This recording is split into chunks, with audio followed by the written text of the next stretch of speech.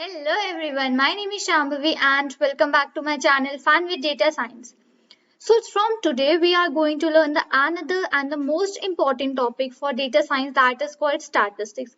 We are going to learn that what is statistics, what are the things we need in statistics, and all the things would be covered in this series of statistics for data science.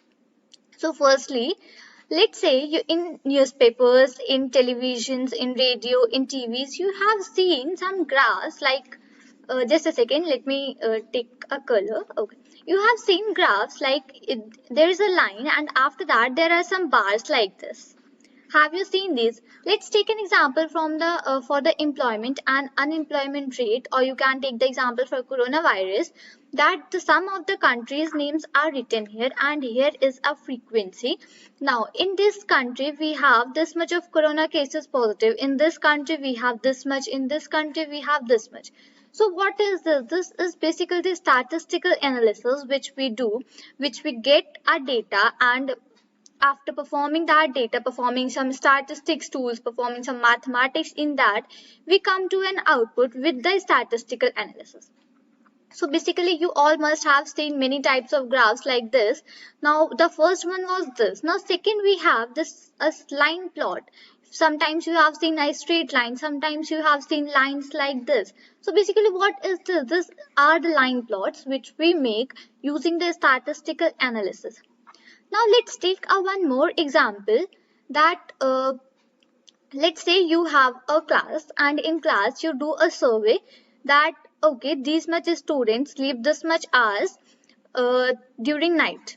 So let's say that you have taken some samples from your class and from your Hindi class, and in that you got 5, 5.5, 6, 6.5, 7 and 8. You got this much of hours of students sleeping there.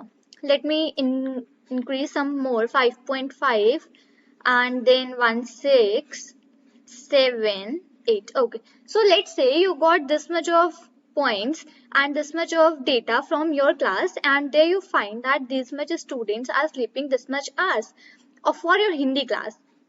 Now let's draw a dot plot for it. So for that I am making a line here, and in this line above I will point some of the points which we have mentioned here. So let me change a color and choose this red. No, not the red one, this blue one. Okay, so wow, now let me point some points here that it's 5, then 5.5, 6, 6.5, 7 and then 8. So I have listed some points here according to which I have taken these samples. Now with these samples, let's see and put the dots on the points which we have collected here. So the first one is 5, so I pointed a circle here, a dot here. Then next is 5.5, then next is 6, we have 6.5, 7 and then 8. So these are the things which we covered here till now. Now there is another 5.5. Now let me mark this dot here. Next is 6, another one is 7 and then another one is 8. Let's take one more point here, as one more student is there who sleeps 5.5 hours. So okay, so we got a dot plot like this which I have drawn here after taking some samples from my Hindi class. Now how we have taken this? Now if you go to your English class and do a survey for the same, that you take some students samples that how much hours do they sleep during the night. So will you get the same data or not? So this is the thing which we are going to see, that do you get the same data from your English class as you have got from the Hindi? Are the students going to sleep this much hours only, or the things will increase, or for 5.5 there are 3 students, or they will exceed up to 10 students? So these all are the things which we use in statistical analysis. We take a data and we try to analyze that. So now here from this data you will do and analyze the data, and from here you begin the learning of statistics for data science. Now I have discussed about the thing that why we need the statistics and what is the thing that we are going to do. The first thing we are going to do is to analyze the data. Now I have covered all these things. Now the most important thing is that if you are going to learn anything, you should know that what is it. So basically, what is the statistics? Let me show you. Okay. I hope this must be visible to you. The font is fine. Okay. So what is a statistic? So here are some definitions for statistics. The statistics is the art of learning from data. As I mentioned that we have taken the examples for Hindi and English class, and there we plotted a dot plot for Hindi class. And if you go and take some samples from your English class, would your graph looks the same? Why or why not? So basically this is the art of learning from data. Now the second definition is that it is concerned with the collection of data, subsequent description and their analysis. So what I did in that example was that I have collected the data, then I have described that this is the data in which we have taken from the Hindi class students for how much hours do they sleep per night. And then what I made is a dot plot for the analysis. So basically what is statistics? It is concerned with the collection of data, subsequent description and their analysis. Now, which leads to drawing of conclusion. Yeah, we can get a conclusion from there that these are the students who are sleeping this time and there are 3 students and we can take out the average and we can say that this is the average hour the students are sleeping in the Hindi class. Okay. And after that we have in statistics we are always interested in studying a large collection of people or objects. So I have taken the example for 10-12 students. In data, the real data which we get, it's in millions or you can say it's in crores. So it is fine that in statistics we are always interested in studying a large collection of people or objects. So I hope by the time you must be familiar with the statistics, that what is a statistics. I have mentioned the 4 definitions here. Which one suits you, you can learn that, you can refer that. But the main thing is that you need to know that what is statistics. Now, there are 2 types of statistics. The first one is the descriptive and second one is the inferential statistics. Now, here in this video, I am only going to cover the definitions for these 2 and the explanation for these 2 will be in the further videos. So, what is descriptive statistics? Now, the part of statistics concerned with the description and summarization of data.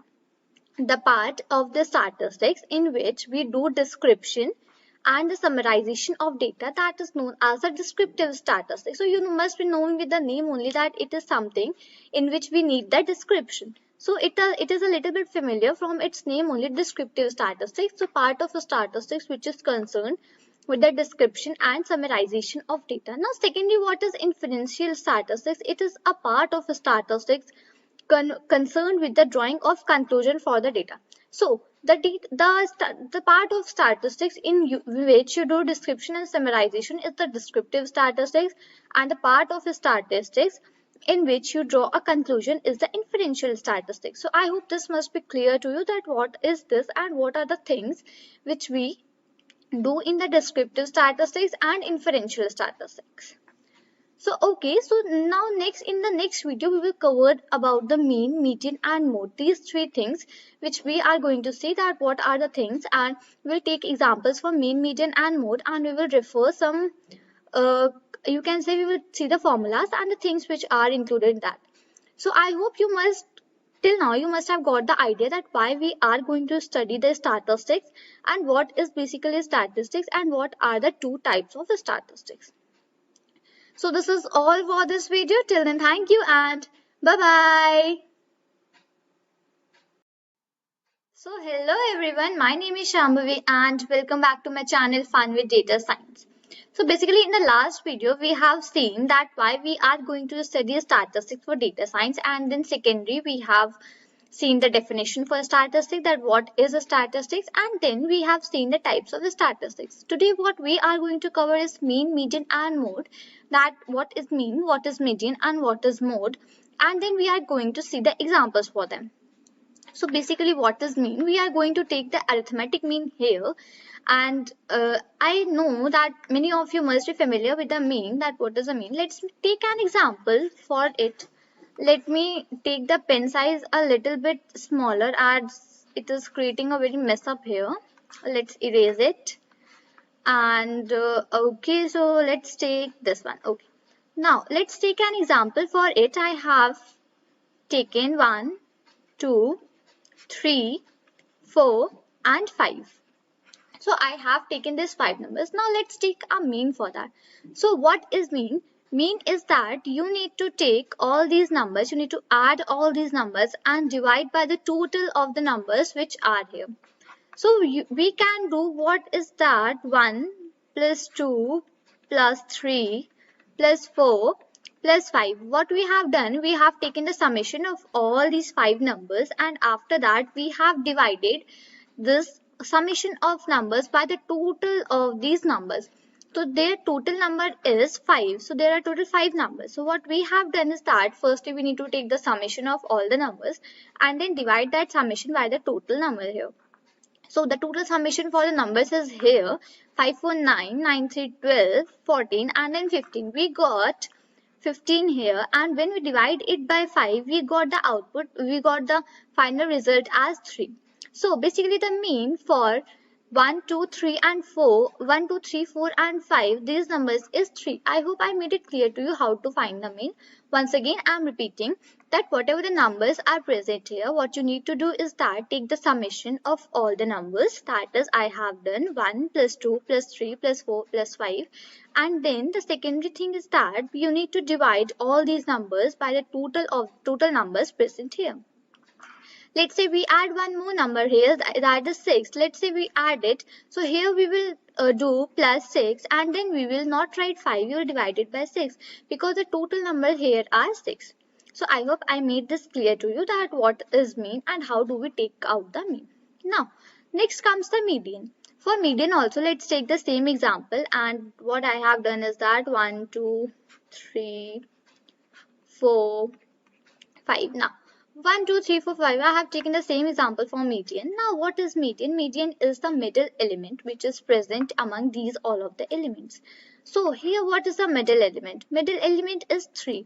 Say, check it from this side. 1, 2, 3, 4, 5. And among 5 elements, the middle element would be 3 only. The third element that is. So, here the third element is 3. So, the median for 1, 2, 3, 4, 5 is 3.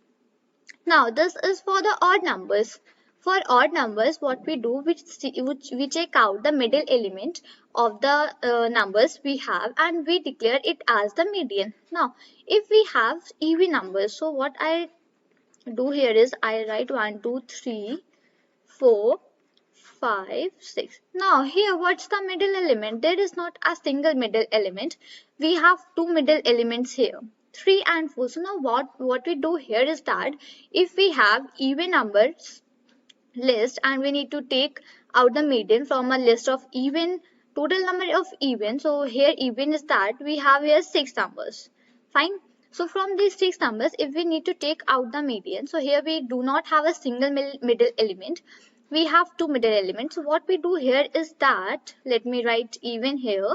And what we do here is that we take both the middle elements 3 plus 4 and then we divide it by 2. We take the arithmetic mean here.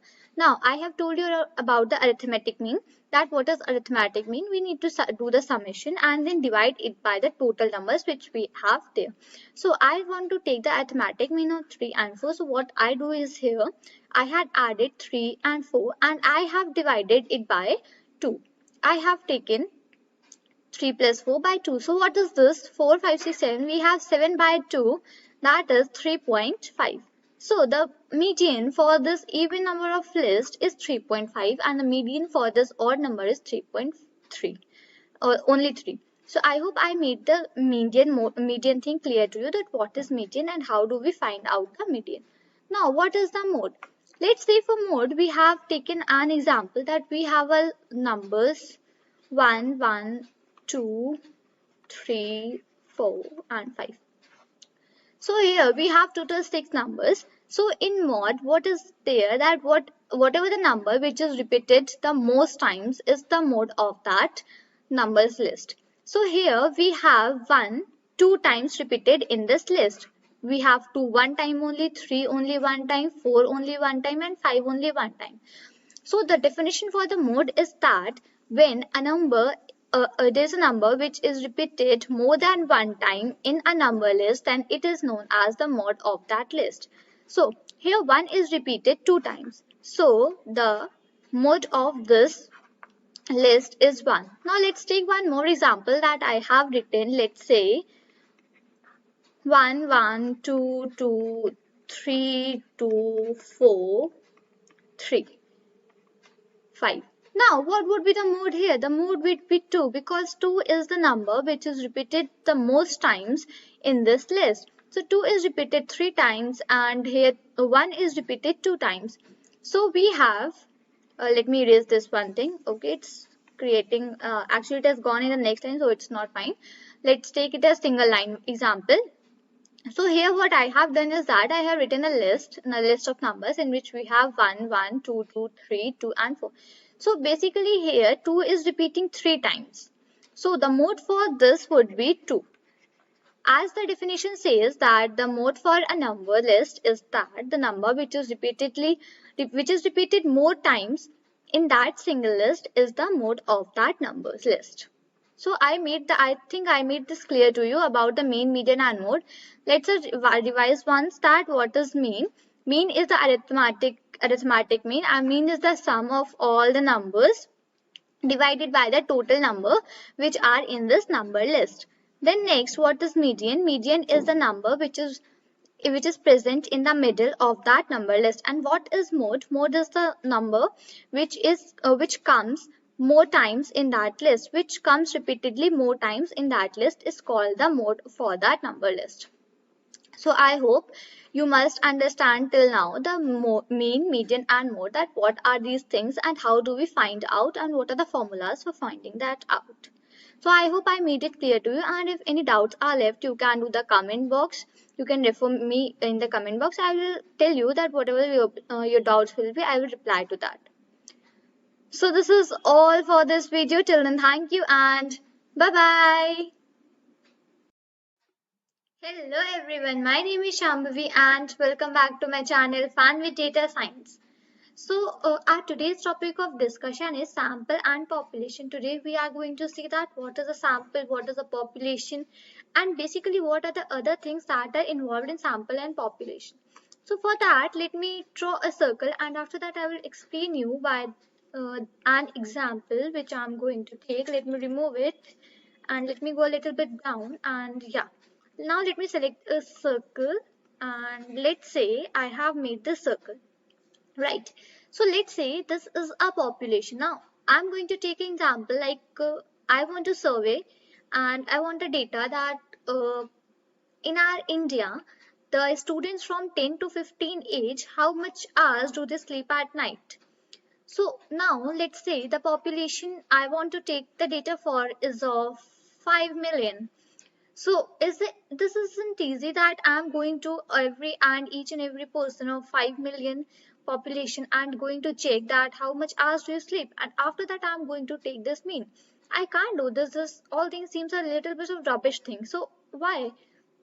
So basically if I want to take a data and if I want to do some sampling, so here comes the role of sampling. Now this is a whole population. Let's say it is a population and I want to do a survey for 5 million students from age 10 to 15, that how much hours do they sleep per night.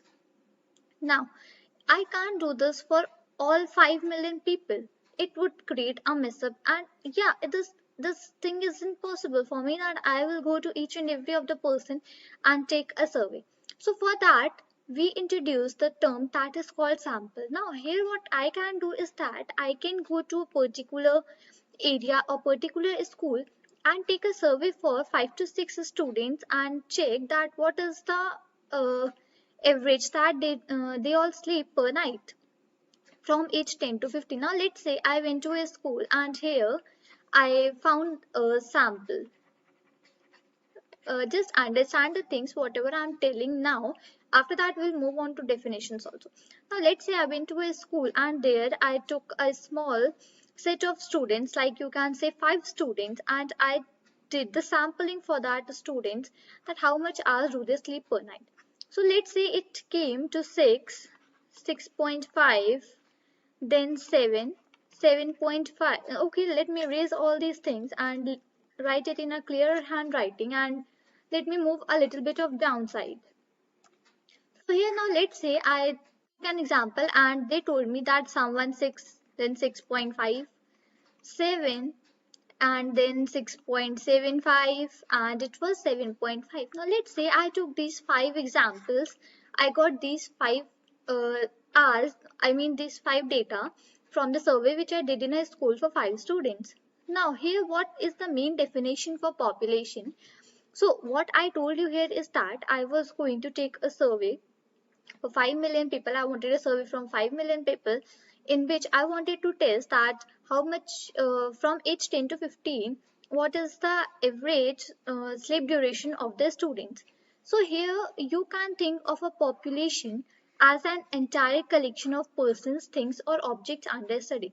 So that is the thing which I was telling you, that I wanted a survey for 5 million people and I wanted to take that so that I can just find the average sleep duration of the students from age 10 to 15. And now, next what I wrote here is that to study larger population, we select a sample. So this is the thing what I did here. I selected a sample. Now, this idea of sampling is to select a portion of a larger population and study that portion to gain information about the population. Now, I wanted here, I wrote 5 million people and I wanted to check that how much hours do they sleep at night, students.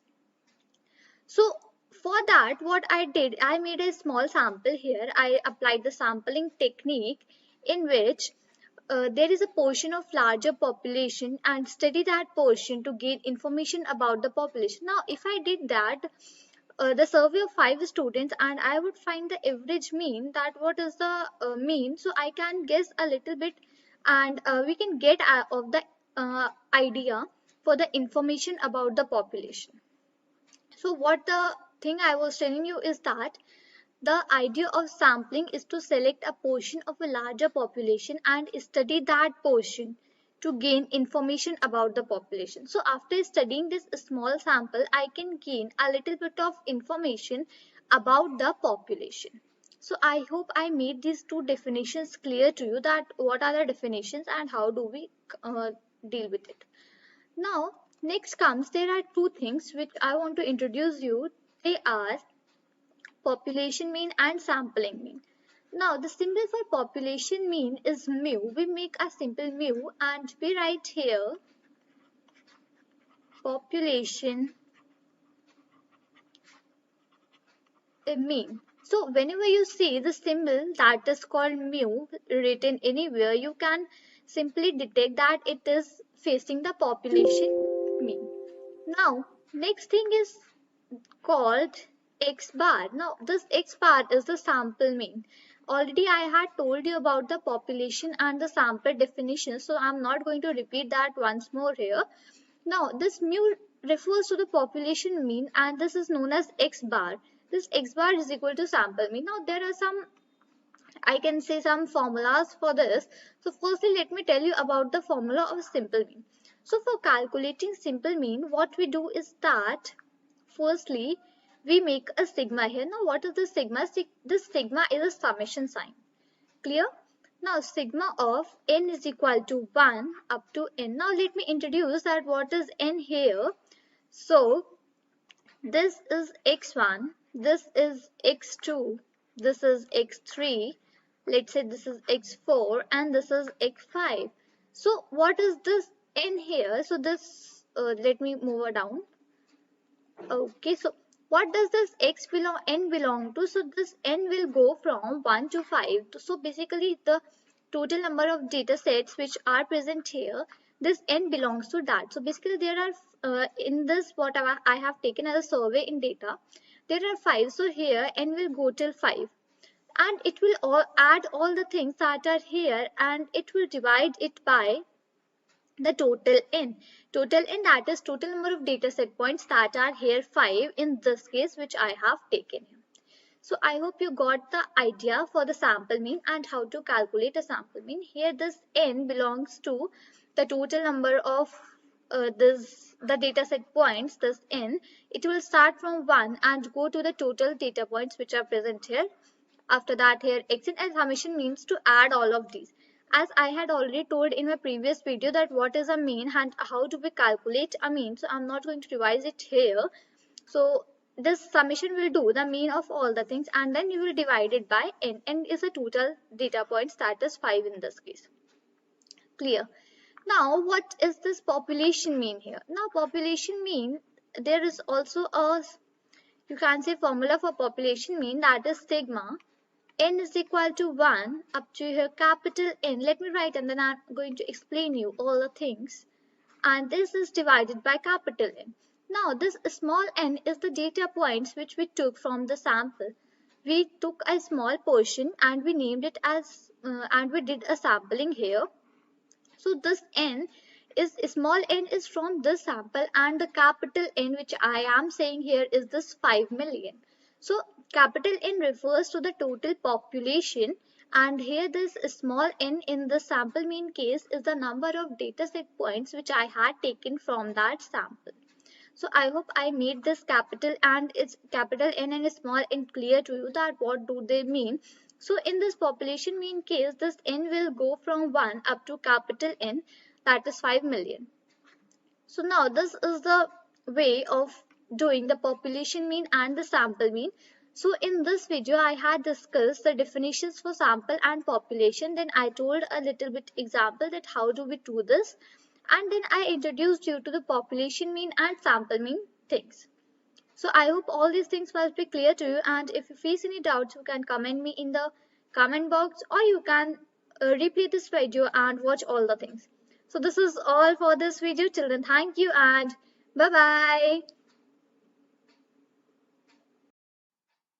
Hello everyone, my name is Shambhavi and welcome back to my channel Fun with Data Science. So today we are going to discuss that what is variance and how do we calculate variance when we get some of the data points or when we get some population of data. So let me once revise that in the last lecture we have read about the sample and population, and there I introduced you with two terms, that first one is the population mean and second was the sample mean. So basically population mean, what is the formula for that is sigma n is equal to 1 to capital N, and this capital N belongs to the population, the total population which we are going to take, and after that sigma, that is a sum, that is summation, and then xn upon capital of N. And for the sample mean, what I introduced was sigma n is equal to small n, and after that xn upon small n. So basically this small n was the sample, the data sets of the sample which we had taken, that was 6, 6.5, 7, 6.75 and 7.5. So this was the thing which we discussed in the last lecture. Today we are going to discuss about the variance, that what is variance and how do we calculate it. So let me introduce with the definition that variance means how far a data set is spread out. It is mathematically defined as the average of the square differences from the mean. Now let me tell you, let me write it here, that this mu was the population mean, right? As you all remember, this mu was the population mean and this x bar was the sample mean. So only I am writing here sample mean. So yes, we have discussed this mu and x bar. Now let's take an example and then I will explain your definition more accurately. Let's take an example for 2, 2, 3, 4, 3. Let's see, this is a population and I want to find out the population mean. As it is a population, so we'll find the population mean only. So let me write that mu is equal to 2 plus 2 plus 3 plus 3 upon, and for that we need to write 4. So this was the way of finding this. Now when I will calculate, what I will get here as 2.5, right? So I got 2.5 here as the mean, population mean. And let's say I take another data point, that is 0, 0, 5, 5. And let's say I want the population mean for this, and so what I'm doing is that I'm doing summation of all the points which are present here and then dividing by the total number of points. So what I get here is again 2.5 as the mean. But notice one thing, let me take a different color for it, and let me take a green color. Okay, so now let's see and let's notice that this 2.5 is close between 2 and 3. So this 2.5, that is the mean of these points, is close, but this 2.5 isn't close to this 0 and 5. We can say that 0055, the mean, the population mean for this or the 4 points is 2.5, but this isn't too much closer that it is like 2 to comma 2 comma 3 comma 3. This is very much closer to 2.5, but this 5 0 comma 0 comma 5 comma 5, this is not that much closer to 2.5. Now here comes the variance. So what I told you about the definition, that variance measures how far a data set is spread out. Now when we will calculate the variance of these two data sets, we will get to know that how far the data sets are spread out. So here we have taken the population mean, and then what is the mathematical definition, and from here only we will derive the formula for variance, that it is the average of the square differences from the mean. Now let me introduce you to the formula for variance, and let me go a little bit down. So let me write a heading here as variance, and we denote variance using this sign. So this sign is basically known as sigma. So this is a sigma sign. We basically call it as sigma, and this is the denotation of sigma. Now let me change again the color. So this sigma square is equal to, now here I am putting this summation sign, and it is going from I is equal to 1 to n. N is basically that data point, that population points which I am taking. Let me rub it and write here capital N, and then what I am doing here is that xi minus mu, mu is the population mean, and dividing all these things by capital N. So here what I am doing is that this capital N points to my population, the total points in my population.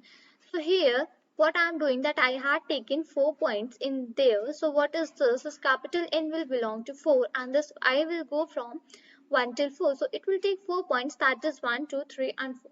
So I hope I made this clear to you. And now let's find out that what is the way for finding the variance. Now for that, here I need to make a table, and let me draw it roughly only. This, okay, so let me erase this and let me draw a straight line, because otherwise I will not be able to draw a single straight line, because yeah, like as you can see, my drawing is a little bit bad. And then here what I need to do is draw one more line, and now I need to draw the last line. Okay, so by mistake I had drawn this arrow, this line. Okay, so now let me take a color and then we will move on to write. Okay, so here what I'm going to define is I, then here I'm going to define xi, then here I'm going to write mu, then here I'm going to write xi minus mu, and here I'm going to define xi minus mu to the whole square, right? So whatever the points which I had taken, they were 2, 2 and 3. First I will find for these points which were, let me write it here, 2, 2, 3, 3. Now let's write that what is I here. I will move till 4, right? Okay, so hold on. Okay, so I is 1, 2, 3, 4, because we have taken 4 points here, right? Now what is this xi here? So xi are these points which we are taking. So basically let me write it here, 2, 2, this 3 and 3. So what it tells is here that x1 is equal to 2, x2 is equal to 2, x3 is equal to 3, and x4 is equal to 3. Now let me take a little bit thinner pen and then I will tell you writing all the things. So here, let me write it here that x1 is equal to 2, right? x2 is equal to 2. x3 is equal to 3 and x4 is equal to 3. So basically what I meant to tell you here is that this I will go from 1 to 4 and it will cover all your 4 points which are present here, right? Okay, now let me again take that black color and now what I am going to tell you. Okay, right, so we have found I and then xi. So we had already find that mu value here. So let me take you to here. So what was the mu value for 2 comma 2 comma 3 comma 3? So basically it was 2.5. So let me write everywhere here as 2.5, 2.5, then once more, and then this one 2.5. Now, okay, so here now what I need to do is for finding the variance is that I need to do xi minus mu. So this xi minus this. Okay, so let me write otherwise it will seem as it's a bar upon x of I. So here xi minus mu, so when I will subtract 2 minus 2.5, I will get here minus 0.5, right? Again here minus 0.5, I will get positive 0.5 and then positive 0.5. So this much subtraction you all should be knowing, and yeah, you all must be knowing, right? Okay. So after that, now what I need to do is that I need to take a square of x minus mu. So xi minus mu, so when I will take a square of this negative and the positive numbers, I will always give the positive numbers here. So a square for 0.25, 0.5 is 0.25. Let me write only 0.2. Okay, let's add the 0 also. And here also 0.25.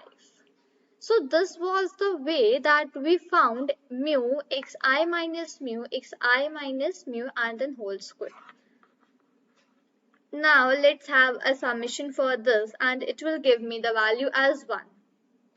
Right? Okay. So now let's move a little bit more down. And what was the formula for our finding the variance? That was sigma square. Then summation I is equal to 1 to n. Okay, let me write capital N. Then it was xi minus mu whole square upon capital of N. So this was the formula, right? So we had already find this xi minus mu ka whole square, which was going from I is equal to 1 to capital N, that is the population, and this in this example which I have taken, this population is 4. So it had gone from 1 to 4 and then xi minus mu whole square. So what I got the output here is that I got this one here when I solved this upper portion, right?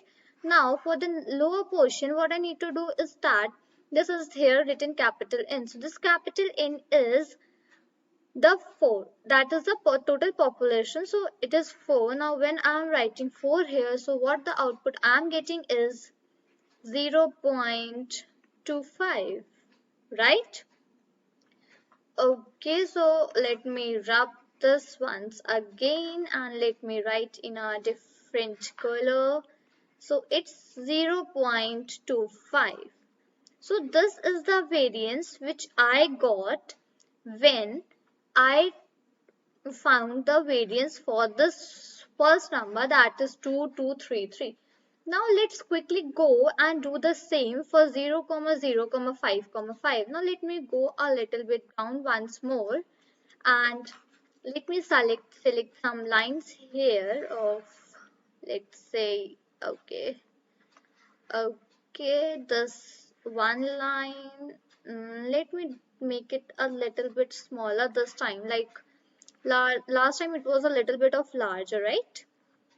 Okay, so 1, 2, 3, oh, 4 and 5. I guess this much points are enough for us. So, okay, now let me take a different color. That where is my black color? I lost it or what? So here what I'm going to write is I. Here I'm going to write my x of I, then xi minus mu. Okay, let me do it in the previous way only. Let's write mu here. Xi minus mu and then xi minus mu to the whole square, right? Now let me take a little thinner pen. This one, okay. Now my I is from 1, 2, 3 and 4. This thing you all know, and xi, the points which we are taking is 0, 0, 5, 5. So let's write fast here 0, 0, 5, 5. Now you by the time you all must be knowing that what is x1, x2, x3 and x4. Now I'm not going to tell you all these things here. Now my mu was 2.5. Okay, let me show you this thing. Oh, hold on. Fine. So this 2.5 was my mean, that population mean when I found for 0, 0, 5, 5 for all these 4 points, right? So let me do it a little bit downside. Fine. My mu was 2.5. Now let me fastly write it here. 2.5, 2.5, right? Now when I am going to do xi minus mu, what I am going to get here is 0 minus 2.5. Here also minus 2.5 and here I am going to get the positive 2.5, right? Now I am going to do a square where it is written xi minus mu whole square. So it is 6.25, 6.25, 6.25 and then last also it's 6.25. As you know, when we do the square of negative or positive numbers, we always get the positive ones. Okay, so now let's again write the formula for this variance and let me go down. Okay, fine. So here when I will do the summation for all these ones, so I will get the output here as 25, right? When I will add all these 4 points.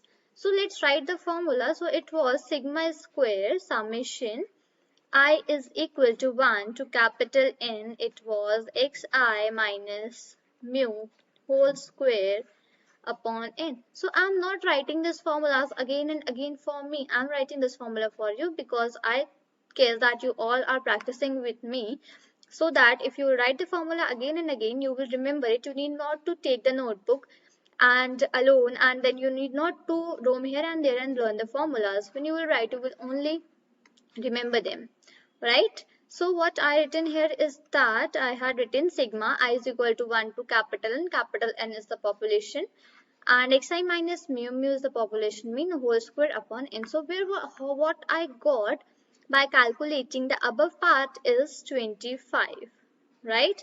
And what I got by calculate by this N is 4. So when I am going to divide this, I'm going to get the output as 6 point. Okay, hold on, let me rub it and write it with another color. Okay, so it is 6.25. Now let's move above side.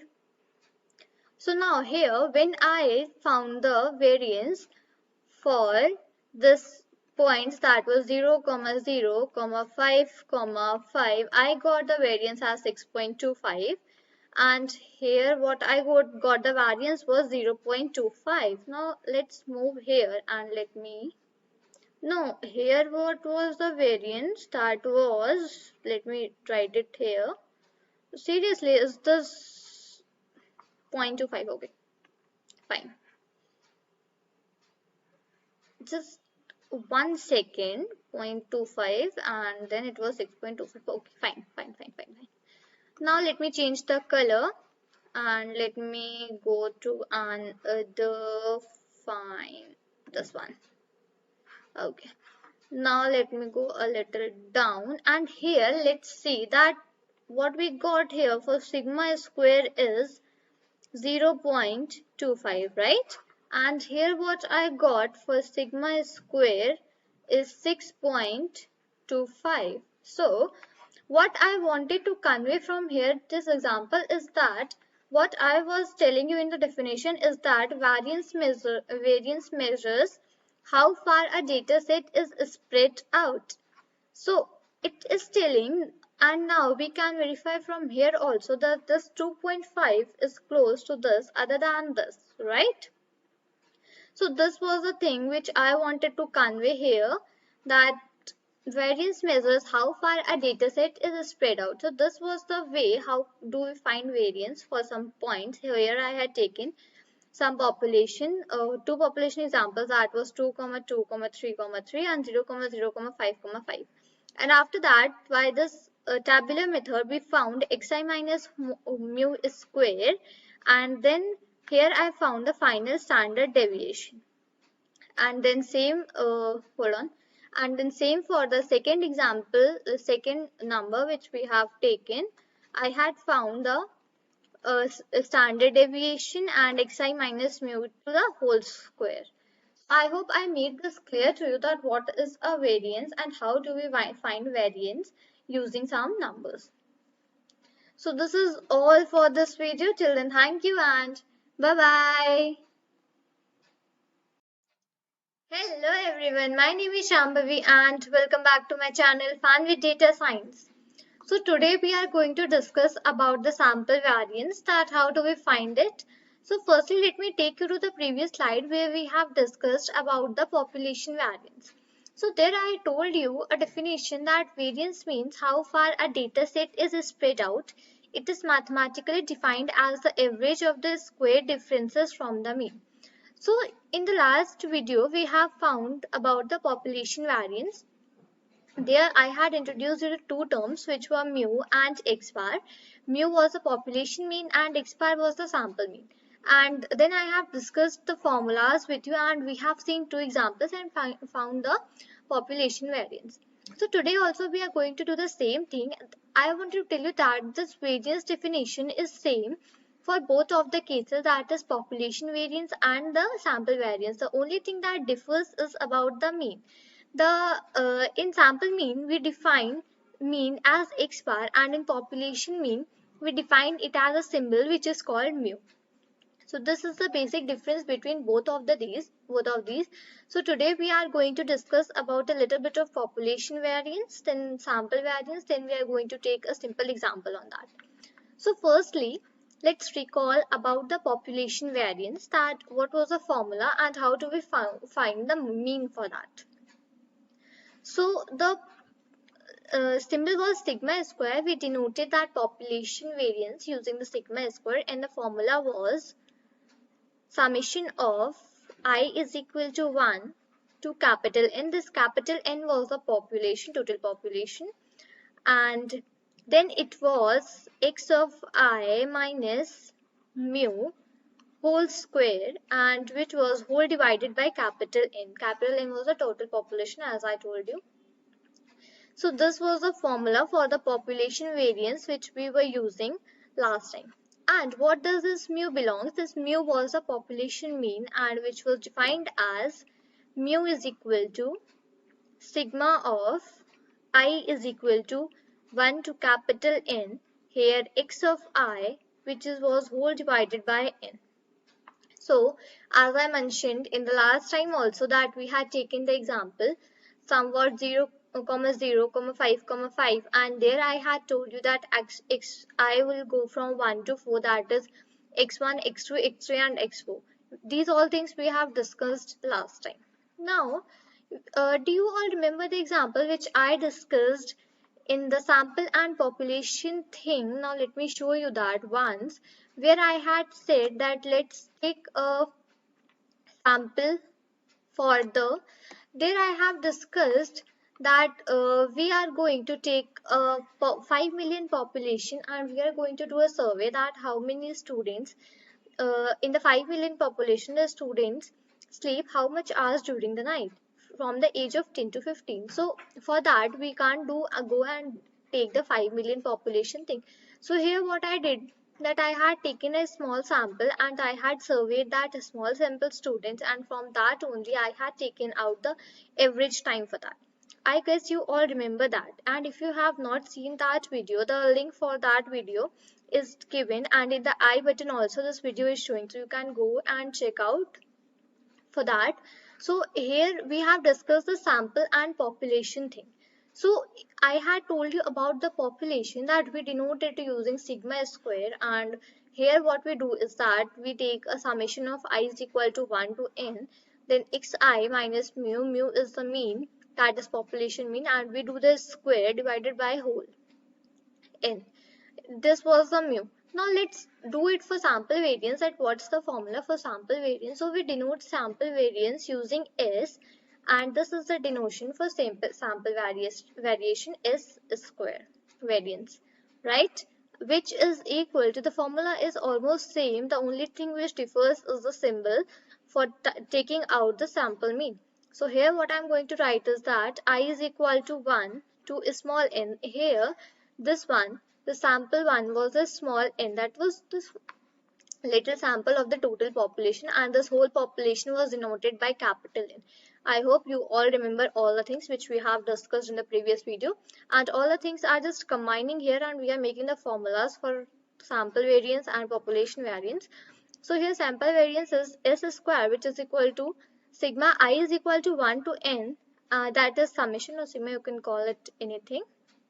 Then what's here? Xi minus x bar.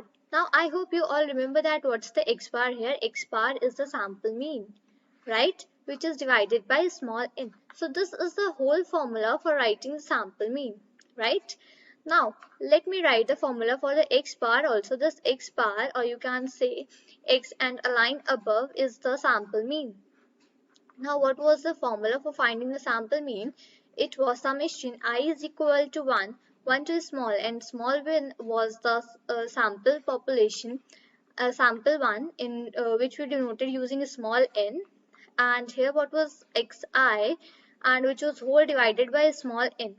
I hope you all remember all these things, and here we had found the formula for the sample variance. Now let me write it, the name for that. Hold on. Okay, let me go a little down. Fine. So here what is this? This is basically the sample variance, right?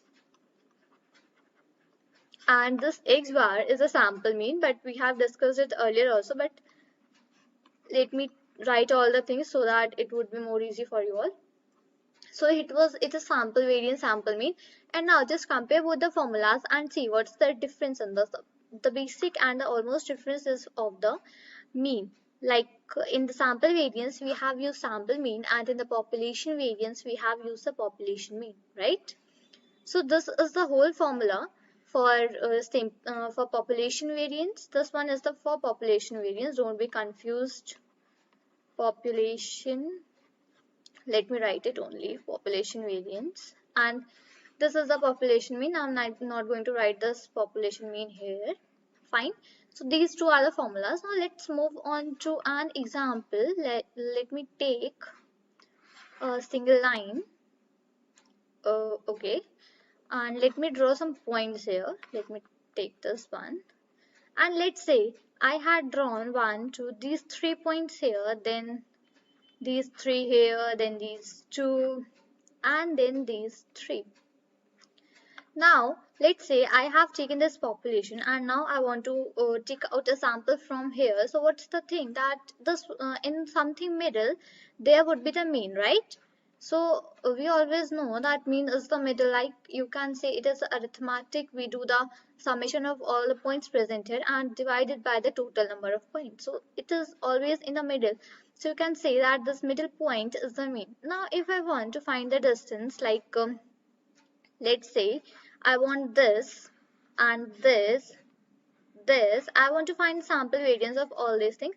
So what I will do is that I will use this formula. What I will do, that I will I will give the values, and I will write xi minus, and then I will find the mean for all that. I'll square and divide it by the whole total number of points which I am taking here. So I will get the sample variance.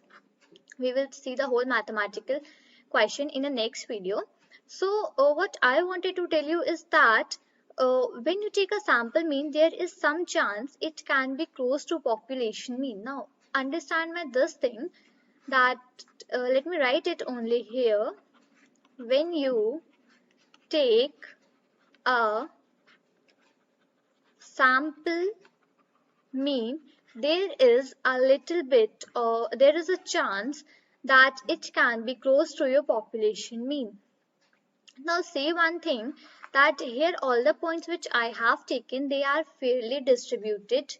All these are well distributed numbers, fairly well distributed numbers, right? Because they are having some exact point of differences and all are things here. So it is somewhat a fairly distributed, you can say fairly distributed numbers. Now here one thing more comes, that is another formula. Let me introduce you to that also. So here what we write is S square, that is the sample variance only. There is one more formula for the sample variance and I will tell you that why it's better. So this is S square is equal to, here what we write, that it is n minus 1. N minus 1 is that the total sample minus 1, and the formula is almost the same thing, only the difference is that we will divide it by n minus 1. So it goes for 1, I is equal to 1 to n xi minus of x bar whole square, and it is now divided by n minus 1. So what's the thing, that when you will write this, you will get to see that this is the better estimate of the population mean. So now let me tell you that when you are going to write this formula which I have mentioned here, when you will write this, then you will get to know, and when you will calculate the output and the final answer, you will get to know that this is the better estimate of population mean, right? Now one thing also I wanted to tell you, that sample mean is always going into sample population, right? But population mean, it is going out of the sample population. Okay, so okay, this is the one sentence which I said. Once I will repeat it also, that sample mean is always going into the sample population, but population mean is going to be out of the sample population. This is a sentence if you understand well and good, and if you don't, then don't worry for that. We are going to discuss all these things in detail in the further videos. This was the thing which I wanted to tell you here, that we can also write it as s square and n minus 1 is, which is equal to this.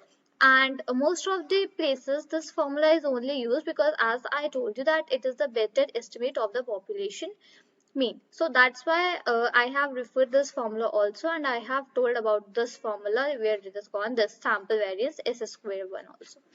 So I hope I made it clear to you about the sample variance, that how do we find it and what's the formula. There are two formula, s square and s square minus 1. This s square n minus 1 is used most of the times, and even you will see this formula, you can say more times, or you can say in many of the books this formula is only used. So this is all for this video. Till then, thank you and bye bye. Hello everyone, my name is Shambhavi and welcome back to my channel Fun with Data Science. So today we are going to see that what is standard deviation and how do we find a standard deviation.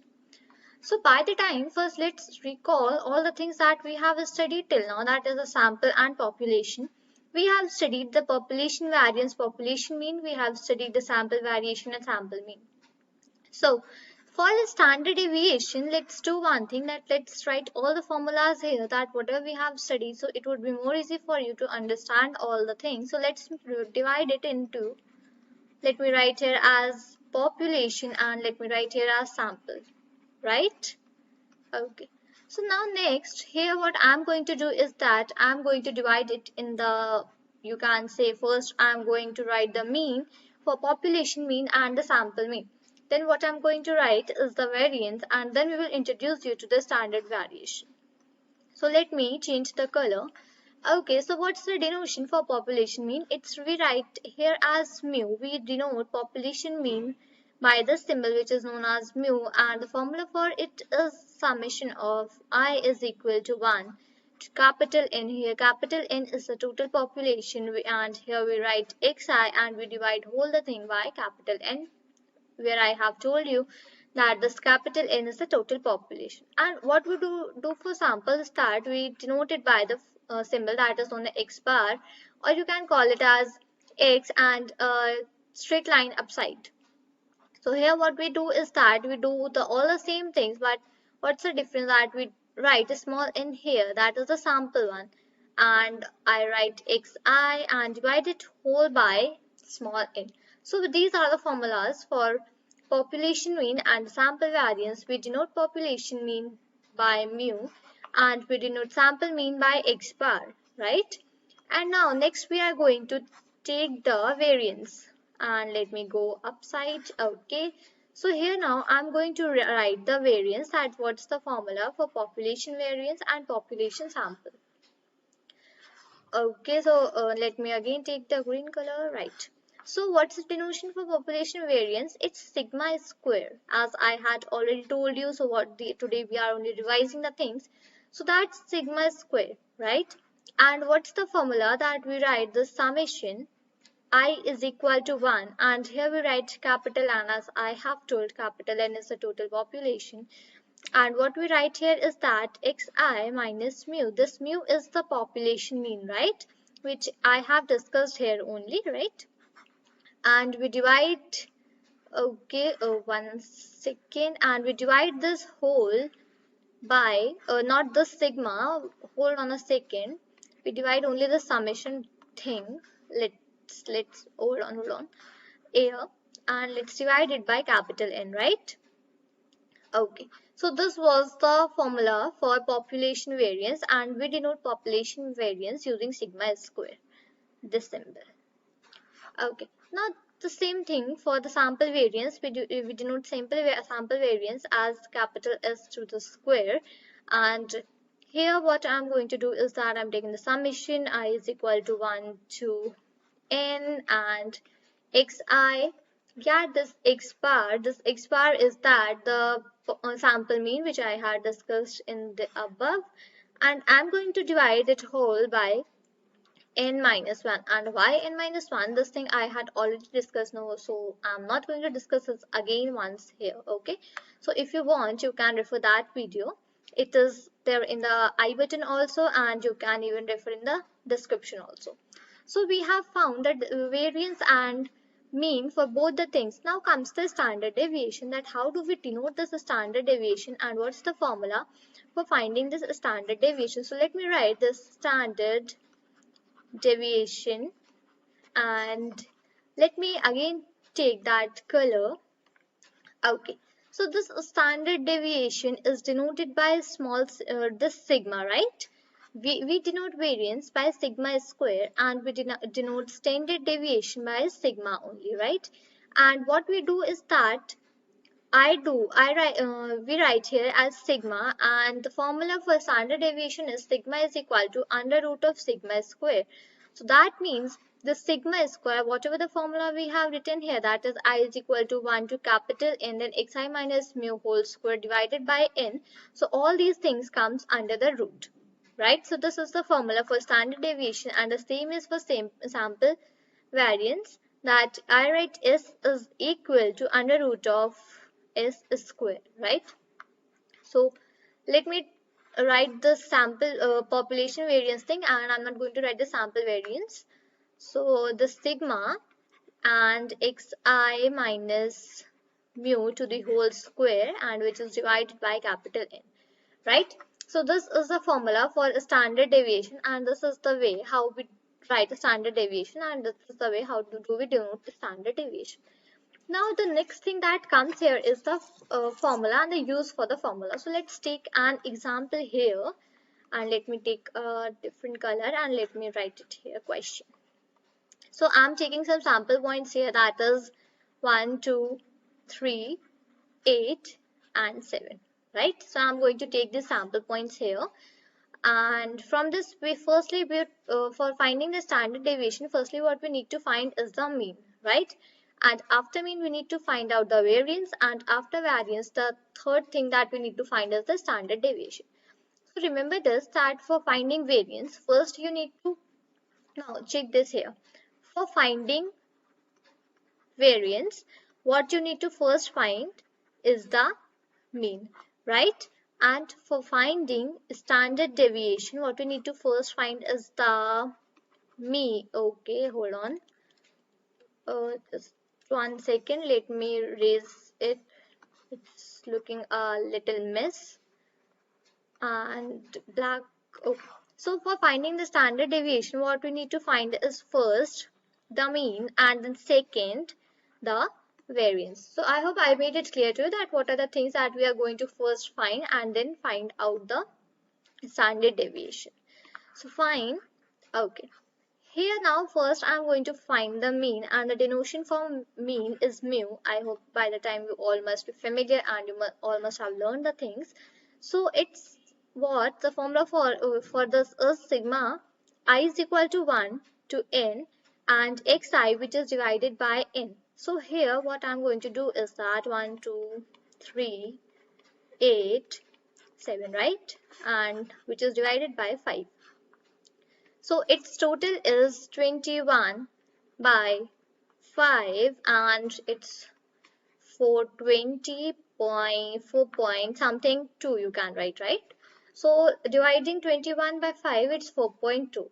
Clear? So firstly what we have did is that we had find this mean. And yeah, why I'm finding this population mean? Because I have taken this population data samples here, right?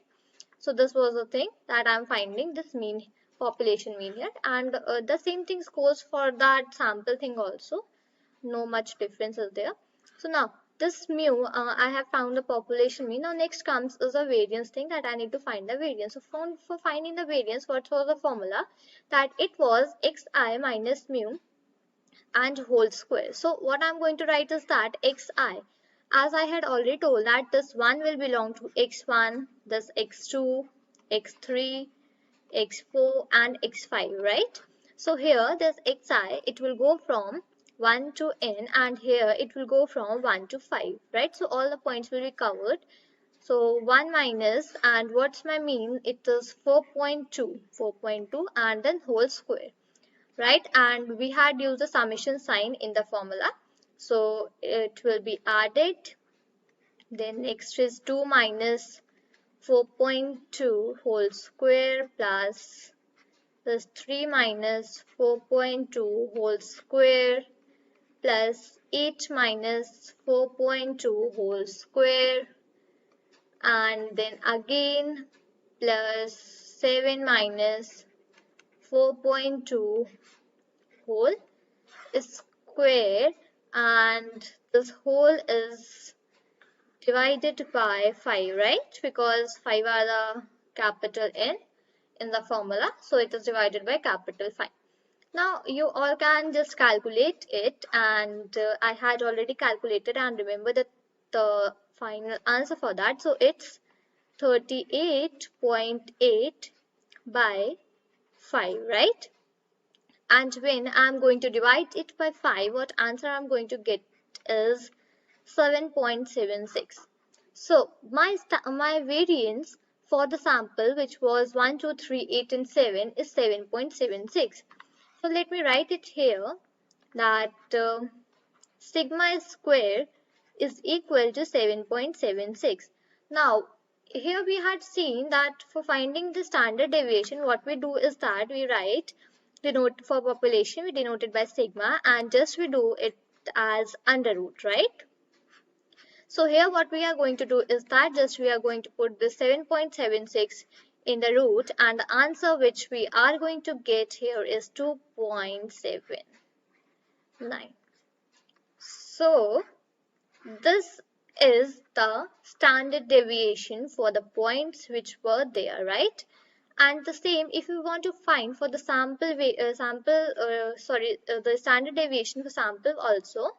So what you do is that the S square is that now here there's a little of difference that all the things will remain same, but this sigma square will change to S square and it would be divided by whole n minus 1.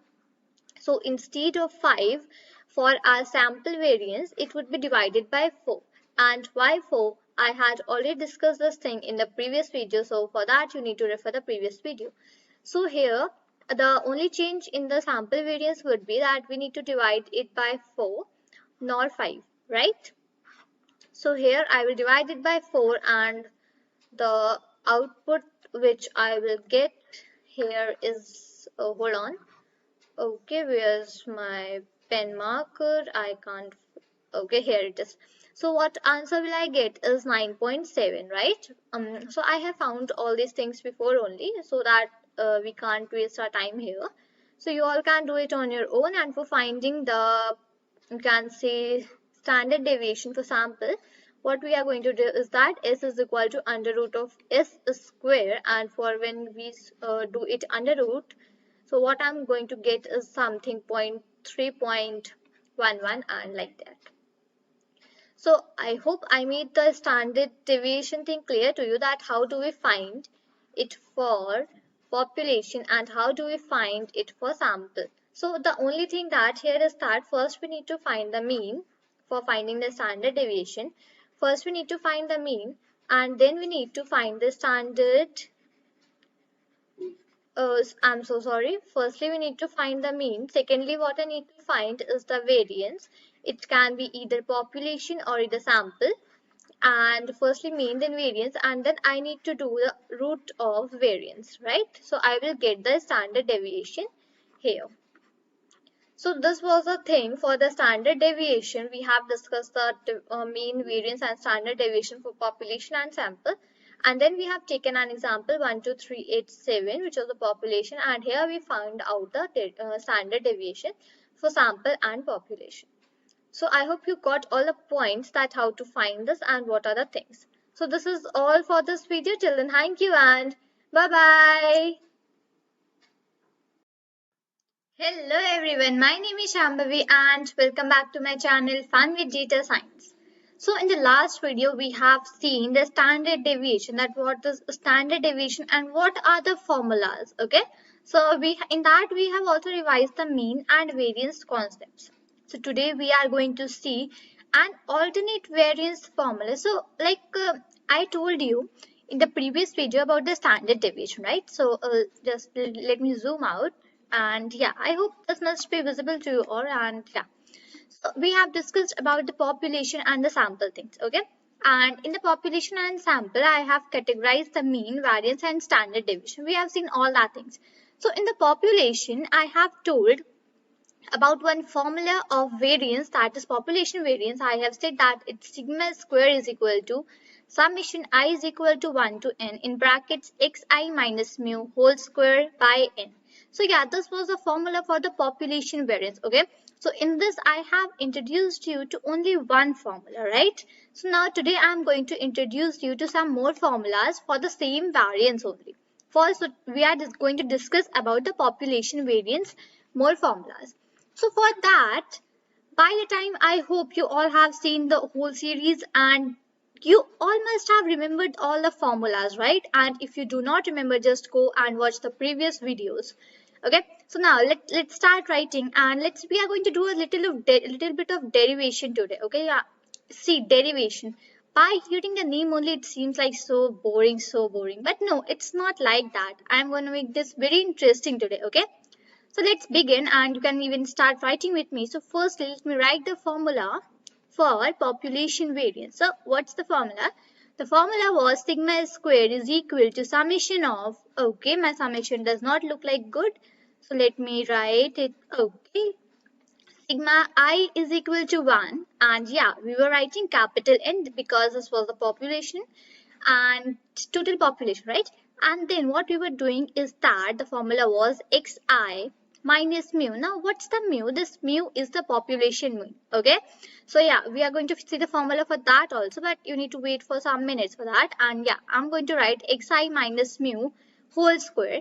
and which was whole divided by capital N. And yeah, this capital N was the total, you can say total population, right? So this was the full formula for the population variance.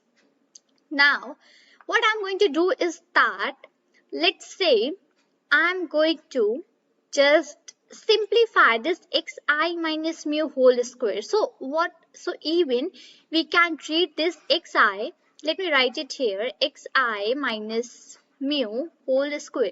So we can treat that like, okay, so just let me change the color, and okay, so it's something, let me erase, and here it's a form of a minus b whole square. And by the time you all must be familiar with the formula of a minus b square, so it's something like a square minus 2ab and then plus b square. So yeah, am I right? I'm right, as a minus b whole square formula is a square minus 2ab plus b square. Okay, so we are gonna do the same thing only here, and let me just write this thing in the new line. Okay, let me erase it. Okay, and now I'm going to write the whole expansion of this in the next line. So here what I'm going to do is that I'm going to write which is equal to, and here I'm going to put this sigma again, which is equal to sigma I is equal to 1 to n, that is summation, and in the bracket. So just assume this xi as a. Okay, just assume this xi. Okay, just assume this xi as a and this mu as b. So what I'm going to do here is that I'm going to do a square. So a, we are assuming this a as xi. So I'm going to write this xi square. Okay. Now what was next? Next was like I need to put a minus sign. So that I do. I put the minus sign, and then what I'm going to do is that here what I have written 2. And then a into b. So my a is xi and my b is mu. So what I'm going to do here is that xi square minus 2ab. So a is xi and my b is mu. Okay, so yeah, just this is mu. And let me see that, can I write it in a more clearer handwriting? Okay, so it's fine, I guess. So this is minus 2 xi mu, and after that what I need to do is that I need to put a plus sign and then b square. So what is b? B is mu. Okay, so I'm gonna do this mu is square. So this is the whole expansion of this xi minus mu whole square. So it's something a square minus 2ab plus b square, right?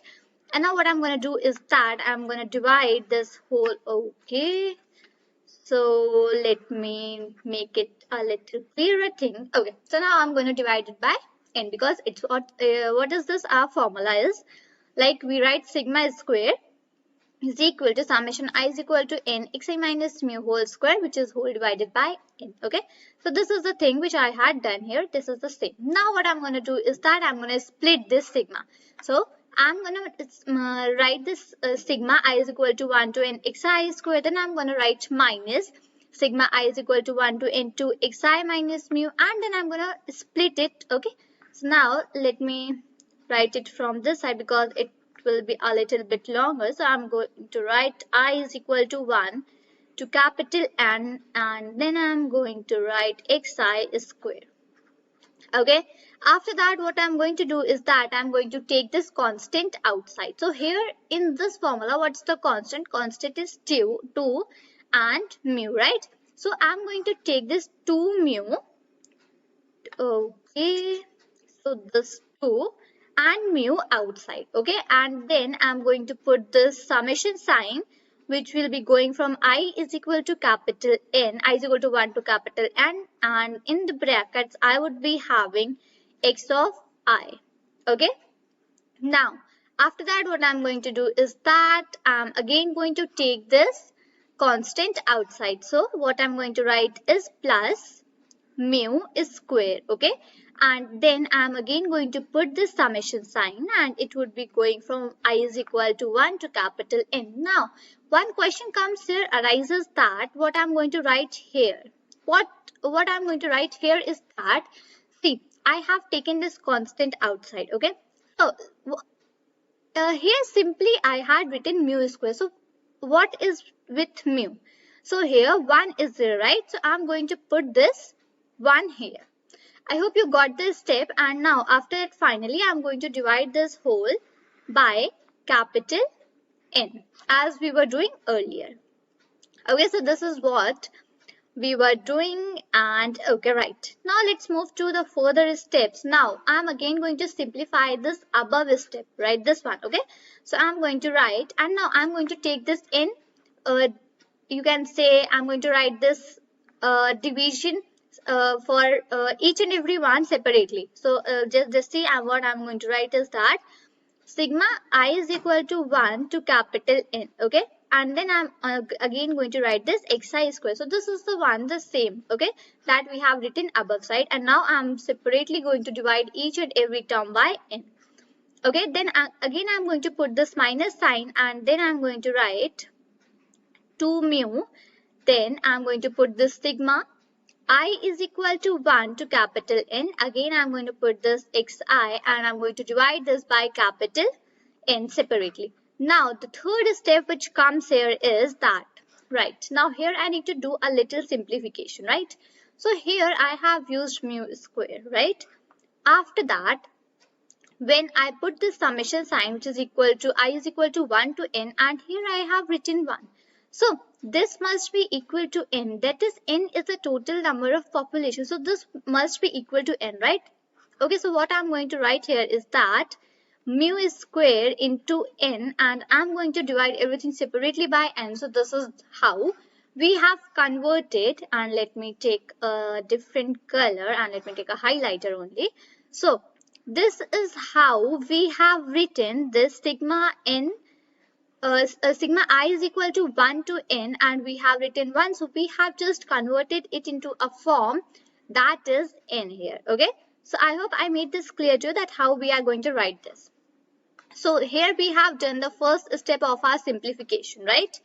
So now moving towards the next step, and now just let me have some enter sign. Right, now next step what I'm going to do here is that, right? So let me again write that sigma I is equal to 1 to n, and then this xi is square upon n. So just let me know that do you see any formula here? No, you don't see, because we haven't studied a formula which contains xi whole square, right? But have we studied a formula which contains this thing, that is sigma, that is summation I is equal to 1 to n xi upon n? Have we seen this formula somewhere? Yes, we have seen. Let me take you to the previous slide, and okay, it's again zoom in. Now, let's see the formula for population mean. The formula for population mean is sigma I is equal to 1 to n x of I upon capital N. And what are we writing here is the same thing, right? Sigma I is equal to 1 to sigma I is equal to 1 to n, and n is capital xi upon n. So we can even write this as mu, right? So I can just simply put a multiplication sign here, and I can simply write this mu here. And now in this term I'm not going to write this n downside, because this whole is one of my formula. And okay, just let me take a different color, this thing. This whole is my mu. And what is this mu? My mu is population mean. We write this population mean using this mu sign. We denote it using this mu sign, and the formula for the same is sigma I is equal to 1 to n x of I upon n. So here what I did is that simply replacing this formula, I simply write the sign, that is mu. Okay, so now again let me take my red color back, and where is that? Right, this one. Now next step I'm going to put this plus sign, and then just see here this n and this n, these both are cancelling each other. So simply what I got here is that mu square, right? Now let's move to the next step, and let me make some space this side. And again what I'm going to do is that again I'm going to write this starting, that is sigma I is equal to 1 to n x of I whole square divided by n minus, now I'm going to multiply it and I'm going to make it as 2 mu square, right? Then I'm going to put a plus sign and again I'm going to write the mu square, right?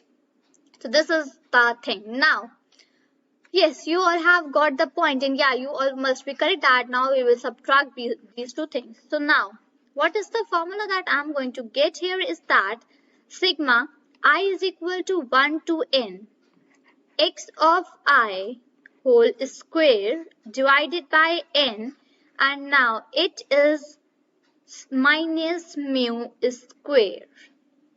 So because when we are going to subtract these things, then I'm going to get this minus sign and then I will be getting this mu square. Okay.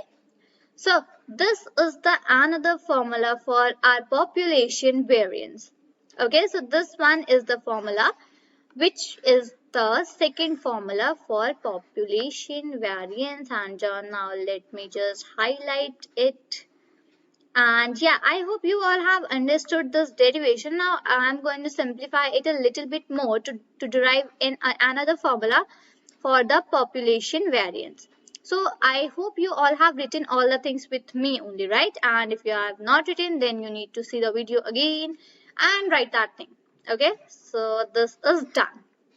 Now let me take, okay, I'm sorry. Let me again, now I'm going to take this green color, okay? So just let me know one thing that just a few seconds before I have told you the formula for mu square, right? So we can just convert this and write it in a form like sigma. And how is this my sigma rating? And okay, so I'm going to put this small sign, only single small sign, right? So this one. Okay, so I'm going to put this sigma here, sigma I is equal to 1 to capital N, okay? Then I'm going to again write xi square upon n. So this one is the same as it is I have written. Now what I'm going to do is here, I'm going to write this mu formula. So now let's go upside. Okay, so where is my mu? Where is my mu? Right.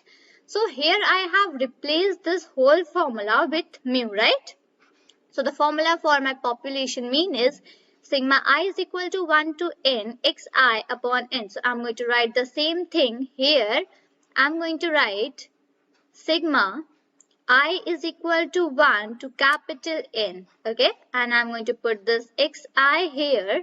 And then I'm going to divide it. Now what I'm going to do is that I'm going to just square this. Okay. So here I have squared it. And in the below I'm going to put this n square. So this is my another formula for writing this population mean. This is the another formula for writing the population variance. So now just let me do one thing. Let me hold on. Just let me take a different. Okay. And now just let me highlight this thing also, right? So now after that we are going to see a little bit more thing, and here we go. Okay. So now what are the two formulas which we have seen today? The first formula was sigma I is equal to 1 to n. Okay.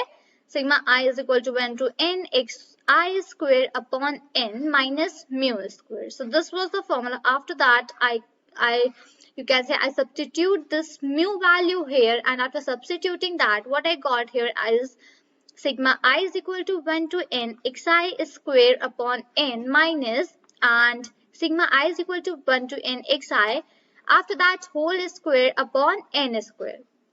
So here now we are familiar with three formulas for you can say three formulas for population variance, and they are as follows. The first one is sigma squared is equal to summation of x of I minus mu whole square, and that summation goes from 1 to n, and which is whole divided by n. So this is the first formula which we were already introduced in the last video.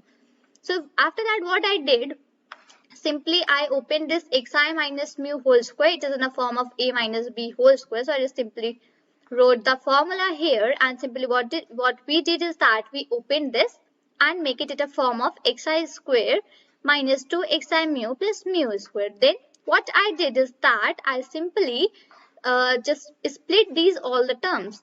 So I splitted this sigma, this summation for each and every term, and I just add that sigma everywhere. After that, what I did was I divided each and every term separately by n. So here I divided separately by n, here same, and here same. So here what I got was we can just cancel this n and n. After that, what I got here was this was a formula for finding the population mean. So the formula was sigma I is equal to 1 to n x of I upon n, right?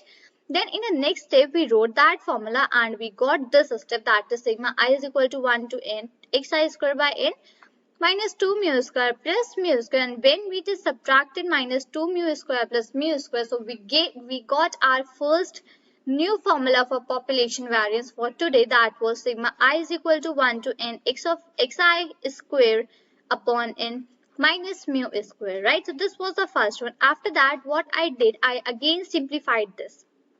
For the simplification, what I did, I simply put this mu value here and did the whole square.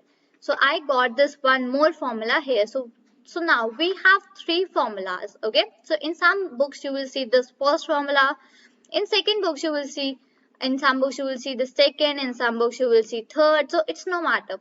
That's why I told you about all the formulas for this population variance. So I hope you got the point. And yeah, derivation wasn't that difficult, right?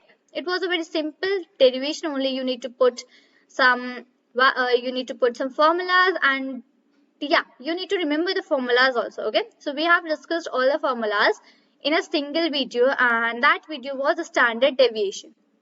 So here I have summarized all the formulas which we have discussed till now in the 6th episode. So you can just refer that, okay? So I hope you got the point, and if any doubts, you can ask me in the comment box. And yeah, don't forget to like, subscribe and share the channel. So this is all for this video. Till then, thank you and bye-bye.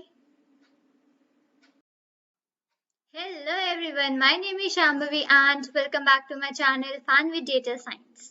So today we are going to discuss about the random variables, that what are random variables, and basically let me tell you that there are two types of random variables, that are discrete and continuous, and we are going to see about them also. So let's have a definition for random variables, and then we are going to have the definitions and some examples for discrete and continuous, and after that I'm going to take a revision of all the things which we have covered till now. Okay, so starts. A random variable is a variable taking on numerical values determined by the outcome of a random phenomenon. So yeah, this was you can say it is a definition written everywhere.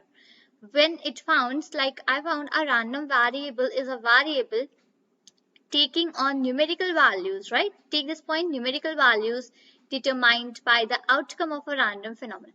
Okay, so just let me tell you that the term random variables, what these variables mean. Okay, let's say I define an equation that, let's say x is equal to 4 plus, okay, and let's say okay, just let erase this, and let's say I write x plus 4 is equal to 7. So what is x? X is a variable, right?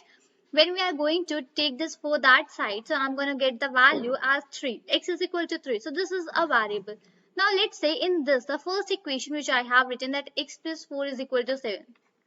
In this I have a single variable, that is x. Now let's say I write one more equation, and in that I simply write x plus 2y is equal to 5. So in the second equation I have two variables, that are x and y, right? So these were the variables which we were already introduced in our, you can say, in our younger classes, where we have studied that this x and y, these are the variables. But yeah, in random variables it's not like that. You can say the random, in random you can say it is a function. Now let me tell you how. First, let me tell you that we denote the random variables using capital letters. So you can note it by capital X, capital Y, or capital Z. But it's usually, you can say, it's usually denoted by capital X.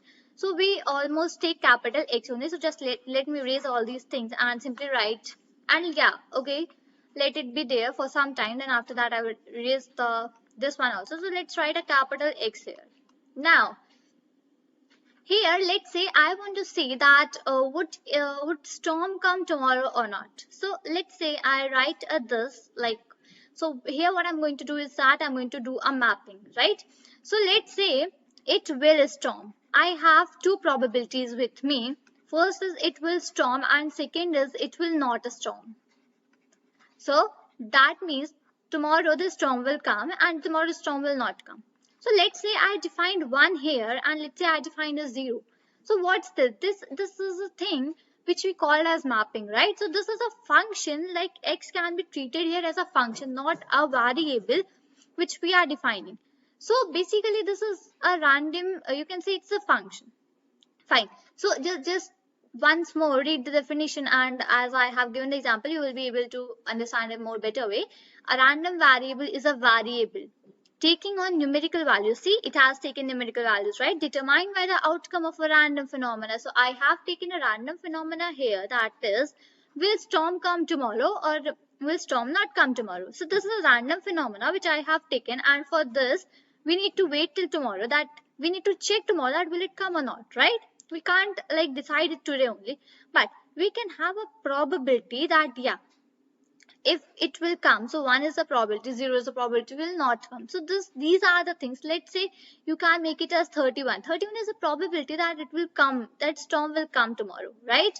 And let's say 20 is the probability that it will not come tomorrow. So these values are totally dependent on you, that whatever the values you want, you can take. So it's something, a random variable is a variable taking on the numerical values determined by the outcome of a random phenomena. So here what I had taken is a random phenomena for the storm, and after that what I have done is that I have taken some numerical values, right? These are the numerical values only. So this is the definition. A random variable is a variable taking on numerical values determined by the outcome of a random phenomena. Right, now let's take one more example, and okay, I must write it here only now, right? Let's say I have again defined a x. Okay, now what is this x? This x is like, you can say we are going to roll okay, we are going to have a toss. Okay, so in toss we have two things, it's head or it's tails. Other than that we have no third option, right?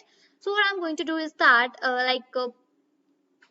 okay, so what I'm going to do is that, let's say number facing up, when I toss my coin, I'm going to do a fair toss, and for that what I'm going to do is that I'm going to mention this, and let's say if 1 comes, then we are going to say that it's heads. That it is heads. And let's say if 0 comes, we are going to say that it's tails. So what is this? This is a probability for coming of heads and coming of tails. So this is what is called a random variable. Like what I have taken a random phenomena, and in that I have defined some numerical values. So this is called a random variable. Now, I hope you got a little bit definition and yeah, a little bit intuition that what's the random variable. For the things and in the detail, we'll be discussing all the things in the further videos. But here what I want to tell you is the only a little bit thing that what are random variables, and I want to give this little examples for that. Okay. Now, as I told you that random variables are of two types. So now let me take you to the definitions of both the variables. Okay. So first one was discrete and second one was continuous. So I'm going to give the both definitions, okay, simultaneously. Okay. So okay, a discrete random variable has a countable number of possible values. So like the examples which you were taking, that it will storm tomorrow, like the storm will come tomorrow or not. So that is a countable number, right? That, like we have only two cases, it will come or it will not come. So we have only two values, that is 0 and 1. And yeah, two values are always countable, no doubt in that. So basically that was a discrete random variable, right? So a discrete random variable has a countable number of possible values. Whatever the values are there, a discrete random variable is a variable that has countable number of possible values.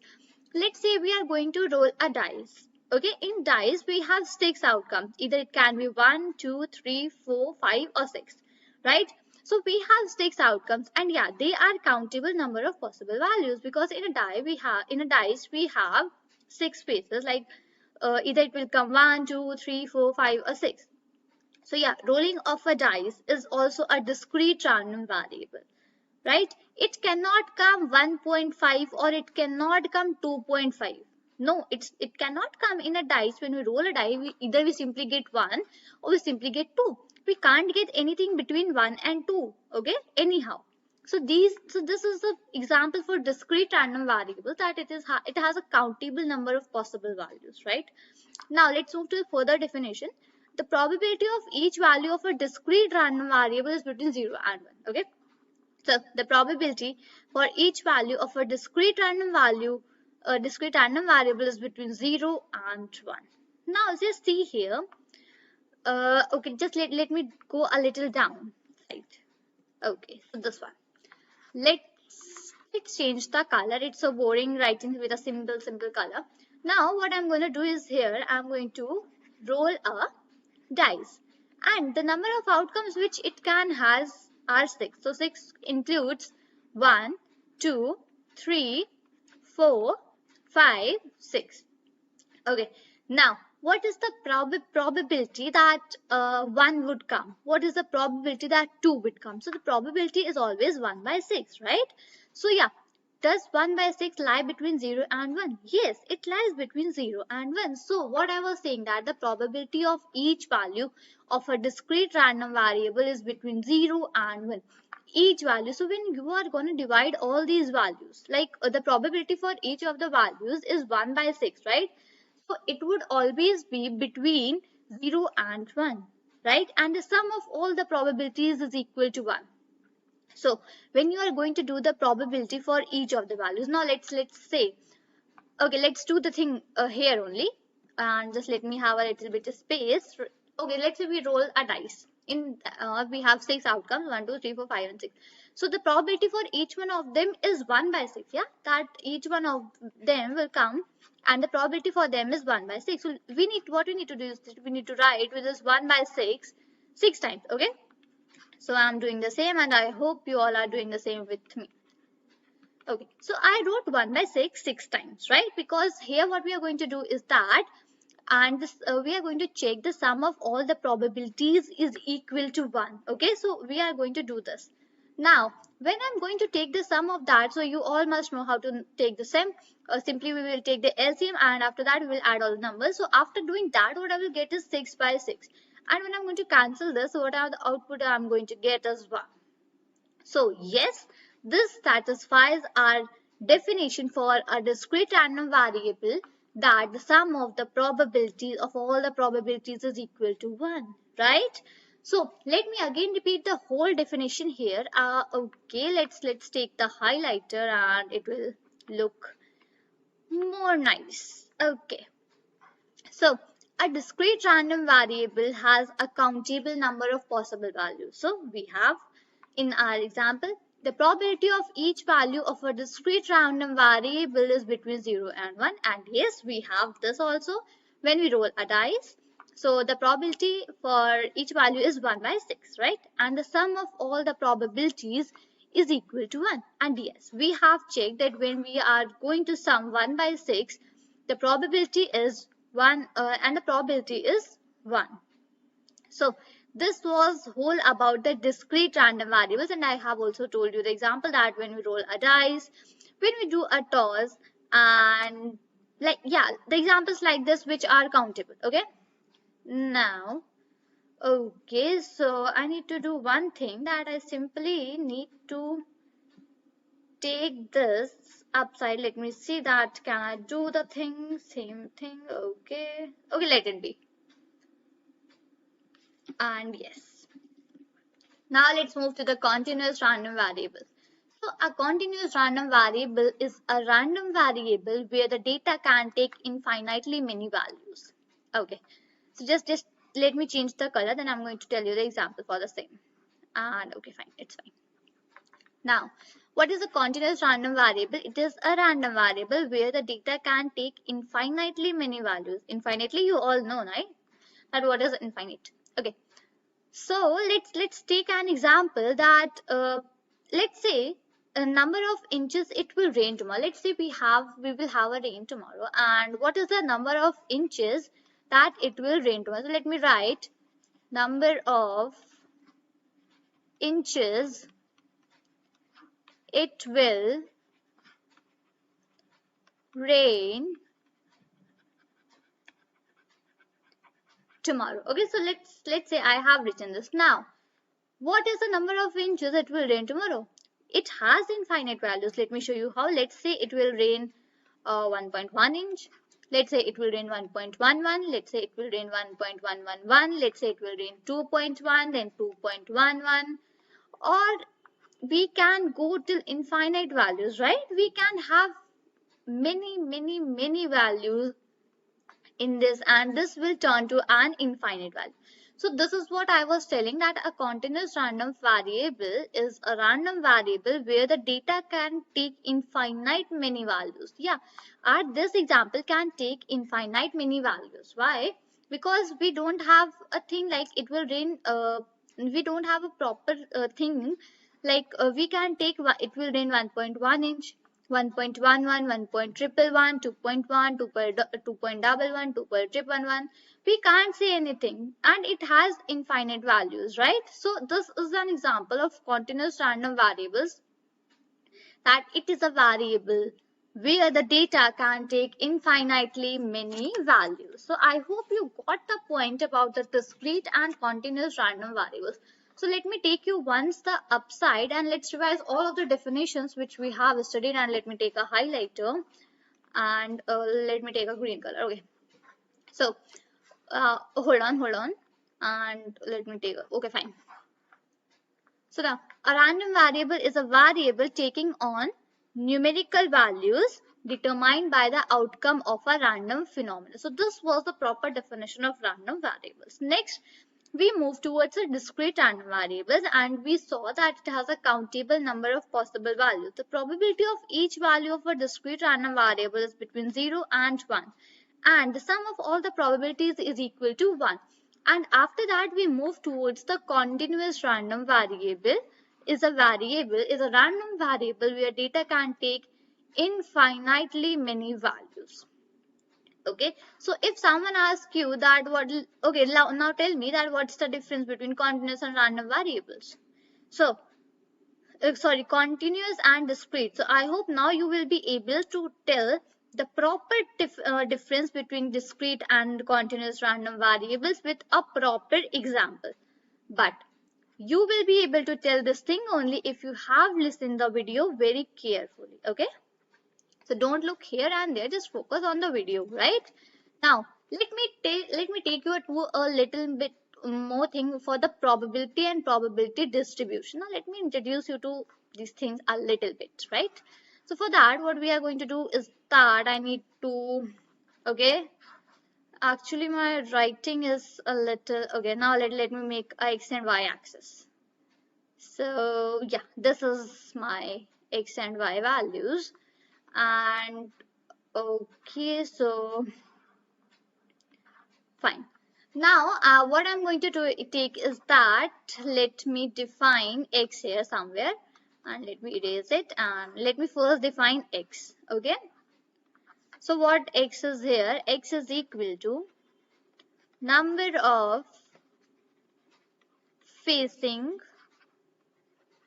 up on a fair dice, right? So this is the x, and x is our random variable. And now by the time you all must have got an idea that which type of random variable is this. So this is a discrete one. Okay, I have already taken the same example for it. Now okay, so let me go down, yeah, right. So yeah, this was the thing which I have written. X is equal to number facing up on a fair die. Now I'm going to draw a probability distribution for this. So this, and now what I'm going to do is that I'm going to name all these. So just let me know that in the fair die we have 6 outcomes, right? The 6 outcomes are as 1, 2, 3, 4, 5 and 6. We have these 6 distributions, right, on this x-axis. And what is the probability that this will come? So the probability is always 1 by 6. This is right? Now I want to see that, like, if I'm going to do the thing, okay, yeah, 1 second. Okay, highlighter, and yeah, this one. Okay, and where's the rectangle? Right. So let's say what I'm going to do is that, okay, it does not look like a bar graph, right? So just let me erase that. And how do I do the thing? Okay, so okay, just let me erase the things. And now what I'm going to do is that I'm going to simply make the lines. Okay, I'm going to simply make the lines. Let's say the distribution is something like this. My 1 will exactly, what is the probability that my 1 will come when I'm going to roll my die? So the probability is 1 by 6. So it is going absolutely till 1 by 6. This 2 will be also going till the same 3, 4, 5 and 6. All the 6 will be having the same probability that, okay, this value will come. Yeah, no, sorry, I mean that this is the probability that this value will come, right? So this is a, you can say this is a uniform. You can say this is uniform. How you can say? You can say it in a way that we are having the same number of bars. Okay, same number of bars for a probability that is 1 by 6. So you can say that this is the okay, so just let me write the correct spelling. So let's say probability, probability distribution. So let's say this, so no, not let's say, this is right, this is a probability distribution and it is of a uniform form because it has all the values at a proper 1 by 6 level. Because this is the only probability that your 1 would come or 2 would come, 3, 4, 5 or 6. This is the probability for the numbers for which are to become in your dice when you are going to roll that. Okay, so I hope you got the point that what is this like probability distribution, and this is the uniform probability distribution. Now we'll be talking about them in a detail in the further videos, and we will also be covering the non-uniform probability distribution. So this was about the random variables, right? And this was about the graph. Now I said that we will revise the things, and okay, let me just devise the formulas here. So for the alternate variance formula, we okay, where's that whole chart which we have made? Yeah, this one. So what's the formula for the population mean? It is denoted by mu, and the formula is summation of I is equal to 1 to n x of I upon capital N. And for the sample, it is x bar is equal to sigma I is equal to 1 to n x of I upon n. So for variance, it is denoted by sigma squared, and population variance, and the formula is none different, only thing is that xi minus mu whole square, and in sample variance nothing is different, we simply have xi minus x bar whole square. And for the standard deviation, the standard deviation is the under root and sigma square, that is under root of variance square. After that we discussed the alternate variance formula, and the first one, this was we have already discussed. After that we were having two more formulas, and the first was sigma I is equal to 1 to n xi square upon n minus mu square, and the second one was minus different things. So now if you want to see that how these formulas were derived and what were the things that we have taken, so you need to watch the previous videos. I'm not going to cover all these things today, right? So today we have discussed about the random variable, discrete and continuous, and I have told you a very little about population distribution, right? Okay, probability distribution. So this is all for this video. If you have any of the doubts, you can rewatch the videos, or you can just ask the doubts in the comment box. So this is all for this video. Till then, thank you and bye bye. Hello everyone, my name is Shambhavi and welcome back to my channel Fun with Data Science. So basically in the last video we have discussed about the random variable. So let me take you to that slide, and yeah, this is the one which we have discussed. We have discussed that what are random variables. After that we have seen two types of random variables, that were discrete and continuous. And at the last of the video I just told you how to make a single graph, and then we what we did was we had taken x and we had done that number of facing up on a fair die. So this was basically I have told you about the probability distribution, right? Like how to make the graphs. And then whatever I in this discrete random variable I also proved that where I have written the probability of each value of a discrete random variable is between 0 and 1, and the sum of all the probabilities is equal to 1. So basically what example we have taken is that I had rolled a die and dice, and simply what were the outcomes? The outcomes can be either 1, 2, 3, 4, 5 or 6. So basically what I did that I only simply I did the summation of all these things and simply I got the output as 1. So simply I wanted to prove that the sum of all the probabilities is equal to 1. So right, I proved this line. Now today we are going to see that properly, that what are these probability density functions, like that is for the probability distribution also, and we are going to see it for the continuous random variables. In the last video we have seen for the discrete one, so we are today going to follow the continuous continuous random variables. Okay, so just let me define it first. What about the probability density function? The graph of a continuous probability function is a curve. Okay, so now this is the thing that whenever we are going to draw the graph for the probability function, for the continuous probability function, it is always a curve. Okay, now after that the probability is represented by the area under the curve. So we have drawn a graph. Now I will give you the example. First let's understand the definitions only.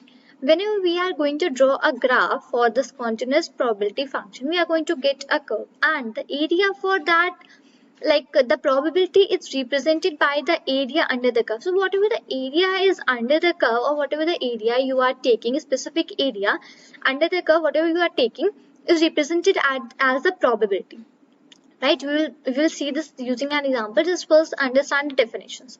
So the curve is also called the probability density function. So the curve which we are going to make in the continuous probability functions, which we get as a curve, is known as the probability density function.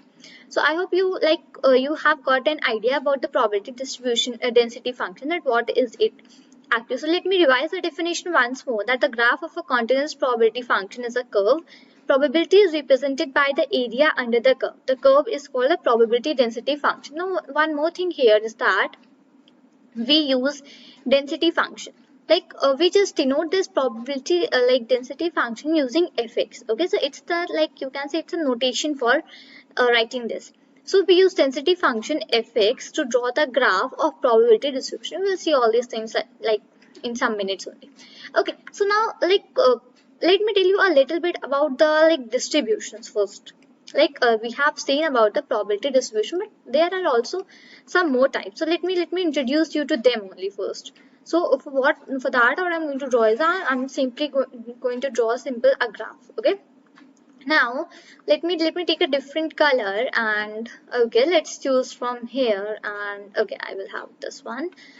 Okay, so let's say I'm gonna make a graph like this. So if we somewhat see a graph like this, what is this graph called as? So a graph which has this horizontal and vertical lines, this graph is known as a uniform distribution. Uniform distribution means continuous distribution, and we are saying that the distributions are not varying. It is simply like starting from here, going to a point and then ending, right? So it is known as a uniform distribution. Now just let me hold on and let me okay, it's too much thick pen, and let's okay, fine.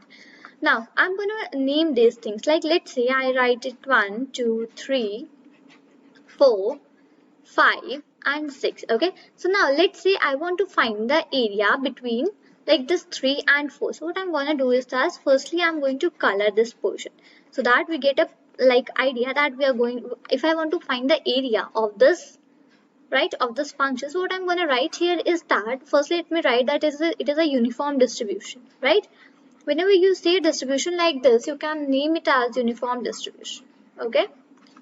Okay, so distribution.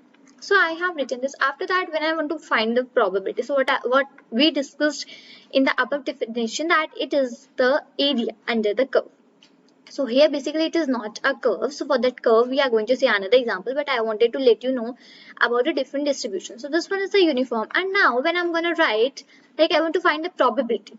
So how could I say that? So let's say x is the probability, right? And now I would simply write that 3, like x is greater than 3 and x is less than 4. So like x is our probability, let's say, and it will lie between, like it would be either greater than 3 or it would be less than 4. So if we want to write it in terms of the probability, so what we are going to do is that we are simply going to write p, and in brackets we are going to write that x is greater than 3 or x is less than 4. So this is the terminology, and like this is the way how we are going to write this in the terms of probability. Okay, so firstly I told you about the uniform distributions. Now let me move towards the next. Okay, and okay, for next like let me take that. Okay, and now let's go a little down. Okay, so hold on, I'm so sorry.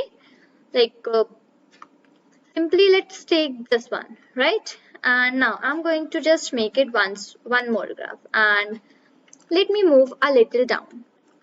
So like we have seen about the uniform distribution. Now my second example for you all is like we are going to see another one. So the next one which we are going to see is the distribution, exponential distribution. Okay, so for that, as you all have seen the graphs for the exponential like this. Okay, I'm so sorry. So it is something like this. Okay, and it goes till like infinite. Okay, like wherever it is. So basically this is a type of a exponential graph, right? And you all have must seen these graphs in the mathematics term. So in here also we call it as exponential distribution. If you see a graph including like lines and yeah this curve, so it is called exponential graph, exponential distribution, I'm sorry, exponential distribution. Okay, so just let me write it down, and yeah.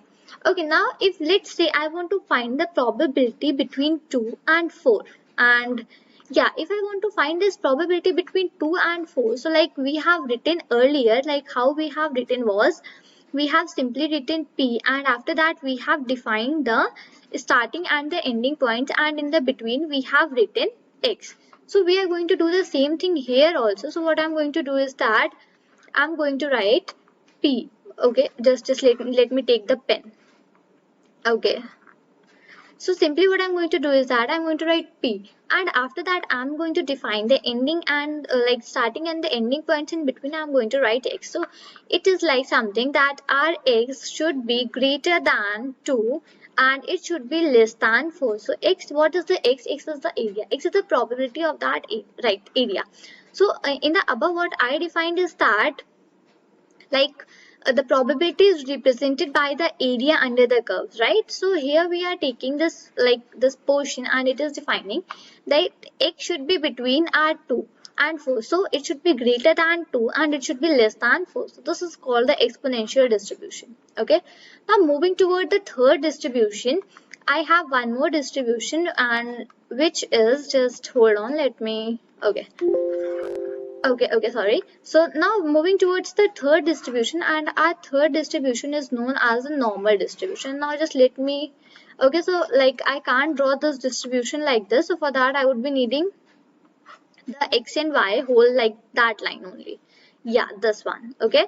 So this is something in which I'm going to draw a normal distribution. So let me keep it this side, and okay. So just let me take one different color. Okay, so this one, and let me take a little bit more. So if we are gonna see any graph like this, okay, so it's not seeming like that, and okay, so this is a graph, like this is the normal distribution, normal probability distribution. Now let me tell you like what are the things that we are going to do. So let me name it. It is normal distribution. So here I introduced you to three types of distribution. First was uniform, second was exponential, third is normal.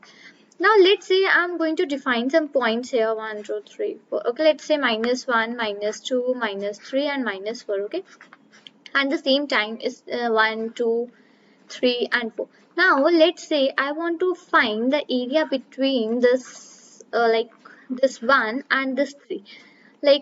So how we are going to write this is also the same as we were following the previous one things. So for that I will simply write p, and in brackets I'm going to write 1, and yes, x is greater than 1 and my x should be less than 3. So this is the thing that we are going to do. Like simply these were the three type of distribution. So first one was a normal uniform distribution. Okay, so I told you about the uniform. After that was the exponential distribution, and the third one was the normal distribution. Now let's move towards the next thing.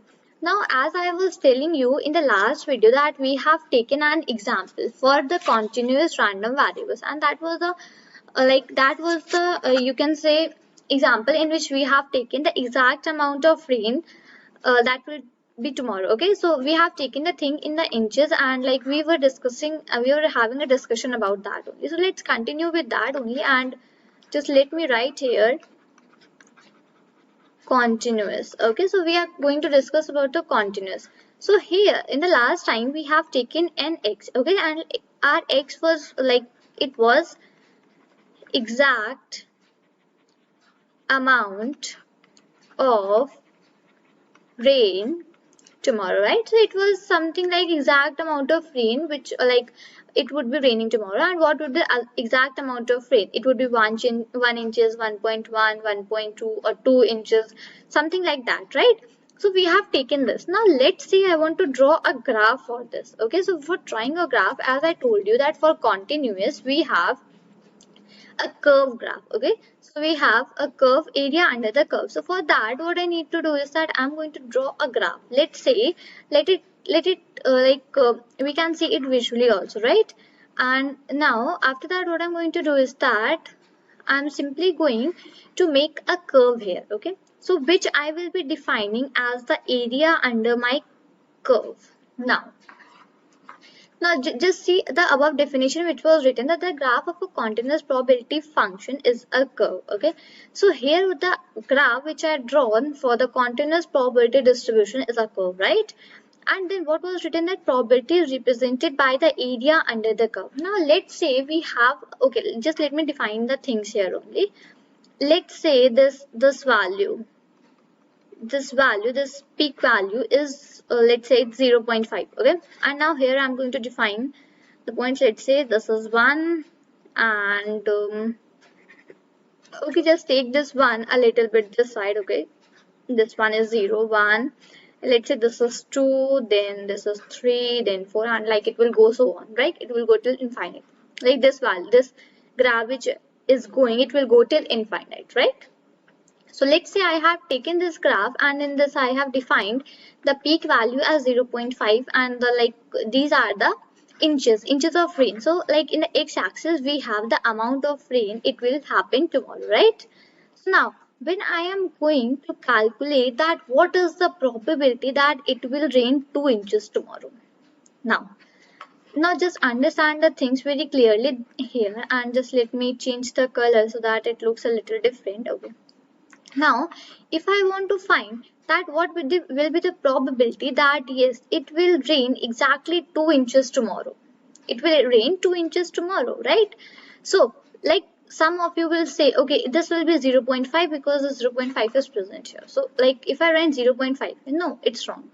0.5 will not be the exact probability that it will rain tomorrow 2 inches. Like I don't want the probability for like it cannot be 1.9, or either it cannot be 1.9 or it cannot be 2.1.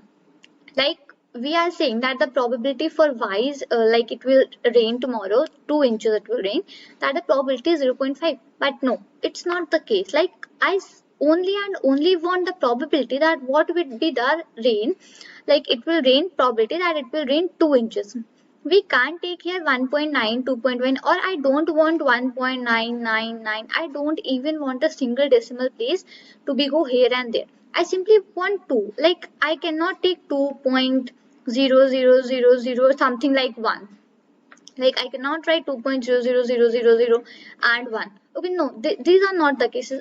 What I want is exactly 2. It can't be 1.999 or it can't be 2.0001. Okay, so this is the thing that I want here. So for that, what I am going to do is that now let's say we were writing the above terms in the like above graph. We have seen that we were writing them in the form of probability, like 1 is less than x, x less than x lies between 1 and 3. It is greater than 1 and less than 3. We were writing the things here, the x like this. Okay, in the all the three examples. Let's write the same for this example also. And if I want to write it in the form of this probability, so what I'm going to write there, like there are two options to write. Okay, so just let me erase this once. And okay, so like okay, this one. So like if I want to write it in the form of that probability only, so what I'm going to do is that I'm simply going to write p, right? And then in bracket there are two ways in which we can write. The first one is probability of this my x. Sorry, here it's not y, it's x. Like we have defined x, right? So simply it's x only. So here probability of, like I put this mod so that it do not goes to negative, and in that what I'm going to write is x minus 2, right? X minus 2 is less than 0.1. Okay, so like whatever my x value is here, it should be less than 0.1 when I do it minus 2. Or if you are not able to understand this thing, just leave it. Just don't pay attention towards it if you are not able to understand it. Now the next thing that comes here is the another way for writing it. And now let's say I can write that probability for this x. Now what is this x? Now just hold on. Let me define that. I want to find this you can say this much area under my curve. So this is my x. Now as I told above that it is denoted by f of x. So my this orange color area, whatever I have made here, something which is my x. X is the probability that I wanted to find, right? So just let me take the color and just let me highlight that. Okay, and yeah, write this one. And how I'm gonna do the things is like simply like this. So here I want to find this probability, right? So for that what I'm going to do is that firstly I'm going to shade that part, that whatever part I want to find the area of, and I have denoted it using f of x. Now this f of x, this is the denotation, like how we denote it in the form, right? Now let's say for here, now probability for x, what can I write here is that, right? For this one, this x, capital X. So what I'm going to do is there that 1.9, my x, that is the probability, that is the exact amount of rain that will happen tomorrow. It should be greater than 1.9. This one is the capital X. Don't mess up with this small x and capital X, right? So till now whatever I have written are all of them are the capital X only, and capital X is like it's the denotation for the random variable, and my capital X belongs to the exact amount of rain tomorrow, right? Okay, so like let me take it down. Yeah, so like my capital X, that is the exact amount of rain that will be tomorrow, must be greater than 1.9 and it should be less than 2.1. Right, so this was the thing which we were discussing here only, that it should be greater than 1.9 and less than 2.1, right? Because we wanted the x is equal to 2, like simply we wanted the probability that it will rain exactly 2 inches tomorrow, right? So this is the thing that I mentioned here, that the probability of x should be like it should be less than 1.9 and it should be, I'm so sorry, it should be greater than 1.9 and it should be less than 2.1. So this is the thing, right? So I have just simply denoted it as f of x here. Now the ones who have like studied about the integrals, they must be knowing that there is a one more form to do the things, right? So now here if I'm going to like if I want to write. So in the form of integral, what I will simply write is that I will simply write integration. Okay, integration of 1.9. In the downside, I will simply write 1.9, and the above I will define it 2.1. So now just let me, in the graph also, let me define 1.9 and okay, let me write blue. So this thing is 1.9. Okay, so it will lie between 1 and 2, and this thing is 2.1 because 2.1 will lie between 2 and 3. Let's say I define both the things. Okay, so now if my integral should be between 1.9 and 2.1, and here what I'm going to write is f of x.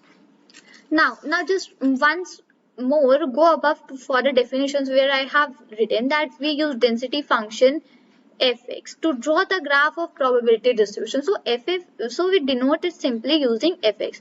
So simply what I wrote here is that integration of 1.9 to 2.1, like I have given the range, that range should be 1.9 and 2.1, and simply I wrote fx, then here dx. So this is the way for writing the probability distribution.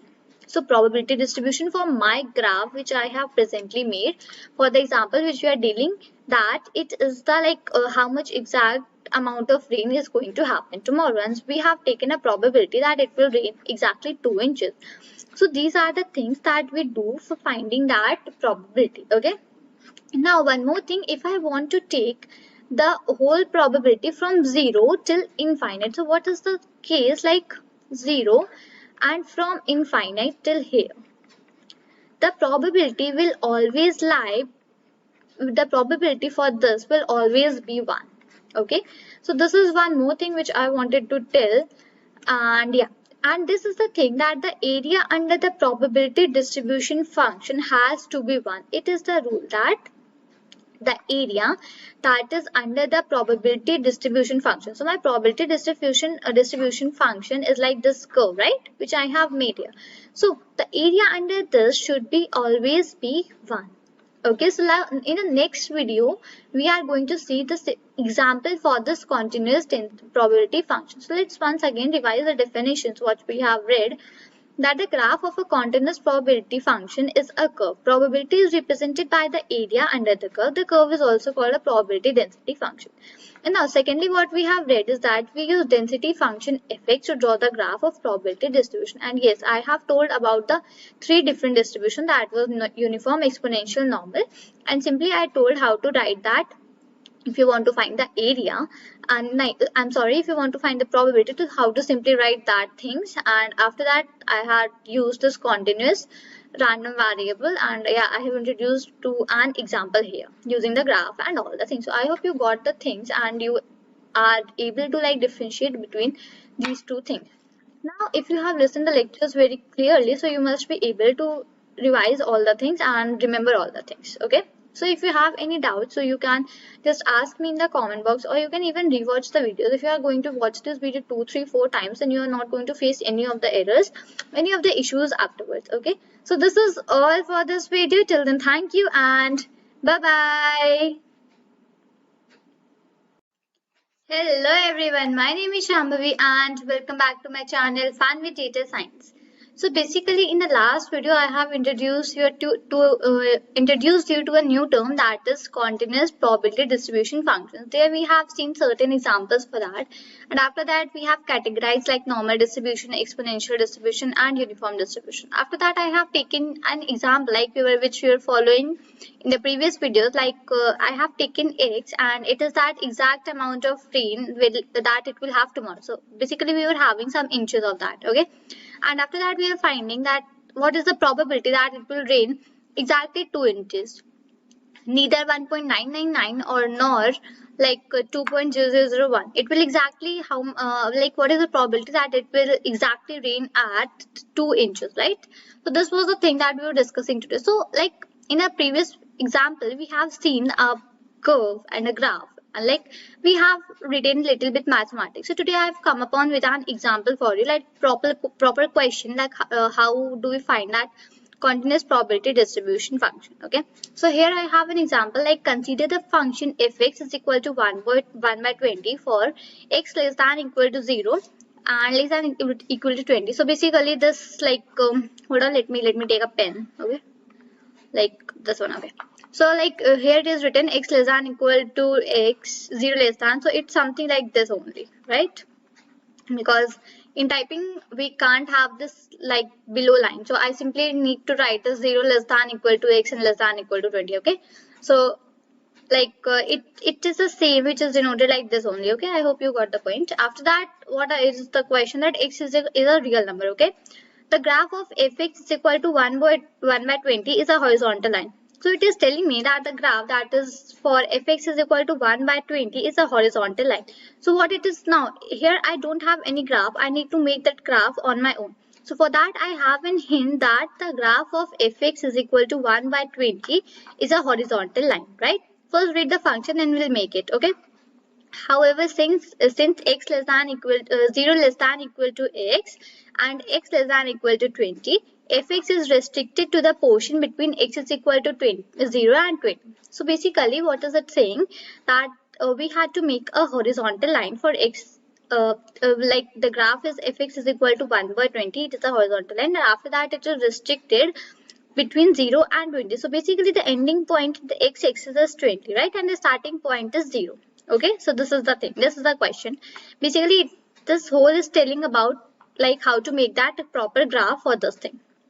Now we have certain sub questions for this. Now the first sub question is that suppose we want to find the area between fx is equal to 1 by 20 and the x-axis where 0 less than x less than 2. So we want to find the probability, like this x, right? So now let's move towards the drawing of the graph and let's once read that.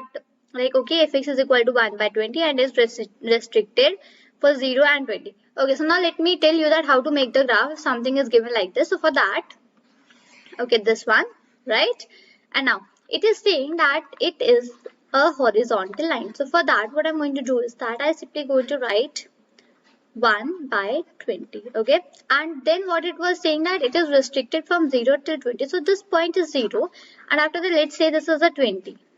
Okay, so my graph is a horizontal line which will be drawn between 0 till 20. So I will draw simply a straight line till 20. So for that, let me take a line and let's make it a very neat. Okay, so like I don't want an arrow, I simply want a line. Okay, so now let's make it a clean and neat and clean one, and yeah, it will go till 20 like this. Okay, and after that, what I need to draw is that I need to just join this. Okay, so I'm so sorry. Okay, let's join it like this only, right? So basically, this is our graph which would be made for our this example. Okay, so it was written that fx is 1 by 20. So what I need to do is that I need to simply put this arrow and I need to write that fx is equal to 1 by 20. We are simply given the value, right? Now, here it is. So it looks like a rectangle, right? So what is the area for a rectangle? So the area for rectangle is base into height, right? So this one is the base and this is the height. So let's write it some like, let me move down and let's start writing the things and doing the calculation part. So here what I need to write is that area. Okay, so here area is equal to, first let me define the things. So what's the height? Now we are given that fx is equal to 1 by 20 and our height is here 1 by 20. You all are able to see the same thing, right? Here we have this height which is 1 by 20 and what's the base? Now base is 20. Base is equal to 20. So it is going from 0 to 20. So my base is 20 for this rectangle. So this is the like basic thing. Now I want to find the area. Now area is height into base, right? So for that what I'm going to do is that I'm going to write 1 by 20 into 20. So this 20 and 20 gets cancelled and simply I got the 1 here. So why I did the same thing and why I just not jump to the sub questions of this question? Because in the last video I have set a line that area under the probability distribution function has to be 1. So I just wanted to prove this thing here because in the last video I was not able to prove because we were not having an example like that, because we were not having the values and the property example.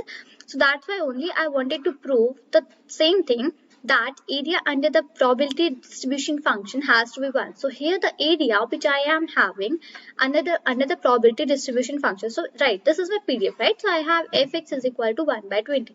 So the whole area under this is 1. So this was the thing, and once more listen the line which I am saying, that area under the probability distribution function has to be 1. Okay, so this is the main thing. Now let's move towards the sub questions which we have here.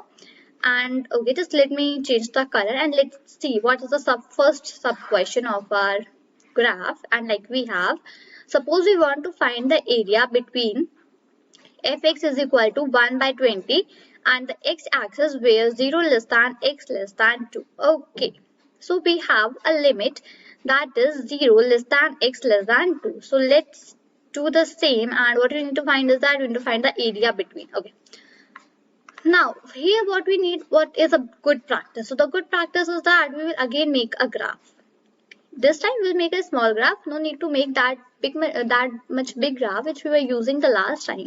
But we need to make a graph. And now just let me do one thing. Just let me name it as 1 by 20. Okay, so this one is my fx. And let me write it here. And this is my x.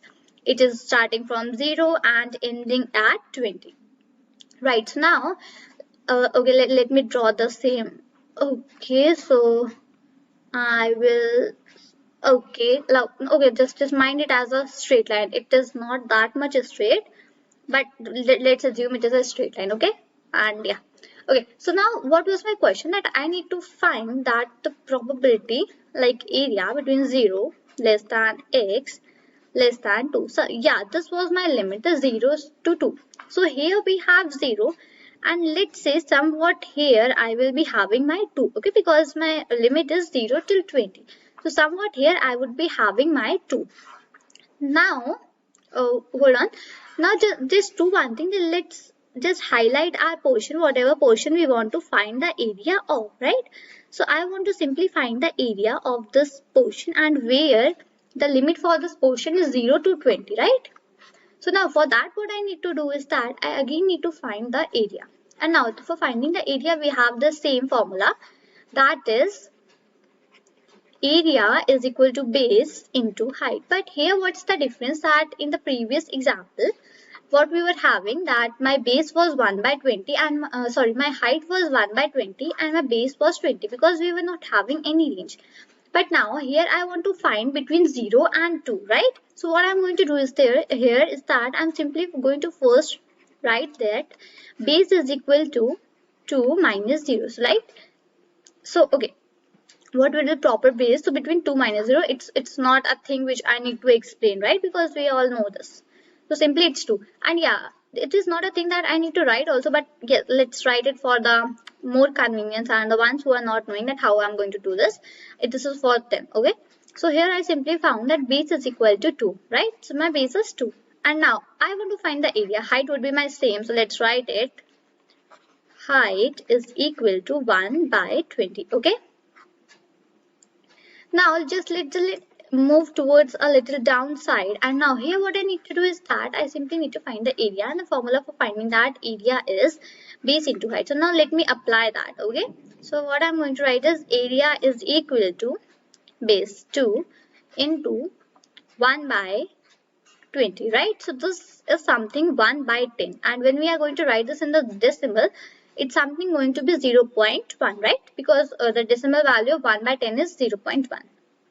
So now here what I got was, like, just see the way I'm writing it here. Okay, so just let me take it down, and now I'm going to write it here as probability of x, right? Probability of x between 0 and 2. So what was the condition? That our x should be greater than 0 and less than 2. So the probability of x between 0 and 2 is equal to 0.1. Right? So we want to find the same thing only, right? Suppose we want to find the area between fx is equal to 1 by 20 and the x-axis where 0 less than x less than 2. So we want to find this x, right? So now it is 0.1. So this is the area, right? So here we have found there's a probability, like it is 0.1.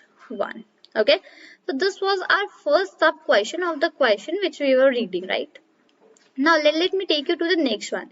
The next one is that suppose we want to, I'm so sorry.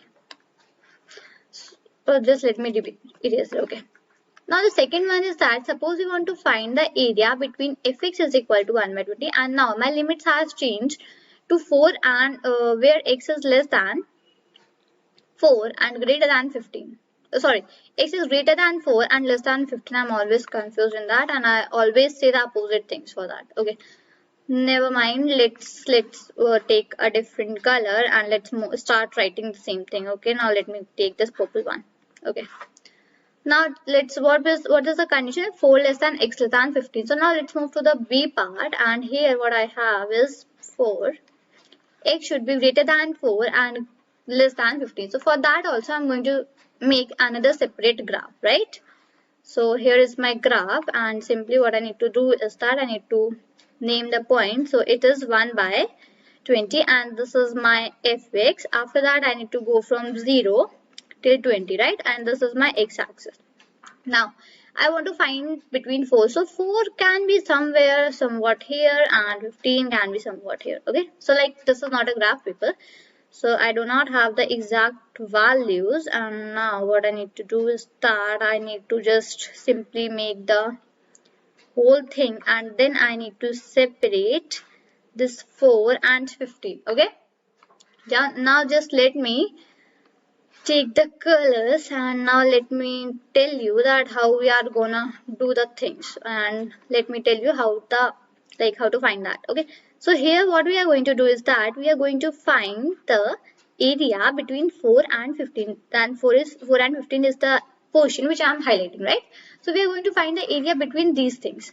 Now let me again take the color and let me start writing the things, and yeah, this is also the same as we have done previously. Firstly what we need to do is that we need to find the area, and for finding the area what I had is that formula, right? The formula for finding the area of rectangle is base into height. Now here my base would be different, and for that I need to find my base is equal to 15 minus 4, right? 15 minus 4, and yeah, 15 minus 4 is 11, right? After that I need to find the height, and for finding that height I have the 1 by 20. It's the same as the previous one. And let's move down, and now let me apply the formula here properly, and here I need to write area is equal to my base is 11 and I have the height as 1 by 20. So when I'm going to calculate, that is going to result me the value as 0.55. So even you can use the calculators for calculating this. Okay, so now the area which I am getting for the range of 4 to 15. So how I'm going to write the things is that the probability of x between 4 and 15. One more way, the probability when x is greater than 4 and less than 15 is 0.55. Okay, so this is the way that how we are going to write the things. And now that the probability for the area when x is between 4 and 15 is 0.55. Okay, so this was the thing, right? And now let's move toward the third question, and third we have a little bit different question. And now just let me take a different color and let me write C here. And first let's do one thing, just let's draw that graph, because that graph is needed. And okay, like let me take it a little upside. Yeah, no issues. Okay, fine. And now just let me write this 1 by 20 and let me name it as 20, because the graph is similar for all the sub questions which we are having, and this is my x and this above one is my fx. Now let me go upside. Let's read our C question. The C is a very simple one, that suppose we want to find probability for x is equal to 15. Now we want we don't have a range, that I want the probability to find the probability between. We don't have any between value, we have only a single value, that suppose we want to find probability at x is equal to 15. Now how to do that? So 15 must be lying somewhat here, right? So it is only a single value and it is a straight vertical line, right? Now just see that how I'm going to write this, that on x and y axis, right? So okay, like what's the thing, and yeah, okay, fine. Okay, just hold on. what's the issues. I really don't know. Just let me again one second.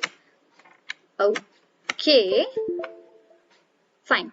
So on x and y axis, right? So when we are having only a single value, that is 15. So what I'm going to do is that on x and y axis, simply our x value is 15, right? Because the value for x is 15, and like x is equal to 15 is vertical line, right? So just let me write the same thing, vertical line. That means it has no width, right? Because the width for this single vertical line, width, width is equal to 0.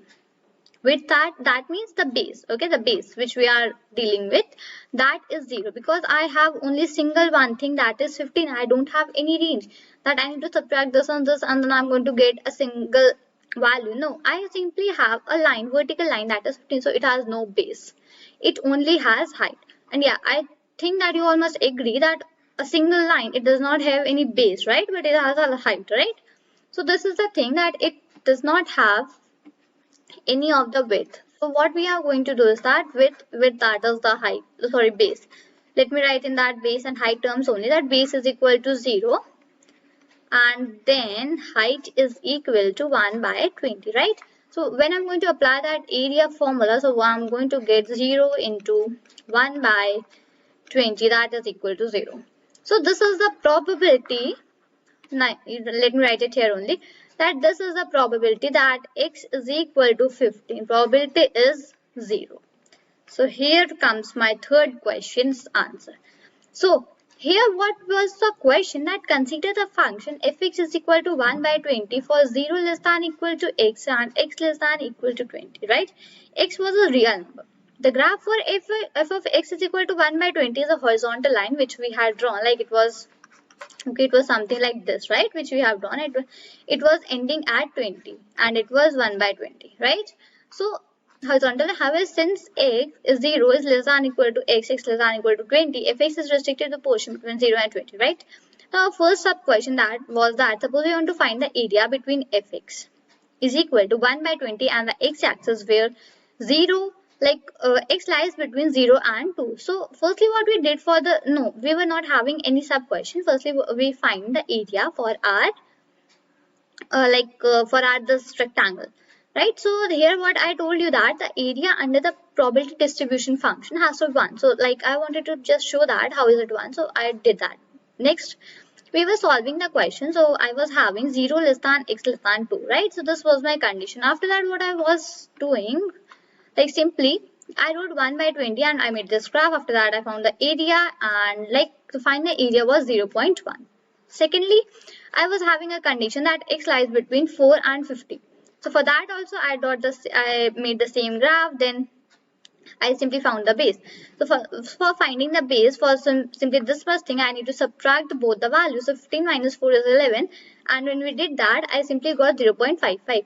After that, my third question was that if when x is equal to 15. So for that, what I need to do is that I need to write like x is equal to 15 is a vertical line. So though any of the vertical lines don't have any base, right? They only have height. So my base was 0 and I was having the height as 1 by 20. So it finally resulted me as 0, right? So these were the things that how do we solve the simple questions for this probability density function. So this was a simple question which I wanted to discuss and like show you a way that how do we find all these things. So I hope you got the point how to solve these questions. They are not that difficult that this seems like. When you are going to simply read this question, it is going to be like, oh my god, it is so much hard, how will I do this? But when you are simply going to do the question, not that much hard that you think. Okay, so even I have taken a very simple example also, so just show you all. Okay, so I hope you got the point, and if you have any doubts you can ask me in the comment box, or even you can rewatch the videos. Okay, so this is all for this video. Till then, thank you and bye bye.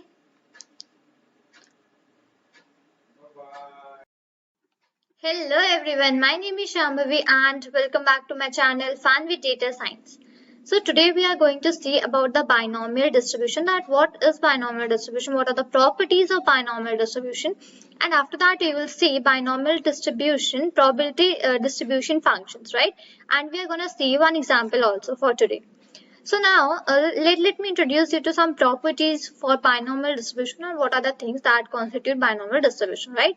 So like if you want, you can just write down with me, because like they are very simple ones and you need not to like waste time for seeing the videos again and again for writing those things. Okay, so you can just write it with me. So now let me start with the first one, binomial distribution. So binomial distribution has fixed number of trials. Fixed number of trials. Okay, so a binomial distribution has a fixed number of trials. Okay, and here we have now second, there is a, like you can say, a denotation that is n. So basically in binomial distributions we use n, and now what is this n used for? N denotes the number of trials. So basically n denotes the number of trials. So just let me write that.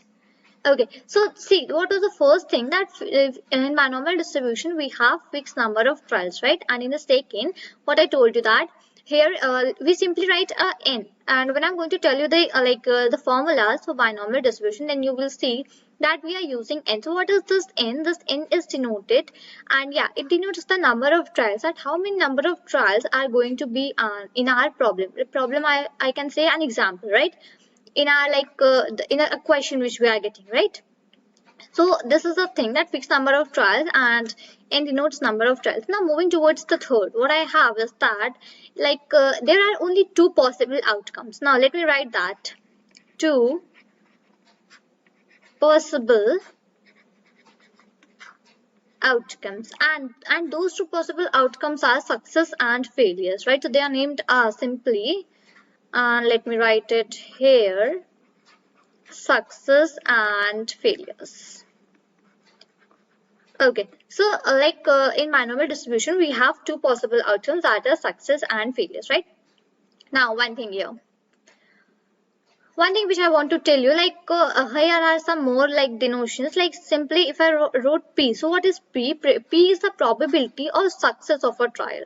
So P is the, let me write it, probability. I'm writing the short form, PROB, probability of success of a trial, right? So basically here what was n? N denotes the number of trials. Now P, what does P denotes? P denotes the probability of success of a trial. And then I have told, and one more thing is here, that is failure.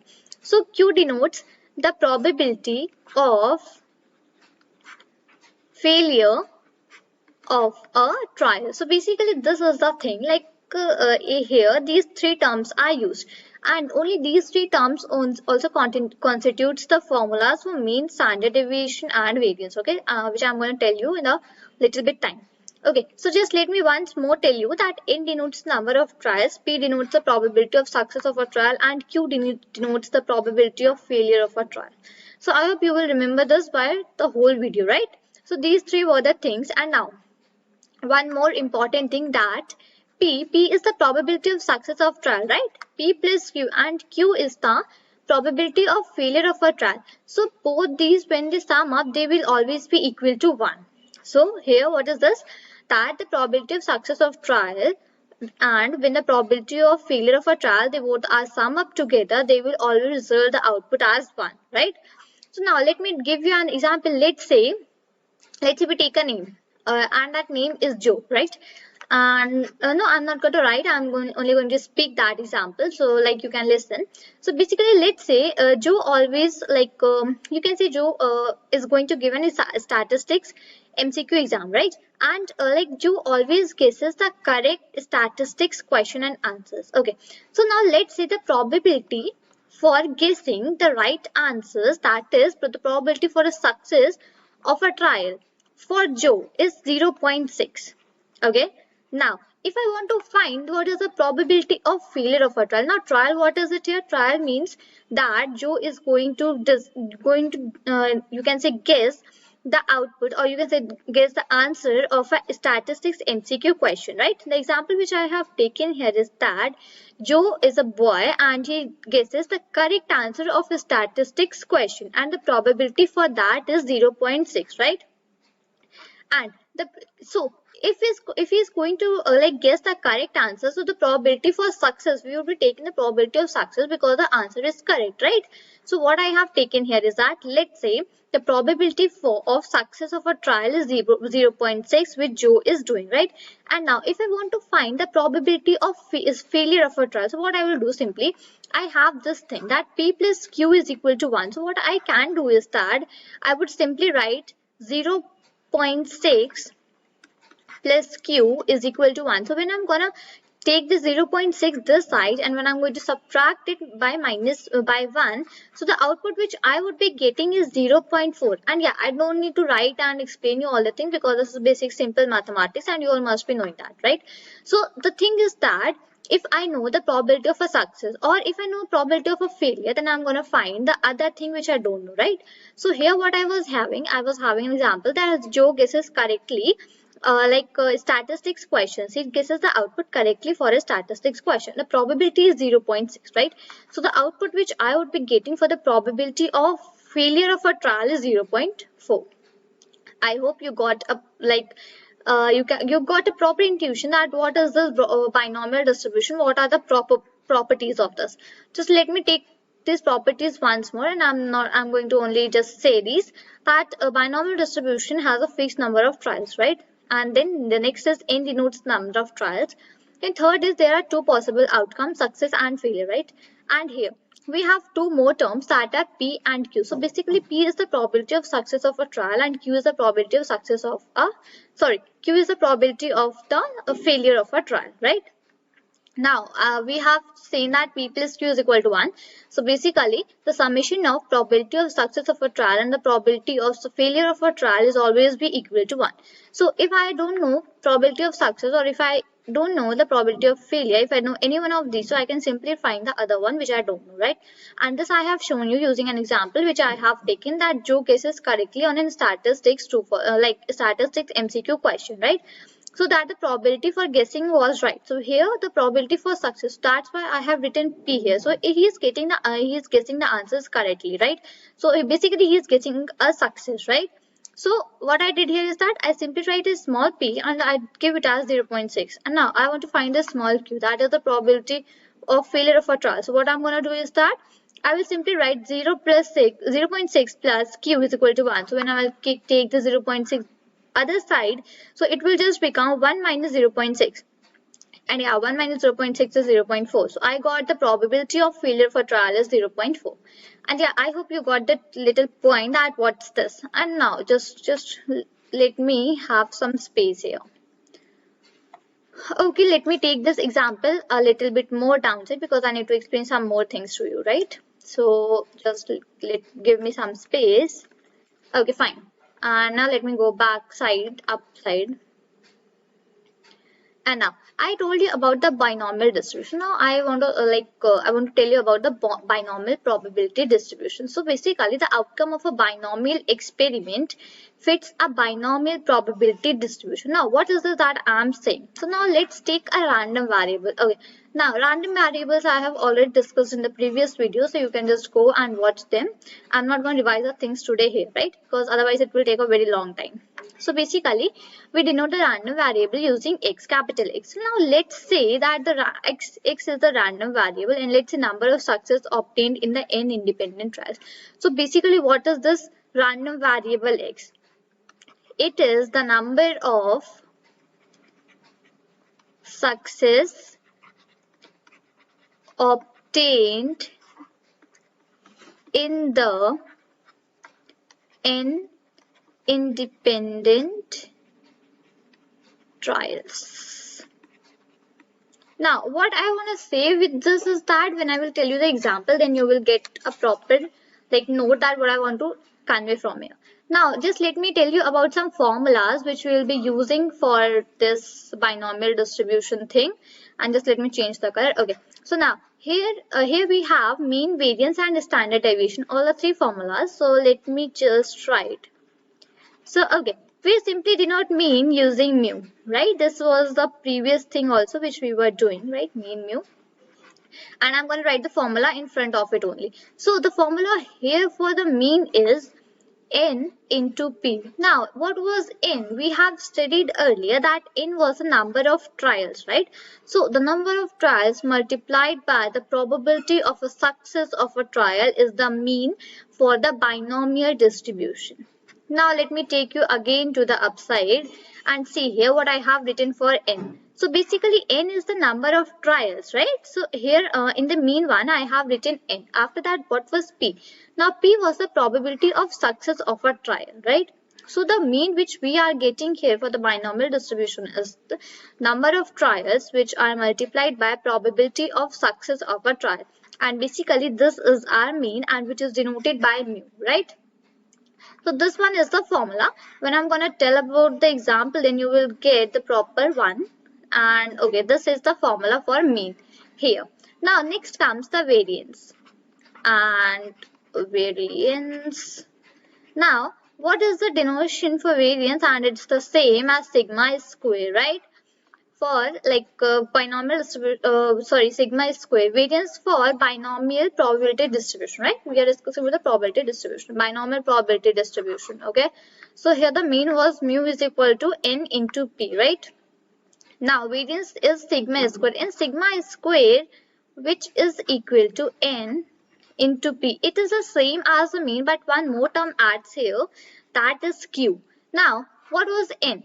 I hope by the time you all have learned that what is n. So let me revise that. N is the number of trials. P is the probability of a success of a trial, and Q is the failure.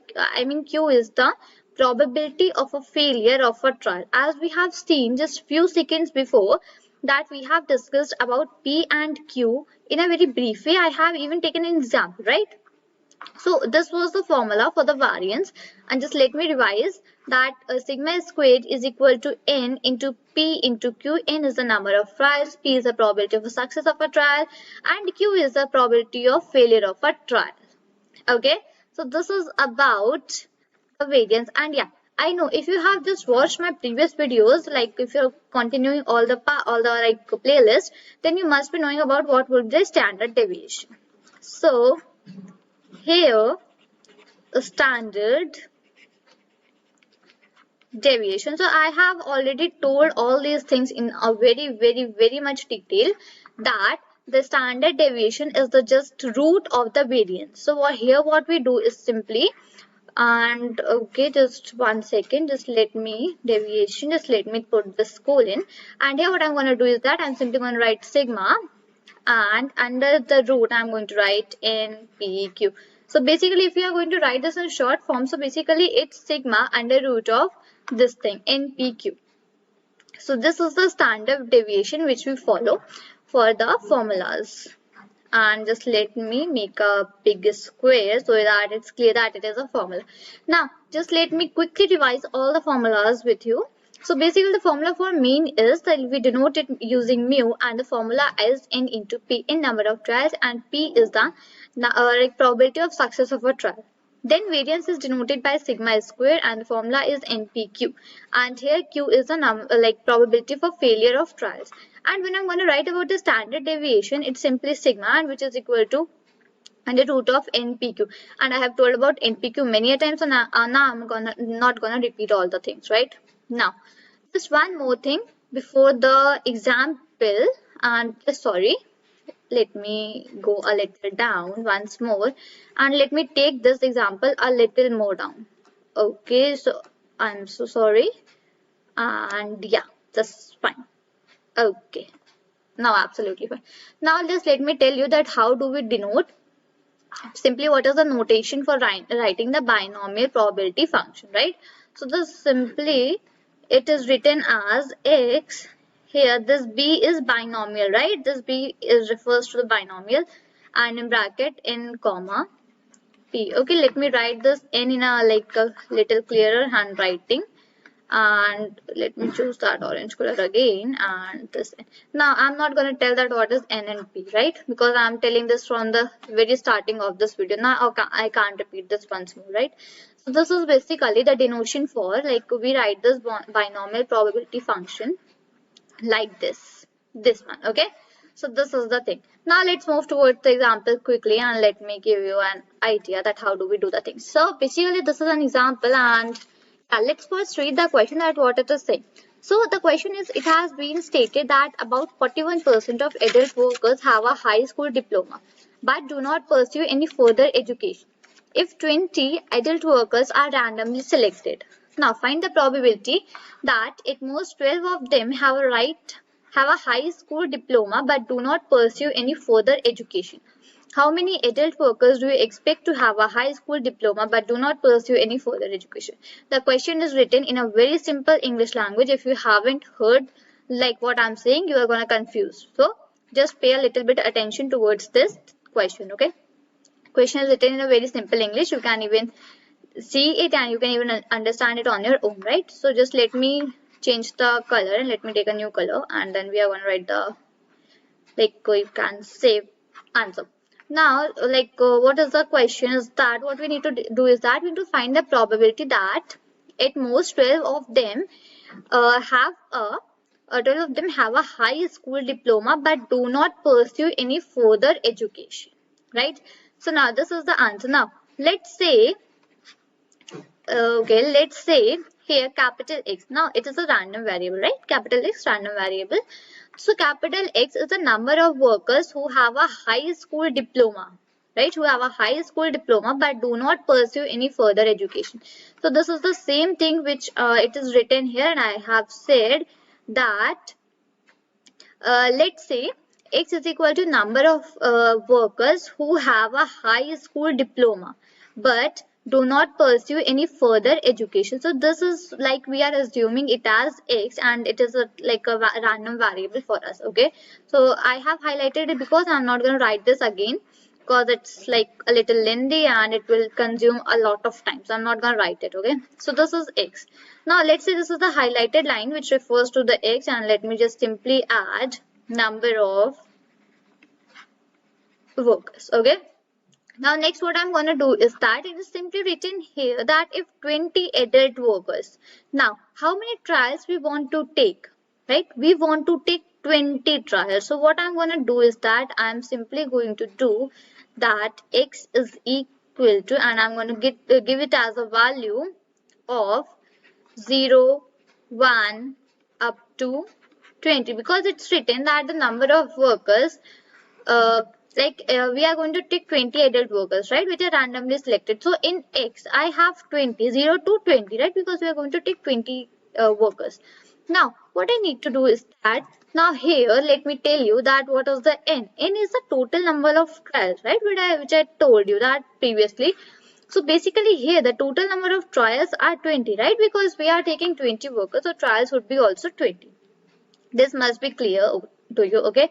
Now what I need to do is that I need to take the probability for success. Now let me tell you success of a trial. Now what it is saying, it has been stated that about 41% of adult workers have a high school diploma but do not pursue any further education.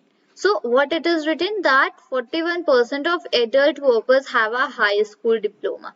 So from here I got to know that my probability for success of a trial is 40%, that is 0.41. Now if once I get to know about what is the probability for success of a trial, I can easily find out the probability for a failure of the trial.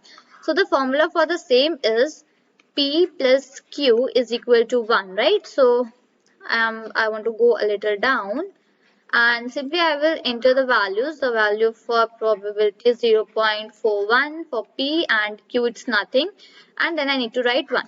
So from here only I will simply get Q is equal to 1 minus 0.41, and when you are going to subtract this, the output which you are going to get is 0.49.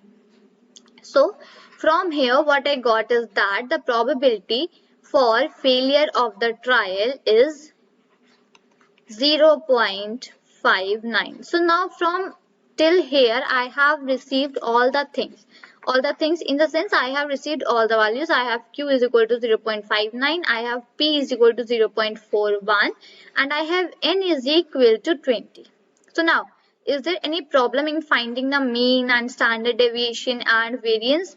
No, there's nothing problem in finding these things. So when we were saying that x is equal to number of workers, and let me check that what was the full statement for that. Yeah, when we were saying that x is equal to number of workers that have a high school diploma but do not pursue any further education, right? So for that we need to find the mean. Okay, so we need to find the mean, and for finding the mean, what's the formula? The formula was mu is equal to n into p. So now n is equal to 20 and p is 0.41, and when you are going to multiply both those things, the output which you will be getting is 8.2. So basically this is the mean. And now if you want to find the standard deviation and variance, now let's find the standard deviation. You will find the variance on your own. Okay, I'm not going to do that. So simply I'm going to write in PQ, and then under root I'm going to do 20 into 0.41, and the value for Q was 0.59, and it's simply like this. And now let me go down once more, and when you're gonna multiply all these things and give a root, the output, the final which you will be getting is 2.20. So this is the standard deviation for your question which you have find. So I hope you got the idea how to, what are the formulas for this, how to apply these formula, how to see that what is p and what are random variable which we need to take, what is the n value which we need to take from the question. So my main motive from this question was to tell you that how to find the p, q, n, capital X, all these things, like seeing you have these statements and how to find out these values from this statement. So today we discussed about the binomial distribution, its properties, then we have discussed about some terms, then we discussed about the mean, variance, standard deviation, then we discussed that what's the denotation for this binomial probability distribution, then we moved to a question and we simply solved this question using the formulas which we have already seen. So I hope you got today's video, that what was the topic and what was the main idea behind these topics, right? If you have any doubts, you can just rewatch this videos, or you can just comment me in the comment box and I will reply to your questions. And yeah, don't forget to like, subscribe and share the channel. So this is all for this video. Till then, thank you and bye bye.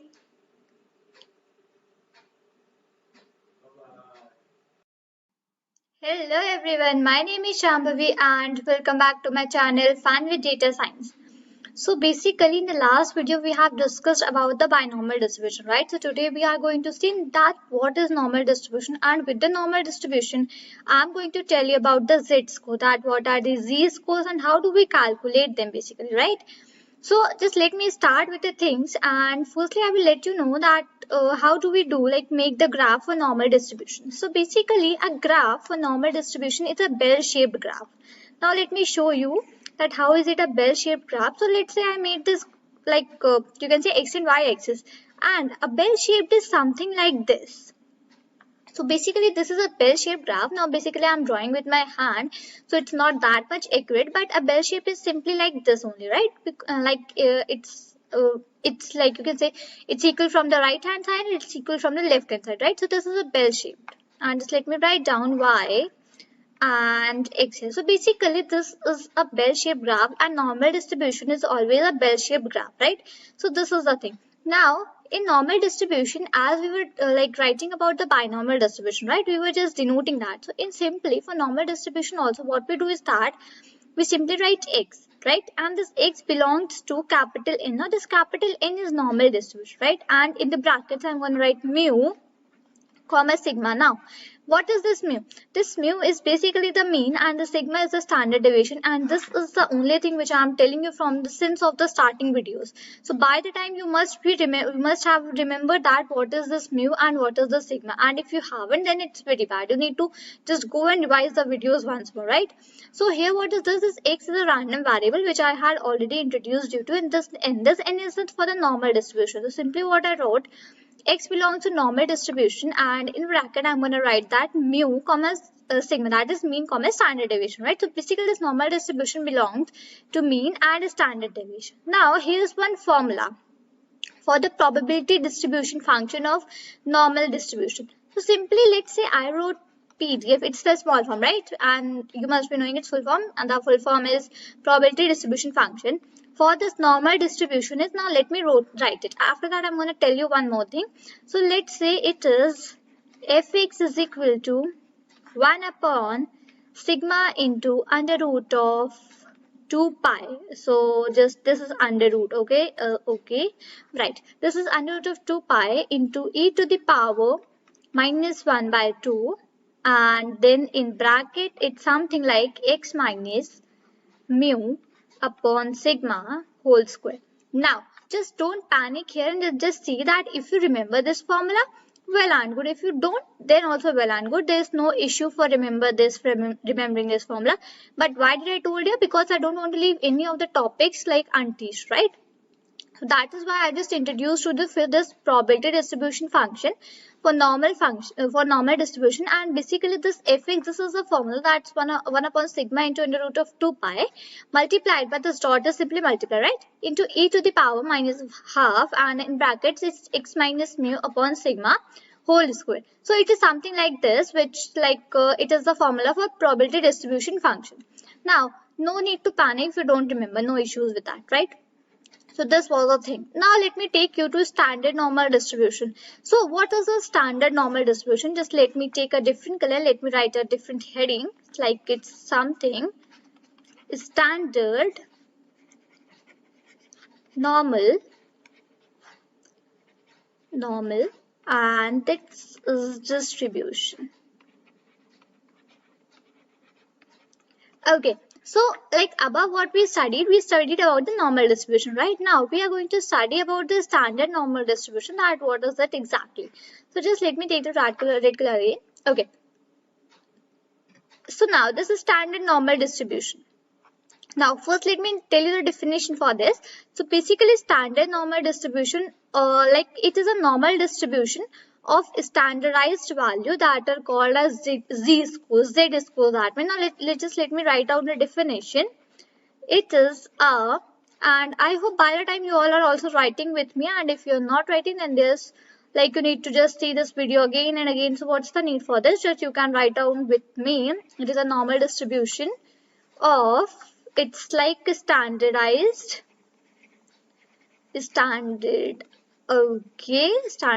and if I somewhere wrote the wrong spellings, so just I'm sorry for that. You can even correct it on yourself, right? Standardized value called as z. So we simply call it z or z. What say you wish? It's like z scores or z scores. Okay, I'm so sorry. While talking, I just simply start writing values. So it's scores, right? So yeah, it's your wish. You can call it Z, your wish. Okay. So now just let me repeat the definition, that it is a normal distribution of a standardized value called as z-scores. Now, if you are thinking that this is the definition for z-scores also, but no, this is not the definition. This is a definition for standardized, for standard normal distribution. Okay. Now, let me introduce you to z-scores. That is z-scores.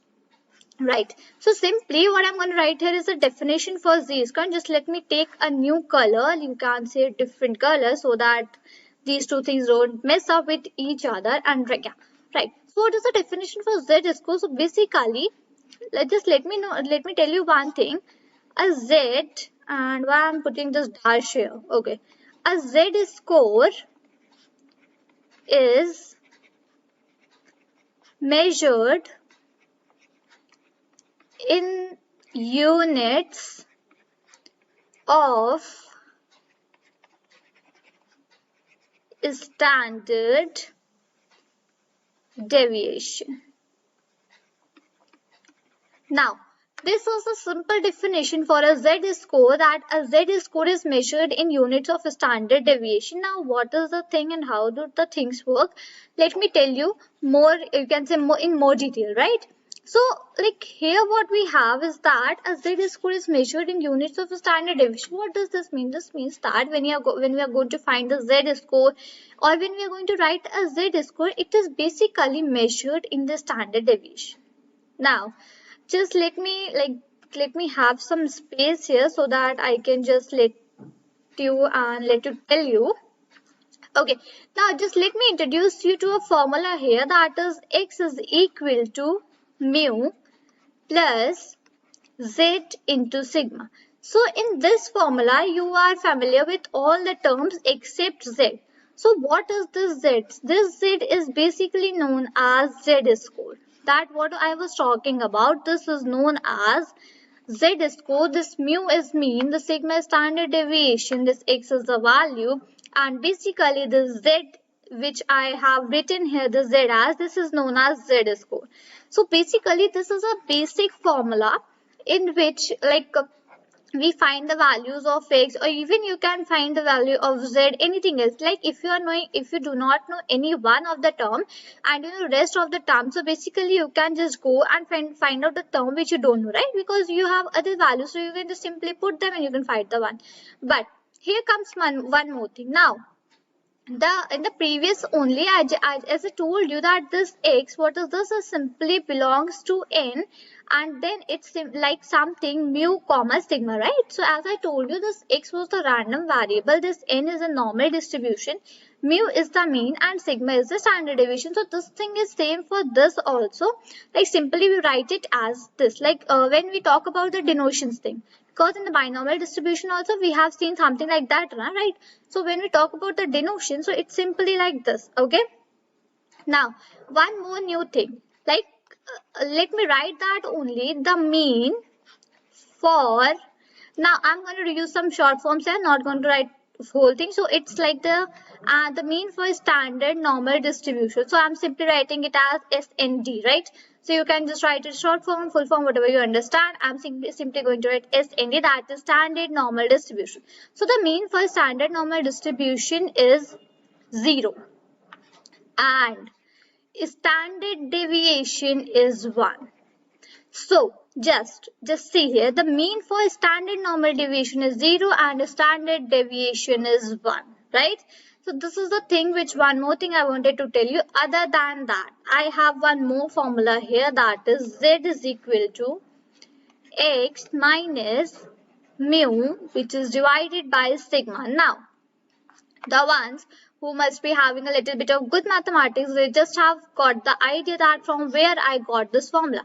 So basically this formula I got from the above one, which I have written as x is equal to mu plus z into sigma. So what it is, it's simply this thing that I'm gonna write this, just hold on, let me take this picture a little bit more down. Okay, I don't know what, okay, fine, right. Okay, no issues, just let me have this, right? The mean, like here what I was telling you, that z is equal to x minus mu upon sigma. Now just let me go a little bit upside and I got a little bit more. Now here, when I had written this formula, x is equal to mu plus z into sigma, when I transformed with this formula and when I want to find the z score and I transformed, so after transforming, what I got is z is equal to x into mu upon sigma. Now how does this happen? Just let me tell you. Let me take a new color and let me go for this green. Now when I simply wrote x is equal to mu plus z into sigma, so if I want to find z, so this z is equal to, now this mu will go another side, so just it will convert into a minus, right? So it will just, this x will remain on its side only, and when this mu I will take this side, so it will simply be minus mu, right? And with this z, I want to find the z. So with this sigma is in multiplication. So when it will go another side, so simply it will become in division. So this is the formula which I have written, just simply like this. So both the formulas are same, and now I wanted to tell you that how I got this. So this was using that transformation which I just told you now. Okay. Now next thing. This was about the formula for finding the z-scores, that is, you can even say z-scores. Now one more thing. If your z-score, okay, now just let me erase this, and if the z-score tells you how many standard deviation the value x is above or below the mean. Now, what does z-scores tells us? Why are we going to study this? So z-scores tells us that your standard deviation, z-score tell that standard deviation, like you can say that how many standard deviation. Now I'm writing short form, that is SD, and SD stands for standard deviation. Z score tells that how many standard deviations the value of x is, okay, just let me give a little bit of space, x is above or, now let me go a little down, above or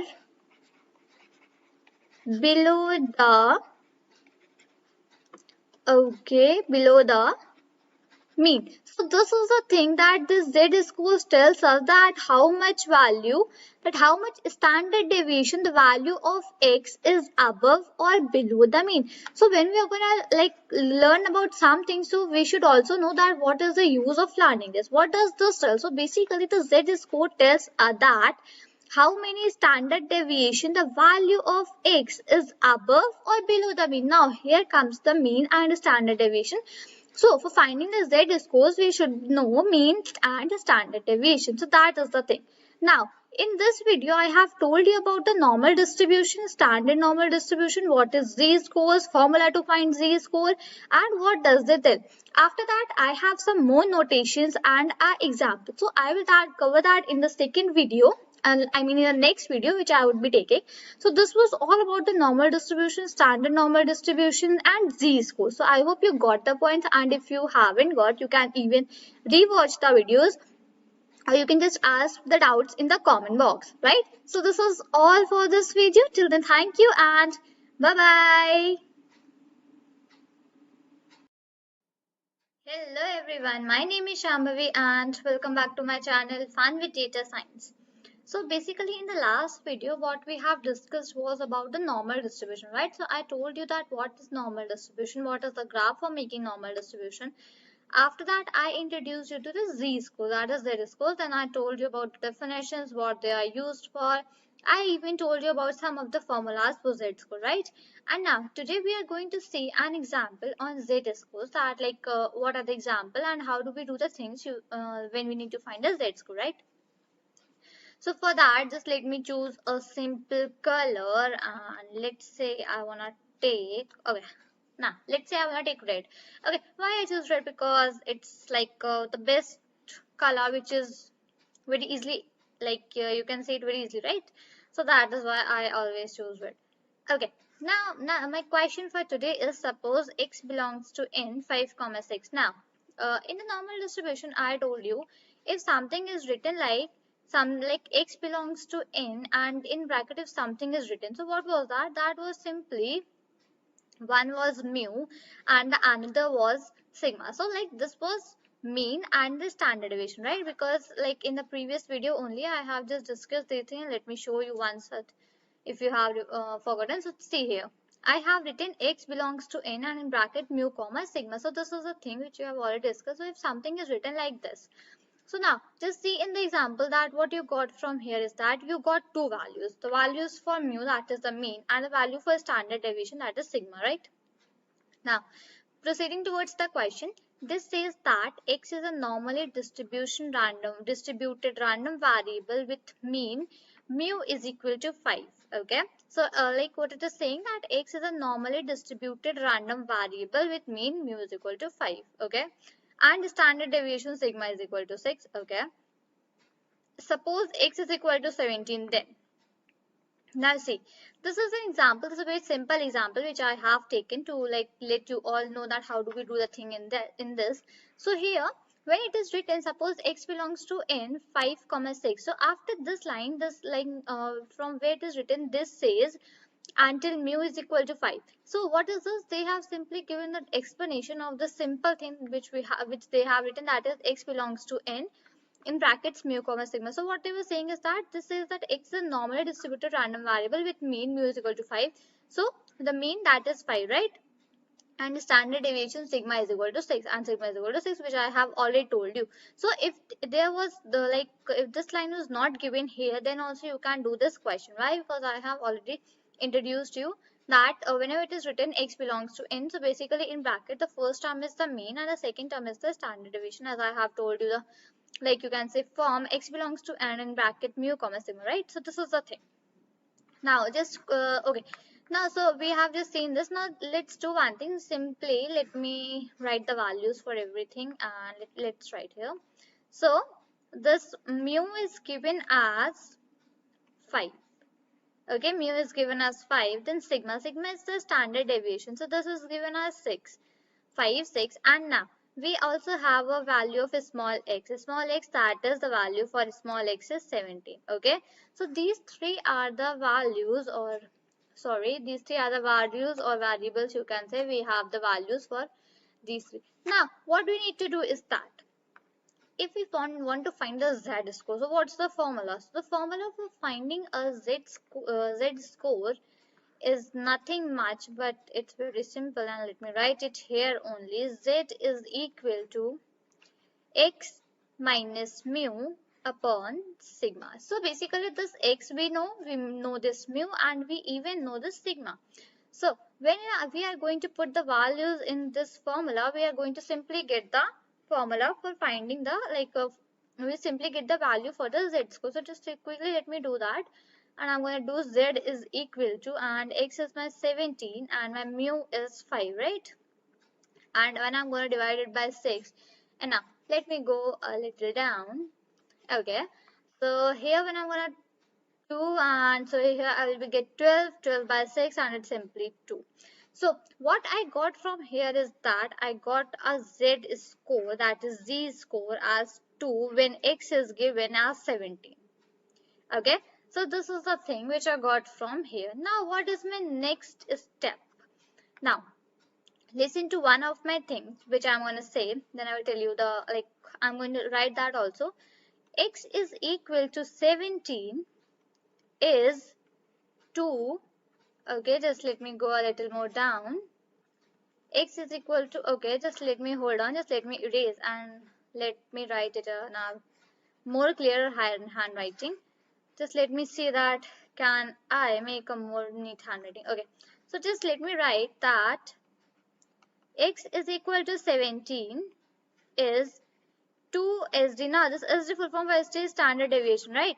2 is standard deviation in bracket 2 sigma above or to the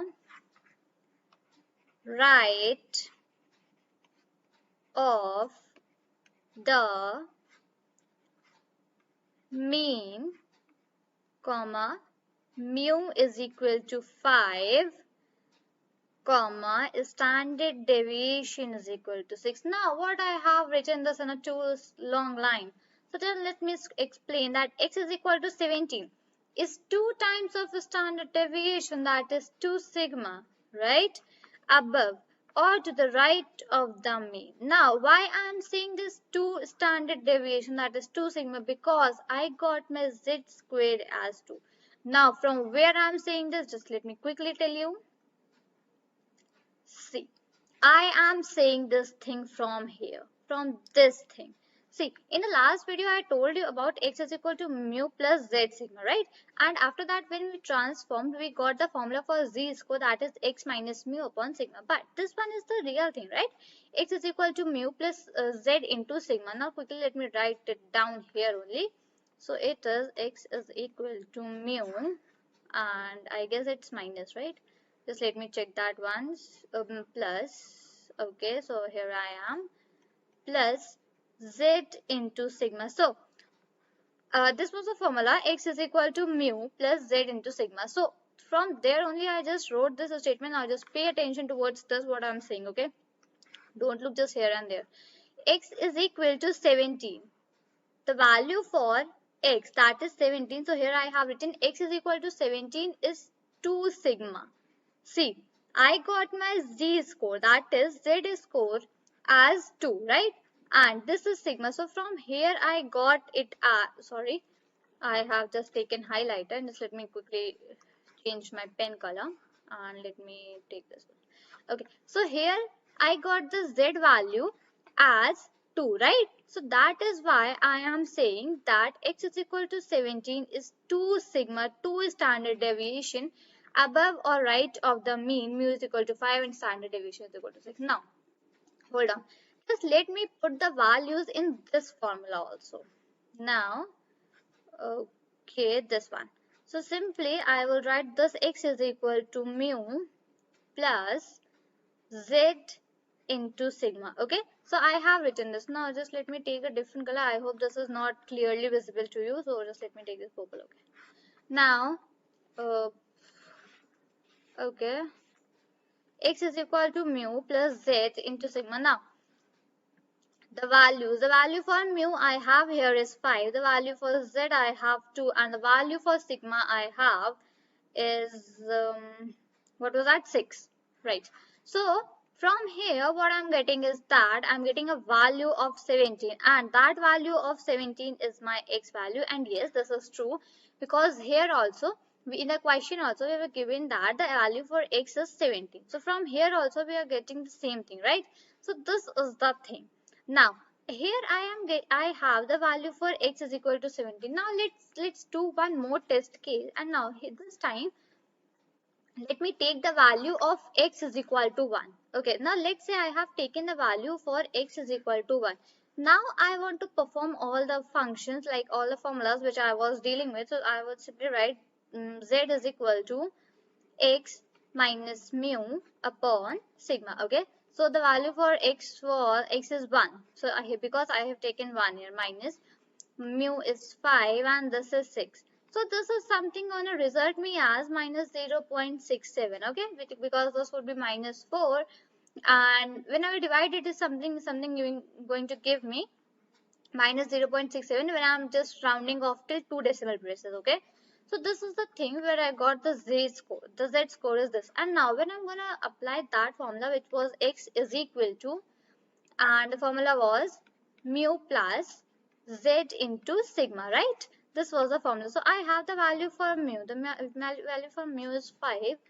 My z score is minus 0.67. Okay, and my sigma, that is the standard deviation, is 6. So when I'm gonna calculate all these things, now just let me go a little bit more down. So when I'm gonna calculate this, I will get approximate one value. So this was the only value which we have taken x for as an example, right? When I have used a test case that let's say x is equal to 11. So when I got this z score, and I just put this z score in this formula, that is mu plus z into sigma, I simply got the x value as 1. So now from here what I can say, now just let me write x is equal to, okay, I will simply write and then I will explain what I'm going to tell. X is equal to 1 is 0.67 standard deviation below or left of the mean. Mu is equal to 5. Now how can I say these things? Now just use your common sense a little bit. Let me take you to upside, and where we have come. Okay, this one. So my question was, suppose x belongs to n5, 6, and we were given the value. So simply what I do, I just found the z score, and after that I got the value of x.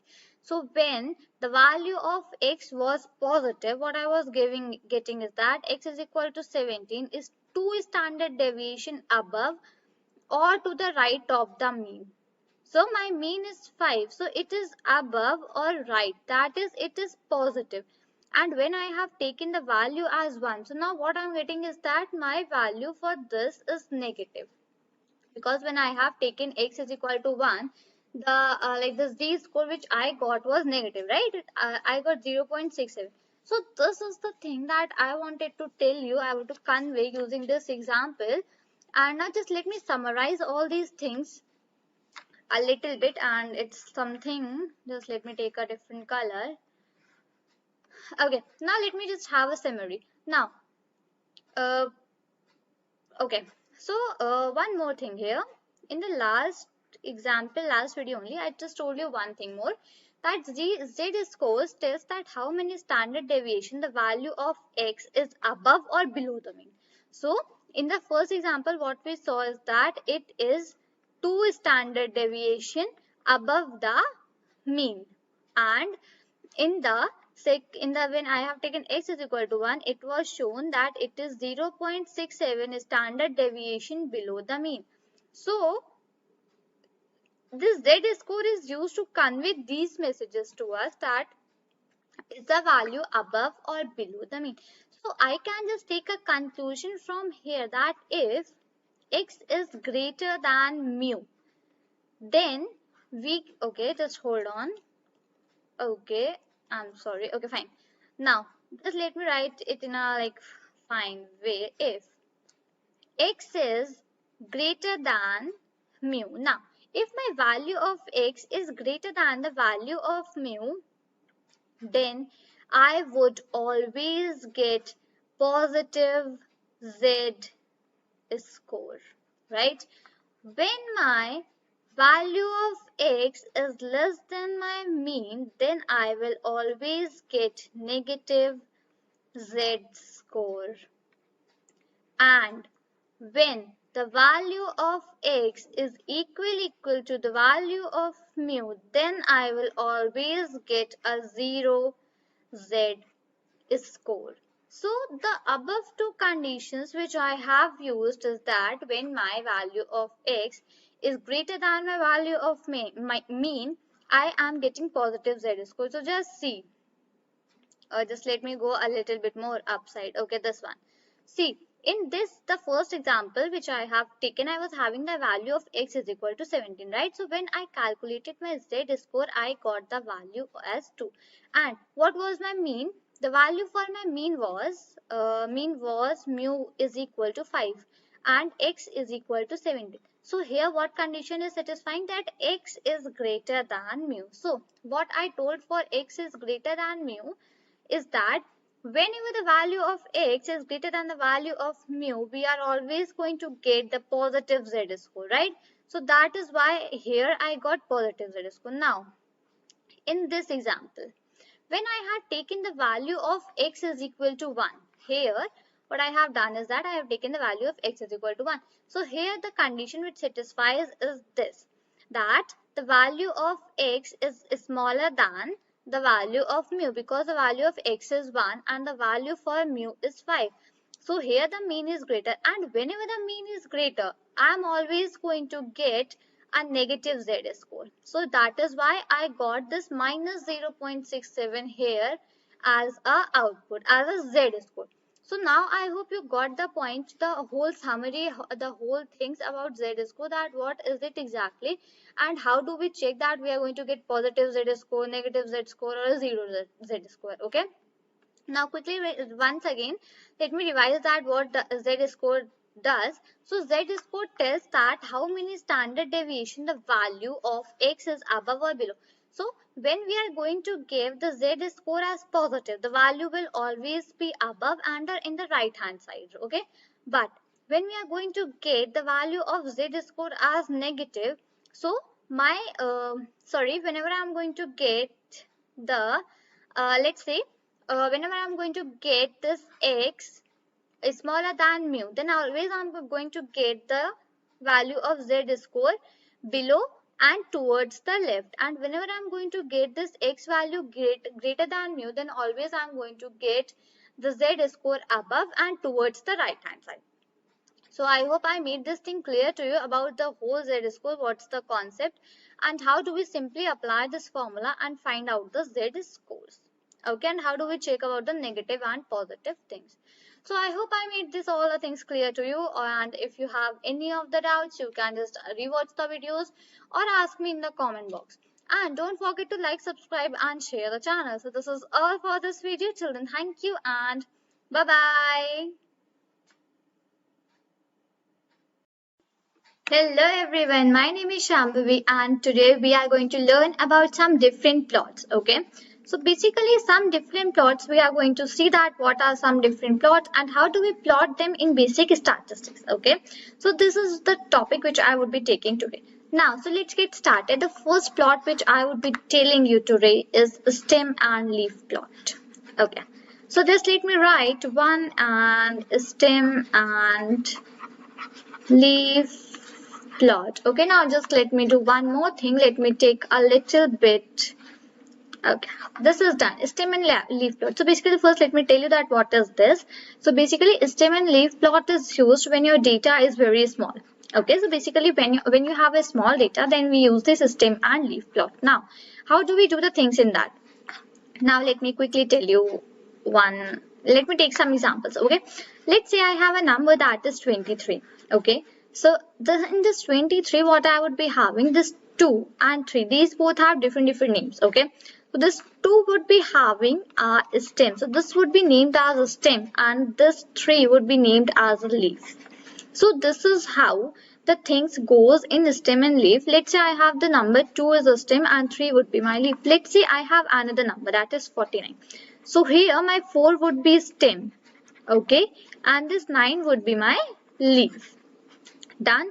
Now what I have next? Let's say I have 3 numbers. Now my 3 numbers are, let's say 2, 3, 2, 1, 5. Okay, let's say I have 2 and 5 in random number. So this 2 and 1 would be my stem. It's stem. Okay, and then this 5 would be my leaf. So this is how we just differentiate between the stem and leaf plots, and this is how we make these plots. Now what is the next thing? Next thing is that, let's say here I'm taking let's say I'm taking 3 points. Let's say they are 23, 21 and 25. Now if I have just these 3 points, I want to plot some stem and leaf plot for that.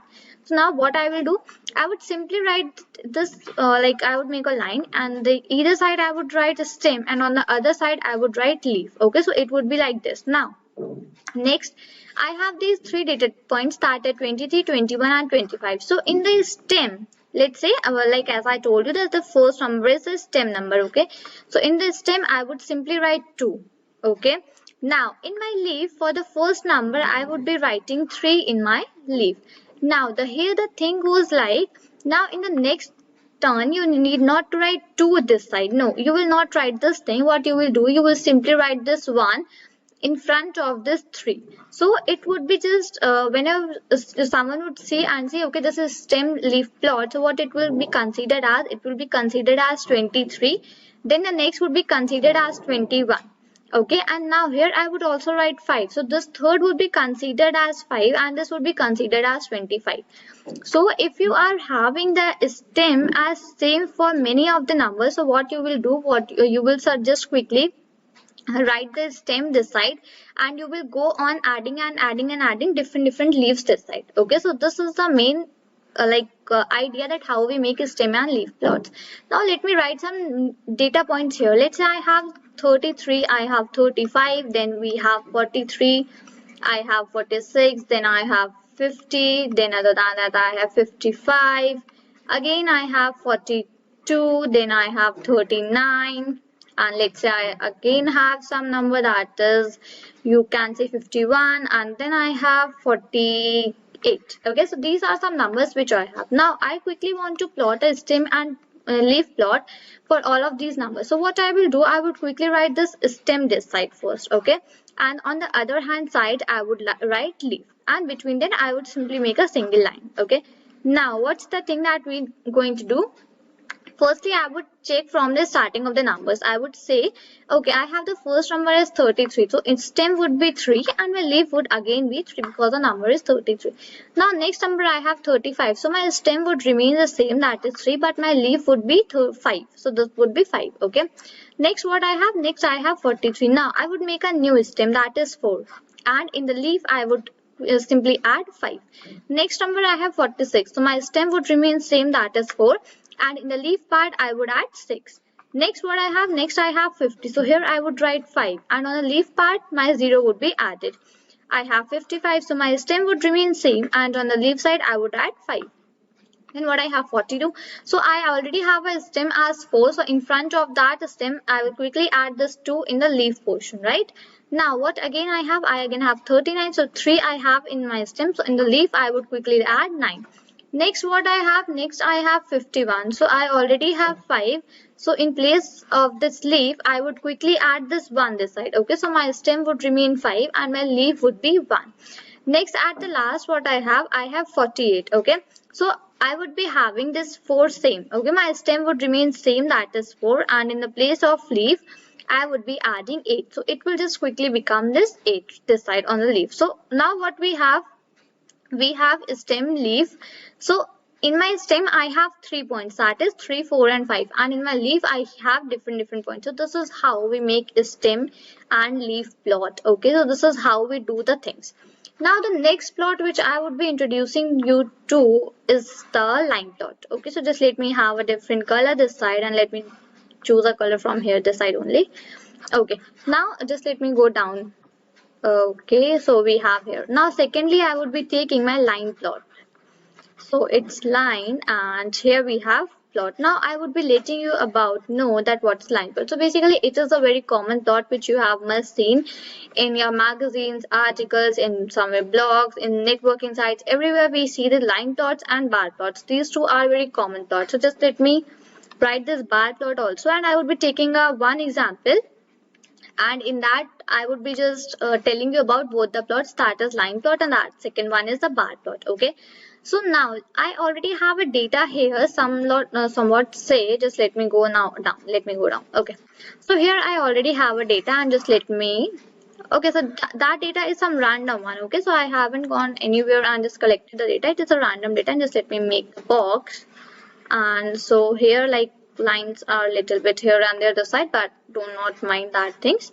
Okay, so yeah, completed. So my box is completed. Now what I would do, I would simply write teenagers this side. So what this data is about, that how many times the mothers need to remind teenagers of doing a single piece of work. Let's say your mother has asked you to go and bring some you can say some pulses from market. Okay, so this is a data on that only, that okay, mothers need to remind the teenagers how many times to do a single task. So this is on that thing only. Okay, so here we have teenagers, and here I have frequency, and it is FREQUENCY. Okay, now I would be listing some data, and let's say it's 0, 1, 2, 3, 4. Okay, so I have a shortage of space, so just let me clear this down line. Okay, and I would just again take the same color, and okay, let me take this one 4. Now I have 5, then I have 6. Okay, so it is going up to 6.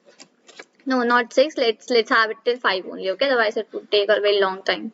Now what I have frequency from 2, then 8, 18, 14, 7 and 4. Okay, let's say I have these data, and these are random only, no need to just have these things remind. Okay, now I have the teenagers 0, 1, 2, 3, 4, 5. Okay, and I have frequency as 2, 8, 18, 4, 7 and 14, 7 and 4. Okay, now let's say this is a random data, this is an, you can say, exceptional data. Okay, now I want to plot some line plot for these. So what I would do, I would simply firstly make this line x and y axis. Okay, so here we have x and y axis. So basically how they work, so just let me take a next color. Okay, so this one is the y axis. Okay, so I'm just writing the things also this side, and this one is the x axis. Okay, now whatever will be our frequency, I would be taking that on my y axis. Okay, so on my y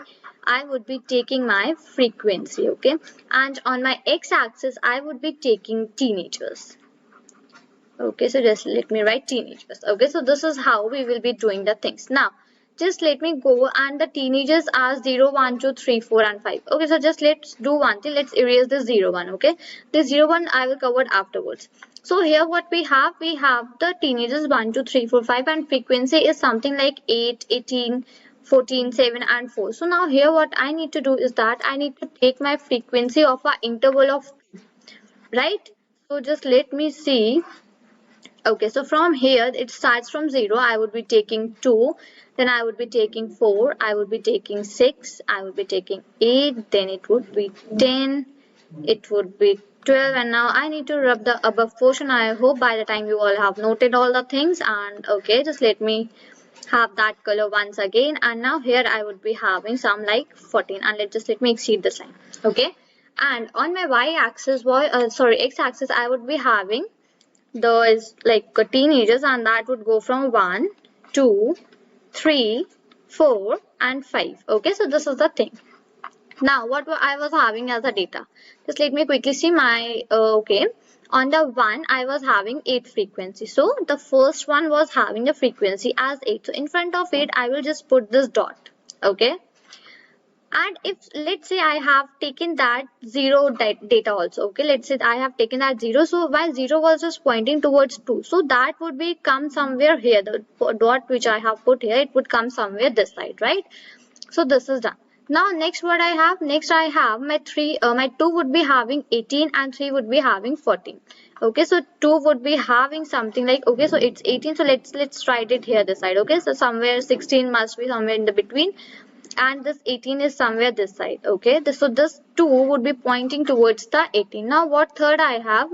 Third I have my 3 would be having 14 and 4 would be having 7. So my 3 would be having 14. So this 14 is somewhat here. Okay. My 4 would be having like 7. So I would put a simple dot between 8 and 6. Okay. So it's something. Okay. So it's something here, right? Yeah. And the next what I would be having is next. Okay. So it's something 1, 8, 14. Sorry, it's 8, 14. 8, 18, 14, 7 and 4. Okay. My 5 would be having 4. Right, so here I would write 5 and there is my 4. Now what I would do, I just simply pointed this point. Now I would simply just join all these points. So just let me write and join in a little bit like fine manner. Okay, so I would join them just 1 second. Okay, now what I will do, I would simply take a little, you can say, let's take a highlighter. It would be more easy for us. Okay, so I would join something this, then I would be taking it to this point, then I would be coming here, I would be joining this, and then I would be joining this. So my line plot would be something like this that I have made it just now. So this is how we make a line plot. Okay. Now just let me tell you about the bar plot. Okay, so bar plot is something in which you make single bars. Okay, so now just let me have a different color and I will tell you the here only. Let's say I want to make the bar plots for here only. So here what I have made, I have singly joined these all things using a simple line. Now what I will do, I would simply make some bars. Okay, and now let's say bars are only like this. So this thing, and let's say this, then on the 3 I was having something like this, and then 4 I was having like this, and then 5 I would be having like this. So this is how we make these bar plots. So in this video I have just told you about stem and leaf plots, bar plots and line plots. So basically how do we make and how do we plot these plots. So I hope you just got the point overview that what are these and basically how do we do these things in statistics. Okay, so this is all for this video. Till then, thank you and bye bye. Hello everyone, my name is Shambhavi and today we are going to discuss about histograms. Basically we are going to see that what are histograms and basically how do we make them. Okay, so for that firstly I would be telling you about all the required you can say requirements for the histograms, and after that we will be seeing one example. Okay, let's get started for that. Okay, so now what should I do? Firstly, let's just write a heading that it's histogram and we are going to see about histogram. So basically in the last video, I have already told you about the bar plots, stem and leaf plot, and we have even discussed the line plot, right? So there is a very basic difference between the, you can say between the diagram of histogram and bar plot. Okay, so just let me make that clear first.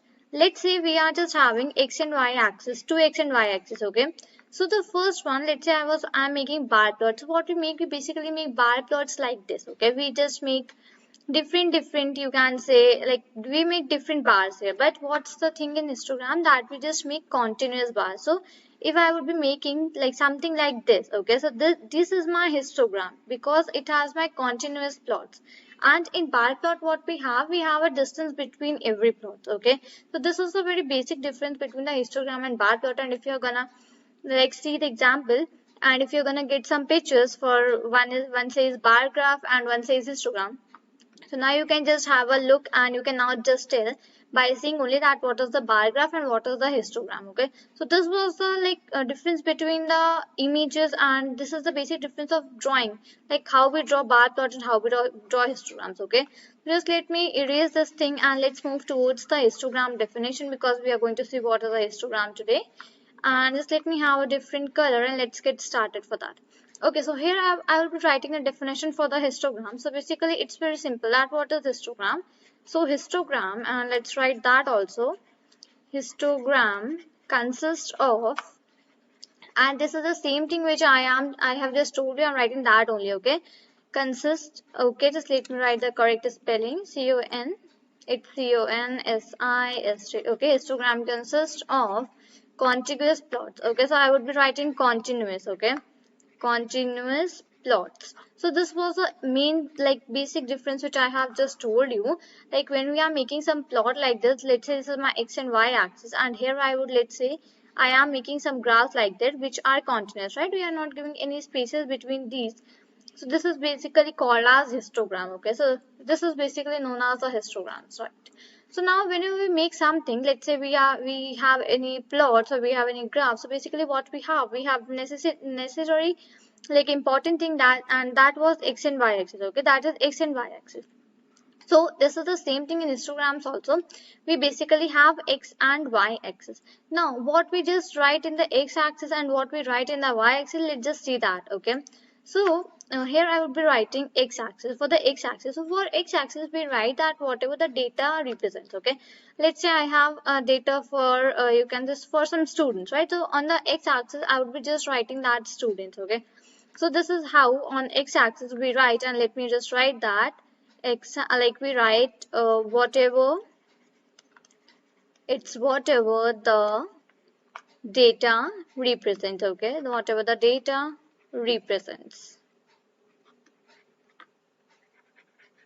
Okay, so this was about the x-axis. Now let's move towards the y-axis. Just let me tell you that what does this y-axis do. So basically what we do on y-axis, in y-axis we write frequency or relative frequency. Now I would just tell you that what is relative frequency, but just let me write that. So it's frequency or relative frequency, or it's relative frequency. Okay, FREQU ENCY, and yeah, I'm writing all these things because I hope you all must be writing the things with me so that you are all having the proper notes. Okay, so this was about the x and y axis. So basically on x we have that whatever our data represents, we have that thing, right? We represent that thing on x, and on the y axis we represent the frequency, or you can just frequency or its relative frequency. Now what is this relative frequency? Now just let me give a definition for that, and let's change the color. And let's say we take a green color. Okay, so I would be writing here relative frequency. After that I will be just telling you about the formula. There is one formula for finding relative frequency also. Okay, so let's say I have written relative frequency. A relative frequency is equal to the frequency, its frequency of observed values, and here I am just putting the divided sign. Okay, divided by number of data values. So from the very starting we are seeing that what about the data values. So basically we represent that data values from n, right? We basically write small n, and this we are seeing from the very starting of this course. Okay, so this data values are n. Okay, that is my that are total number of data values which I have in my data, which I will just taking it. Okay, so just let me revise the definition, that relative frequency is equal to the frequency of observed values divided by number of data. So here what I have written, I have just written definition and even the formula. So if I just want to just write the formula from here only, so how will I do that? Just let me change the color. So I would write that relative frequency, and let's say we are going to write RF. Okay, relative frequency is equal to frequency of observed value. So frequency is just denoted by F. Okay, so I just wrote F. Now what I have written, frequency of observed value divided by number of total number of data values. So now my total number of data values is just denoted by n. So here we know, like here we have a formula for the relative frequency. Okay, so this is the formula for relative frequency, right? Now what I will be just telling you, and here I have already told that this f is pointing to frequency, and just let me write that once more, and this n is pointing to total number, like I'll be writing data values. Okay, you can just have a look that it is total number of data values, but I would just write data values, and this rf, so you all know that it is relative and relative frequency. Okay, frequency. So this was the formula about relative frequency, and relative frequency is equal to f upon n, and this relative frequency is basically written on the y-axis of the histogram, which I just told you. Now let's say I take an example. Let's say I have f is equal to 3. Okay, my frequency is equal to 3. I have n data points that are 40. Now if I just want to find out my relative frequency, so I will write relative frequency is equal to 3 by 40, and in the final answer I would be getting 0.015. So this would be my relative frequency, and it is that simple to find out. Okay, so this was about the histogram. Just let me tell you, and after that we are going to see one example that how to make plots for histogram. Okay, so histogram consists of continuous plots, and that is what I just told you, and what we represent on x and y. So basically on x axis I write whatever the data represents. Okay, whatever my data is representing, I write that thing on my x axis. And basically on my y-axis, what I wrote frequency or relative frequency. Okay, so now what is this relative frequency? Relative frequency is equal to the frequency of observed values divided by number of data values. So the formula is relative frequency is equal to frequency upon frequency divided by total number of data values. And here we have just taken an example that if f is equal to 3, n is equal to 40, then relative frequency we would divide this 3 by 40, and here would be getting the answer. Okay, so this is about the relative frequency. Now here I just have an example for you all, and let me write it as question. Okay, so now we will be just discussing this question, that how to just solve it. Okay, so this is the question. Now just let me take the highlighter because I would not be using the pen here. Okay, let's take yellow one, and okay, fine. So what I have the question, the following data are the heights in inches to the nearest half inch of 100 male semi-professional soccer players. Okay, the heights are continuous data since height is measured. So I have this much of data here. Okay, so this is all my data which I have here. Now this data is for 100 male semi-professional. So basically what is it? So what is the n? N is 100, right? So this is the total data. Now if I want to just make the histogram for this data, so how will I do that? We will be going to see that thing. Okay, so how to make the histogram if I have such data like this. Okay, just let me take the color, and let's say I will be taking this one. Okay, let's move forward, and sorry, I just forgot to take the pen, and here we have pen, and okay, so let me go down. I hope by the time you have just read the question one more time, so let me go down and let's start writing from here. Now there is one thing in the histogram, there's one rule in the histogram, that whatever is your first sample, whatever is the first sample you would be taking, that should be less than your first data point. I should repeat that, whatever the first sample that you would be taking will be less than your first data point. So let's say in our case, first smallest data point is 60, right? So now I would be needing a data the sample data point which is less than 60. So for that, what I will do now, just see. So let's write everything in a very detail, that here the smallest value, here the smallest value is 60, right? That I just showed you, that the smallest value is 60. Now what I was saying, that I would be taking a less value that is from 60, because I would be taking a less sample value, that is I would be taking a less sample value from 60. Now basically what we do, we have some you can say previous data. So let's say that I would be writing since 0.5 comma 0.05 comma 0.005 etc. These are the values which are very convenient to use. Okay, now just let me erase this thing r, and in the next line I will be writing are convenient convenient. Okay, if I just missed the spelling, so just ignore that. Here we are just seeing the concept that how to apply that. Okay, so since 0.5, 0.0, and these are convenient to use. Now what I would be doing here, I would be just subtracting this 0.0. I will be taking this 0.05. Okay, so let's say that I'll be writing take 0.05. Now what I would be doing, I would just subtracting the 0.05 from 60. Okay, because I told that we would be wanting the first sample which should be less than our first smallest value, right? Our smallest value, that whatever is the smallest value in my data, the first sample should be less than that. So my smallest value here in my data is 60. Now, so what I would do, I would quickly like subtract the 60 minus 0.05.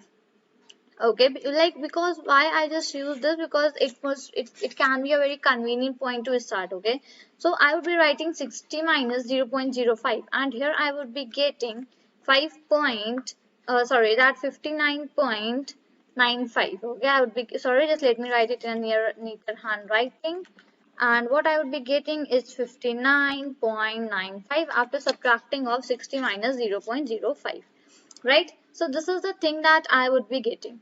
Now I got the output that is from here 59.95. So now I would just treat my 59.95 as my starting point. Okay, as I told you that we would be needing a starting point which is the less than our smallest value, right? I told you that thing. So here I would be treating this 59.95 as my starting value. Now just keep this thing in mind and just note all the things with me only, right? Now what I would be doing, as I just did for my smallest value, I would be doing the same thing for my largest value. But for my largest value, I would be needing an ending value that is greater than my largest value. So in my data, the largest value is 74. If you have noticed, well and good. If you haven't, just let me show you that thing. Okay, let me go above, and here is our data. So just see that the last data which is present is 74, right? So my 74 is the largest value in my data. Now what I would be doing, I would be just adding some value in this. So let's say I have just subtracted 0.05. So I would be just adding the same thing only, and I would be writing 74 plus 0.05. Now why I have done this, I am again repeating the reason, because I wanted the starting value to be less than my smallest value, and I wanted the ending value which is to be greater than my largest value. And why I am wanting these things, you will just get it, like, you just know it in a little while. Okay, so here my output would be 74.05 after the addition, right? So 59.95 is my starting value and the 74.05 is my ending value, right? So I would be ending my value at this point only, right? So this is done. Now what comes next? Now what the comes next thing is that how much like difference I should give. Let's say we have taken an example, and here I have just plotted this plot. Okay, I'm just doing it roughly. Let's say how will I just get to know that I need to take difference between 2, 4, 6, 8, 10. How will I get to know that what is the difference between, like, what should difference I should take between two plots, right? So for that we would be calculating the width. That for that, like, for knowing that thing, you would be calculating the width for the histograms which we will be plotting. Okay, so for that, for calculating the width, how would I do that? So I would write calculating the width. Okay, I would be writing calculating the width. Now I would be just doing one thing, that is I would be using my largest ending value. My ending value is 74.05. What I would be doing, I would be subtracting my starting value. My starting value is 59.95.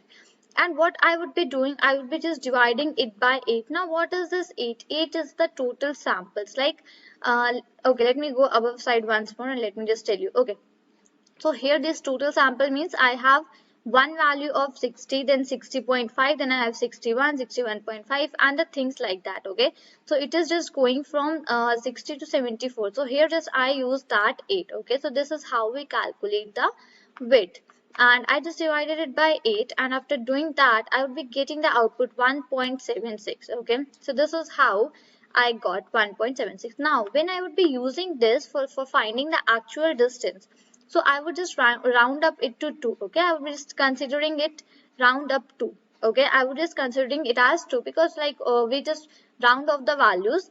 Okay, so I would just considering 1.76 to 2. Now what I would be doing, I would be just finding out the boundaries. Boundaries in the sense that what are the values that I should mention here. Okay, boundaries are just now just have a little bit more focus than you were before because we are just moving at the last of this question. Okay, so now my first value was my starting value was 59.95. Now this is done. Now what I would be doing, I would be just adding plus 2 in my values. Why I would be adding? Because here just now I told you that I found the width for my graphs. Okay, so now the width, whatever is the width for my graphs, I would be just adding that much value in my every number. Okay, so I had done 59.95 plus 2. So here what I would get, I would get 61.95. Right, just let me write all these things and then I will let you know what I am just trying to do here. And I would write 61.95 plus 2 and that would be 63.95. okay, now what I would do, I would do 63.95 plus 2 and that would be 65.95. okay, now next 65.95 again plus 2 is equal to 67.95. Now I'm writing just this side, okay, because I just want to make it in a single one so that I can explain. Then after that it would be 67.95 plus 2 and it would be 69.95. Now I'll be writing 69.95 plus 2 and that would be 71.95. okay, now I'll be writing 71.95 plus 2 and that would be 73.95. okay, and now I go for last. Now last is 73.95 plus 2 and that would be equal to 75.95. Now just have a look at what I am doing here. Now what I just found, I found the boundaries, right? I just found out the boundaries, that what are the boundaries for my histogram. Now how will I plot this? Just let me take a highlighter for that thing. First, my first value for my boundary would be 59.95 as we have just calculated in the starting. Okay, that I have just calculated.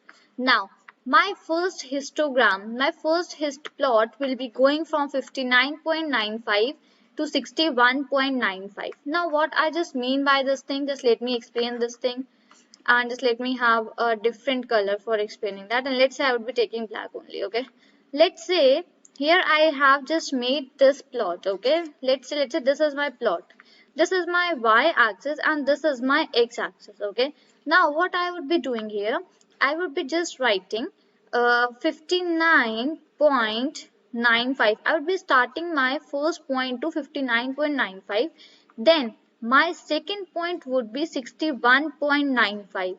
Then my third point would be 63.95. Then my fourth point would be 65.95 and it will go till 75.95. And this was the thing that I was just saying, that I would be finding out the boundaries.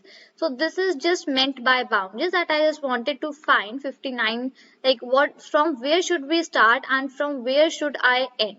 Okay, so this was about finding the boundaries, which I was just doing right now. And for finding the boundaries only, I just calculated the above thing, and that just like we have rounded off 1.76 to 2. Okay, I just calculated the width. So this is done. Now what is just left? Now the last thing that is left is for plotting our histogram, right? Now here I would be just making x and y axis. So like I would be doing this using this one, and just let me take a black color for now. Okay, so like okay, and where's that? Okay, done. And now here I would be just making something. Okay, so I would be writing something like that, something like this. Okay, and just let me go a little bit. Okay, I can't do that. So let me go down. Okay, fine. Right? Now I will be just using the same color only. Now what I will be doing, as I told that on the y, what I would write the frequency, and that is relative frequency. Now here I'm not going to find out the relative frequency because I have already told you how to find the relative frequency. So you would be doing that thing on your own. Now what I am going to do here is that I would be simply writing the points here. Okay, so this point is a 0. You all know, like from here only, this is 0. Okay, now my 59.95 from start will start from within here only. Okay, now it will go till 61.95. Next, what I would be having, let's say here I have the 63.95. I'm just writing this point value below, otherwise it will create a mess up. Okay, now this is 63.95. Then after 63 I have 65.95, right? Then I have 67.95. Now what I have 69.95. Then I have 71.95. Then I have 73.95, and at last I have 75.95, right? So this was about the x-axis. Now just let me do the first one also a little bit clearer, and just let me rewrite these both. Okay, so let's have that black color and where it is one. Okay, so this was 61.95 and this was 59.95. So we have just started from 59 and we have just ended till 75.95. So this was that boundaries which I was just telling you. Now what about the relative frequency? So relative frequency, I have just told you how to find that. So you will be finding, and here I would be writing for the relative frequency for this, and just let me make it neater and just let me write all the things in a proper way. Okay, now I'm just taking a new color and let's say it is green. Now I'm writing 0 here. I would be writing, as I have started from 0.05, the first one is 0.05.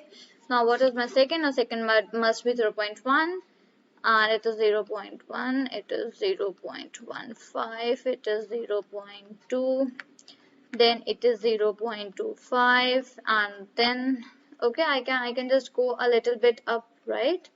And yeah, I can just utilize this space also. It's 0.25, then I have 0.3, then it's 0.35, and then it's 0.4. Okay, so this was our relative frequency. Now what I would be doing, I would just plotting my histogram. Okay, so for that I will be just taking my highlighter, and let's say my highlighter is okay, fine.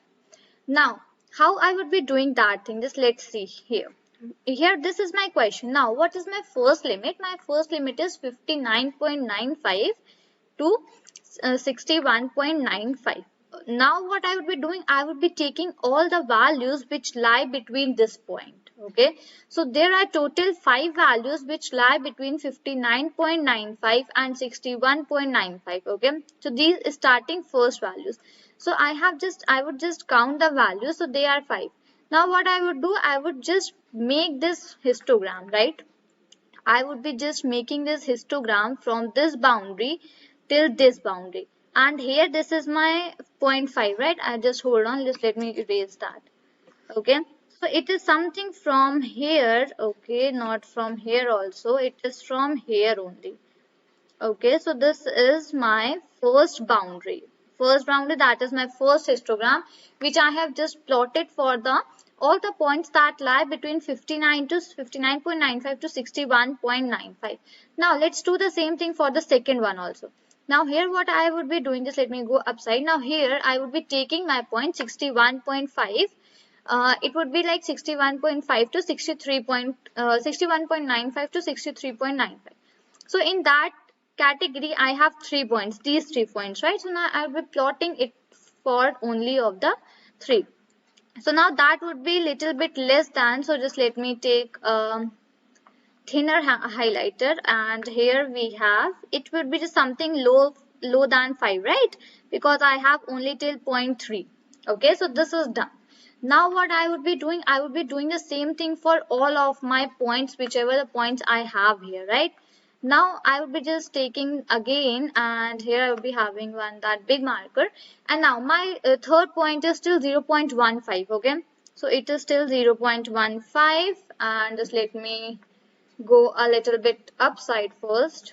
Okay, and it is still 0.15. This third one is from here to here, and this one is my third point. Okay, so this is done. I have total 15 values. Okay, now what I have total this now this like this one is for here till here only.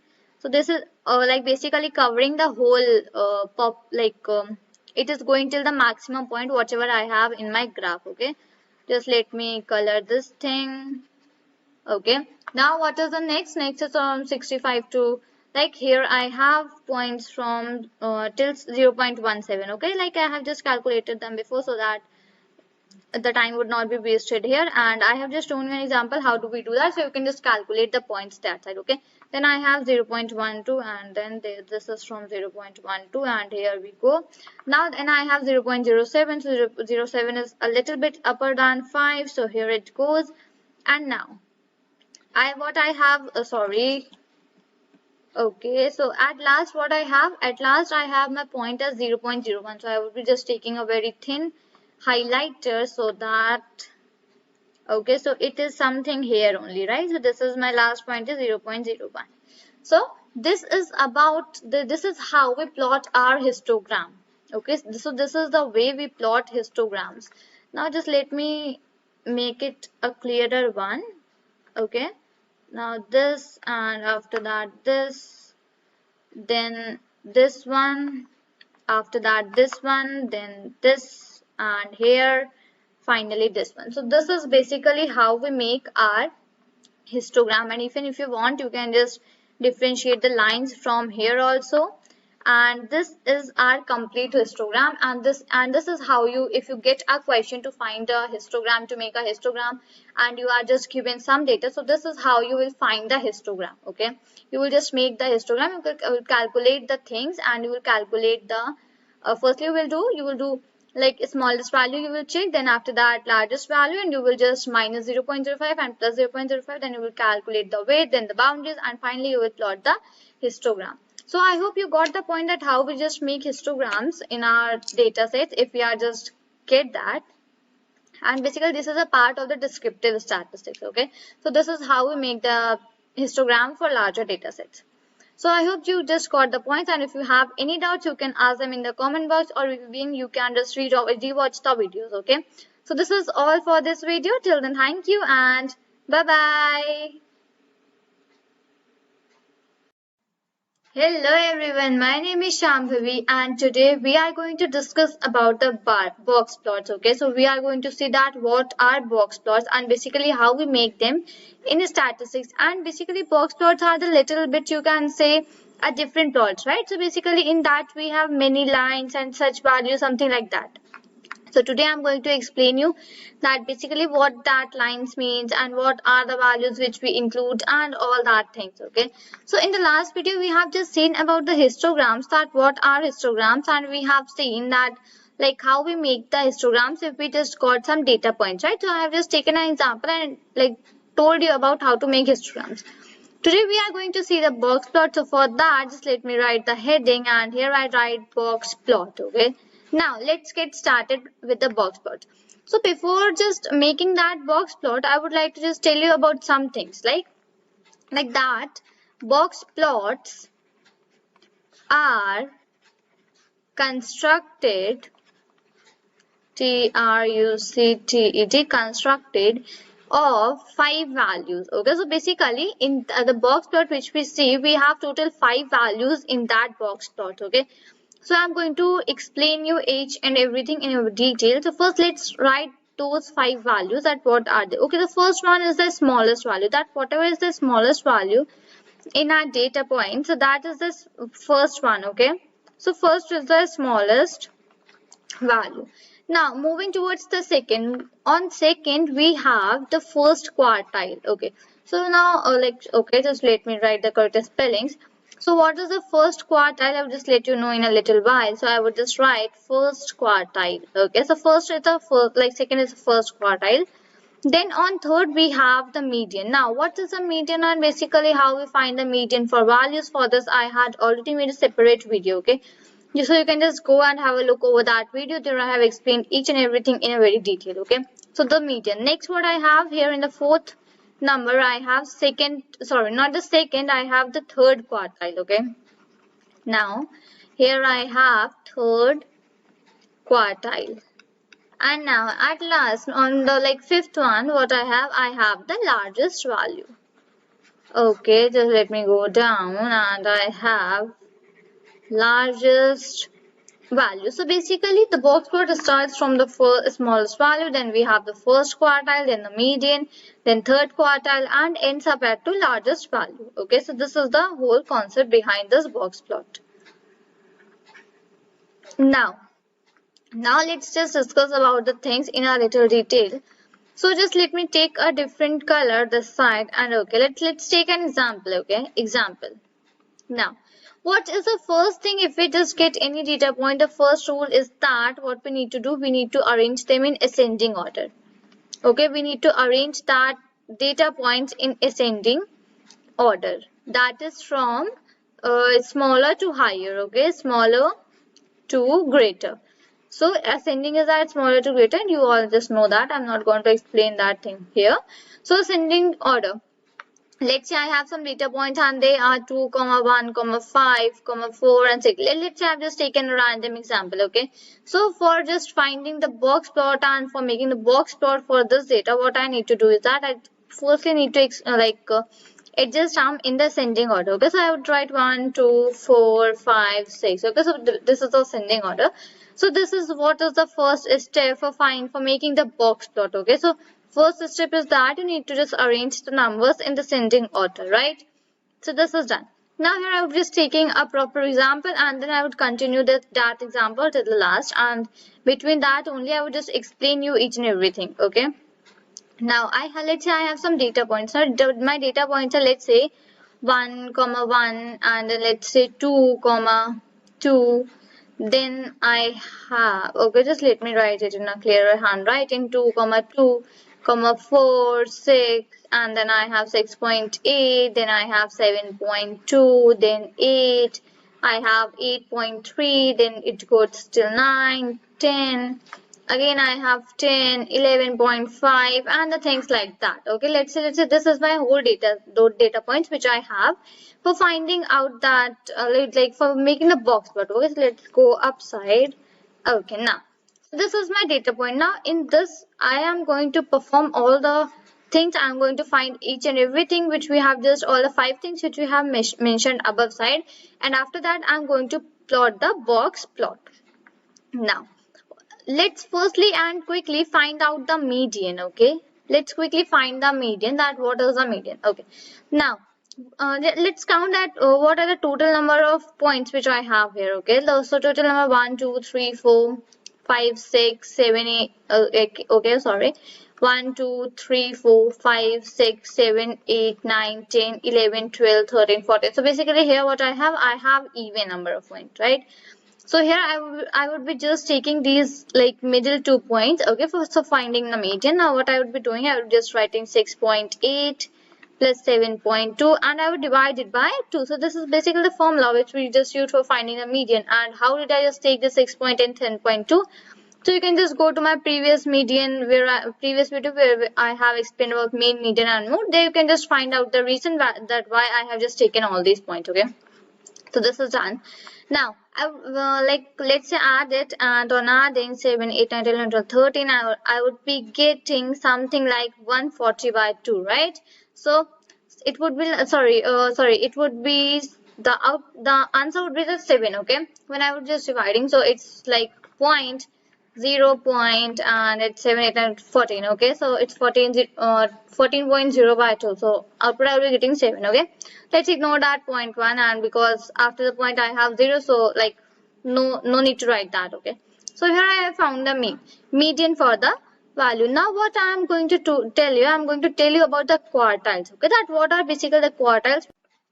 Okay, so now the definition for the quartiles are something. Just let me take a different color this side, and okay, so now the definition for quartiles are that, okay, just let me write the things that quartiles are the numbers, and here let's read numbers that, and just let me go downside a little bit more, and let's go down. Quartiles are the numbers that separates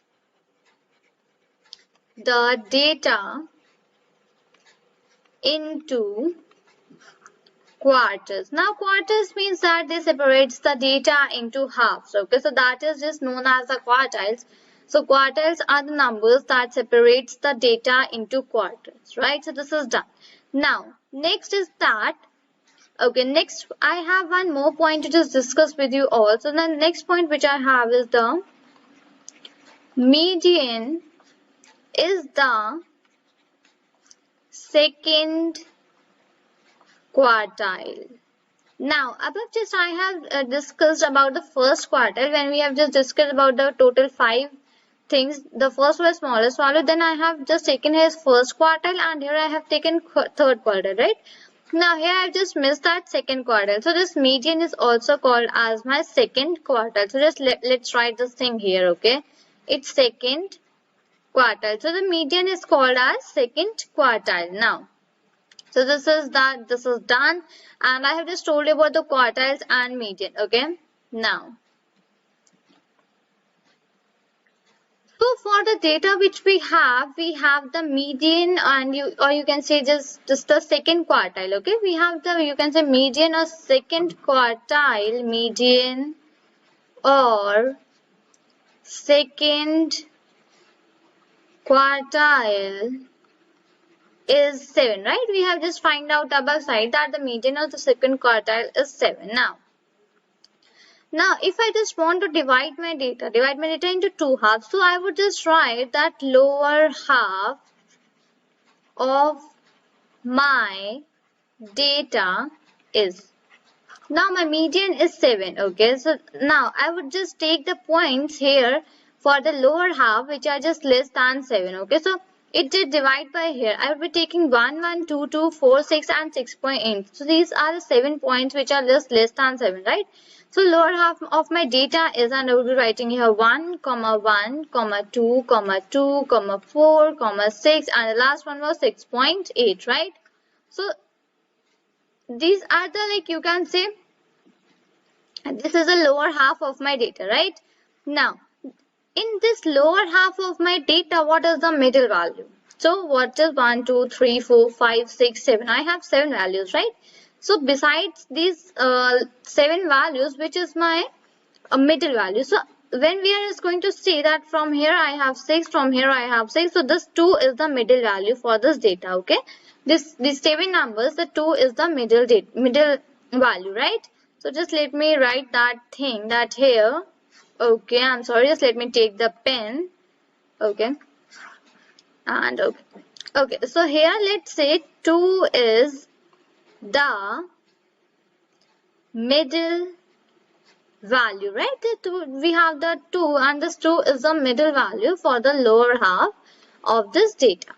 Now what I would be doing, so from here, what did I get? The number 2, which is a part of my data, is the first quartile. So I hope you got the point that how we find first quartile. So firstly, what did I do? I just find the median, right? After finding that median, I just divided my data. Okay, so the numbers which are less than 7, the 7 was my median, right? So I just divided in them lower half and upper half, right? So I got these 7 points in the lower half. After that, I found that what is the middle value in these 10 points.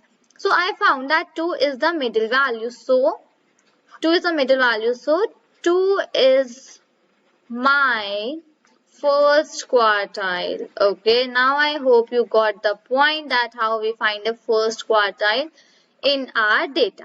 First find the median, then just divide the data set into upper half and lower half. So upper half would be, sorry, lower half would be the values which would be less than your median. So here I just got these 7 values, and among the values which are your lower half, just find out that what is the middle value. So you can just find out the first quartile. Now here's like the same way I would just find the upper half. Okay, upper half of the values, upper half of the data. So let's go upside and let's check that data, that what was that, and here. Okay, now it's 7.2, 8, 8.3, 9, 10, 10, 11.5. Okay, Let's write that. Upper of the data is 7.2, 8, 8.3, 9, 10, 10 and 11.5. Okay, so this is the upper half of my data. Now what I would do, I would just find that what is the middle value in my upper half of the data. So 1, 2, 3, 4, 5, 6, 7. I again have 7 values. So 3 values from this side, 3 from this side. So I have 9 as my middle value in this upper of the data. So what I can just conclude that this 9 is my third quartile. So third quartile is 9. Okay, so my third quartile is 9. So from this data, what values did I got? Now just let's change the color. Okay, now let me just take this one color. Now here I will be writing the smallest value. Okay, what is the smallest value in my data? So smallest value is 2. We have just seen. Okay, sorry, smallest value is 1 in my data. Right, smallest value is 1. Now the second what was? Second was the first quartile which we need to find. Okay, so first quartile. So what is the first quartile? The first quartile value is 2, which we have just find out. Okay, then was the median, right? So here I need to find the median. So the median was 7, right? We have just found out. Now here what I would need to find? I need to find the third quartile, right? So it was third and it's quartile. Now what was my third quartile? My third quartile was 9 and the last which I am left was with my largest value. So largest value was 11.5. We have just seen all these things in our data. So let me take you upside and let's verify everything. Okay. So from so from this one we have just arranged it. So this one is my smallest value and this 11.5 is my largest value. This is clear. Then we have just found the mean and my mean was 7, right? So I have just written that. Other than that, I have just found that what is my first quartile. So my first quartile is 2. So here I have just written that. Other than that, I have just found that what is my third quartile. So my third quartile was 9. So I have just written that. So these are all the values which are needed to plot the box plot. Okay. Now what I would be doing, now I would be just plotting my box plot. I would be telling that basically how we plot the box plot. So just let me take a black color and let me draw a straight line for that. Okay. So this and okay. Now let's draw a new line from this side and let's make this one. Okay. So let's say this is my line, right? And let's see. Okay, done. So this is the line. Okay, so this is my horizontal line which we basically make. Okay, now next what I need to do is that I need to make a rectangle here. Okay, now I will be making a rectangle and rectangle is something like, okay, this is fine. This is absolutely fine. Now what I would be doing, I would be just naming the points and giving the values. Okay, now in the box plot we have a straight line something like this, and this side also I have a straight line. So just let me do shortcuts and okay, let's take the lines one more time and here. Okay, so this is okay, just let me wrap this thing. Okay, now what I would be doing, I would just taking a line and let's make a line something like this from here, and I would be doing the same thing. Okay, it's like this side also, right? And let's erase this one and let's draw a new line. Okay, I would be just taking a new line here, and I'm so sorry that these are not just straight, but just my main motive is to tell you everything in very detail, right? That what are the basic points and what I need to tell you. Now here what I would be doing, see the point from where this line is started, this is my 1. 1 was my smallest value. So whenever we have make this line, this one line, so we make this line from that point which is the smallest value in my data. So the smallest value was 1, right? So I just plotted this one. Now this line, okay, this line, what is this line? This line is my first quartile. So I would be writing 2 here.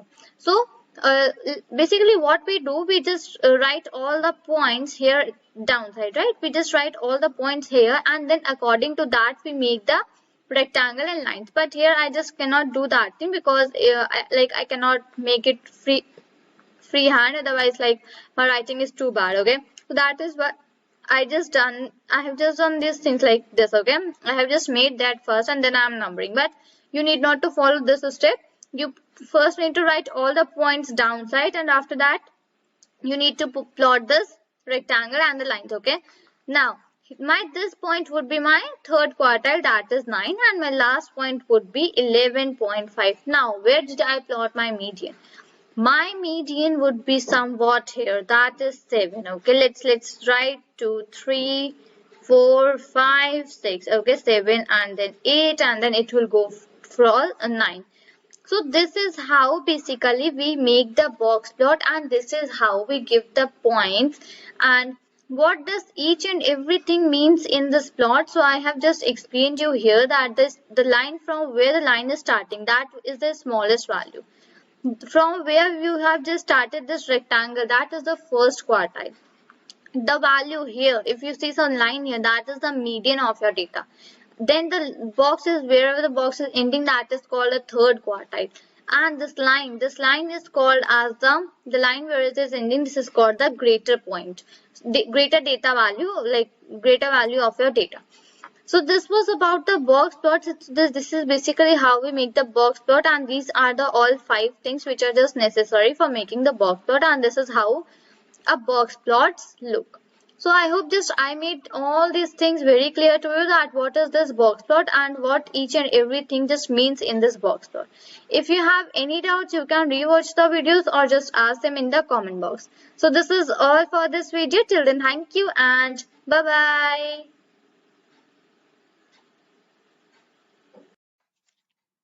Hello everyone, my name is Shambhavi, and today we are going to discuss about quartiles and percentiles. We are going to discuss that basically what are these two terms and basically what they mean, right? So we are just going to have a like proper discussion about quartiles and percentiles, and after that we are just going to see an example also, right? So let's get started with these things, and just now let me take a color and just let me give an heading here, okay?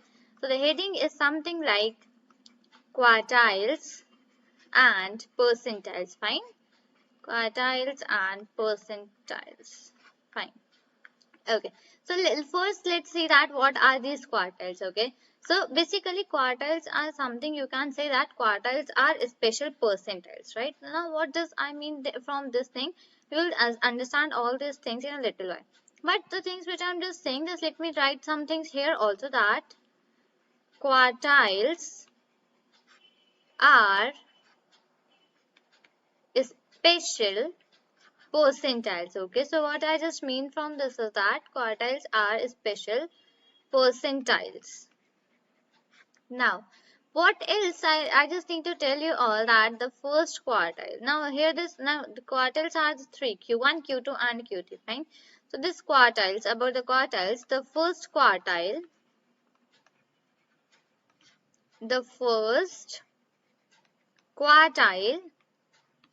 Q1 is the same as 25th percentile. Now what I have written here is that whenever you are going to find out the first quartile, that is Q1, so Q1 must be the same as the 25th percentile, not quartile, not quartile, just hear that it's 25th percentile. So that is why, that was the reason that why I have said that quartiles are special percentiles. Fine, so the first quartile Q1 is same as the 25th percentile.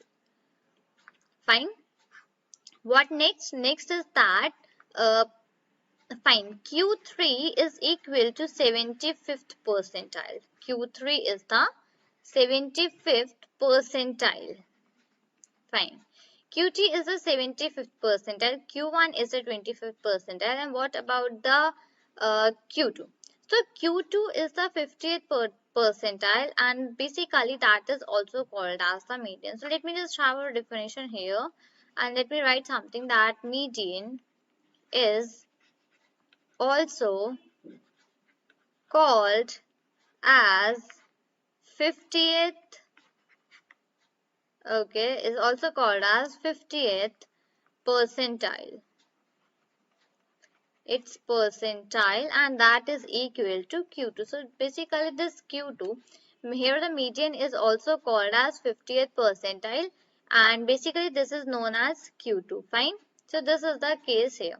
Now what are this quarters? What they do, they just divide the data into quarters. Fine. So let's say you have a data, so in that data the quartiles will divide your data into quartiles and into quarters. And what does these percentiles do? So basically this percentile divides the order data into hundreds.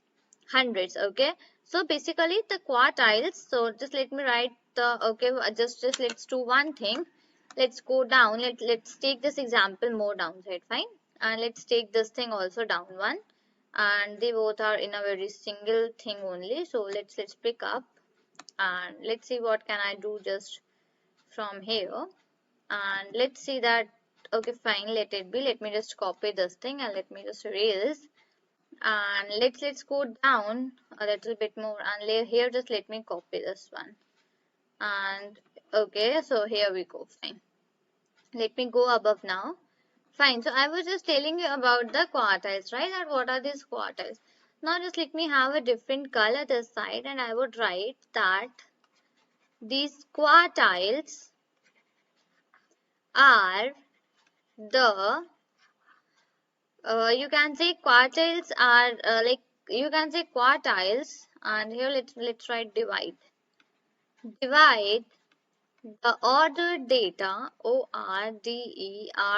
Quartiles divide the ordered data into quarters. Fine. So this is the thing that quartiles divides the ordered data into quarters. And what about percentiles? So basically percentiles, and now let me again go down, percentiles, and just let me write the things in a more clearer handwriting. So percentiles divide the ordered data into hundreds. Okay, so let me just write HUNDREDTHS, hundreds. So what is the use of quartiles? So basically quartiles divides your order data into quarters. And what about percentiles? Percentile divides the order data into hundreds. Now just let me go to new section, and let's write this thing here only. Fine. So let's cut all of these things, and okay, fine. Let's continue this of that discussion here only, because that side I have some image for the question, and because of that I just need to again and again take that image down. So fine. Okay. Now here comes one more term that is known as interquartile. So we have interquartile range. Interquartile range. So basically what is this interquartile range? So interquartile range is a number that indicates the spread, okay, that indicates the spread of the middle half of the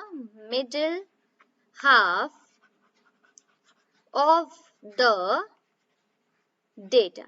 Now there comes one more term, and that term is known as interquartile range. So basically what is this interquartile range? Interquartile range is a number that indicates the spread of the middle half of the data. Fine. So basically what it does, it you can say it indicates the spread of the middle half of the data. Fine.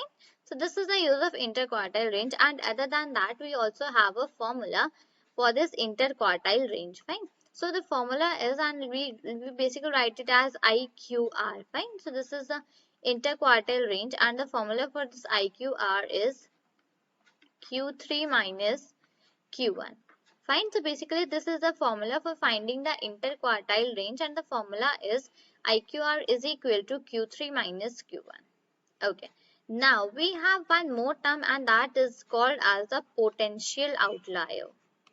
Okay, that is known as potential outlier. Now basically what does this potential outlier mean? So a value, let's write that same thing. Okay, let's go down. Let me explain the things here only. A value is said to be potential outlier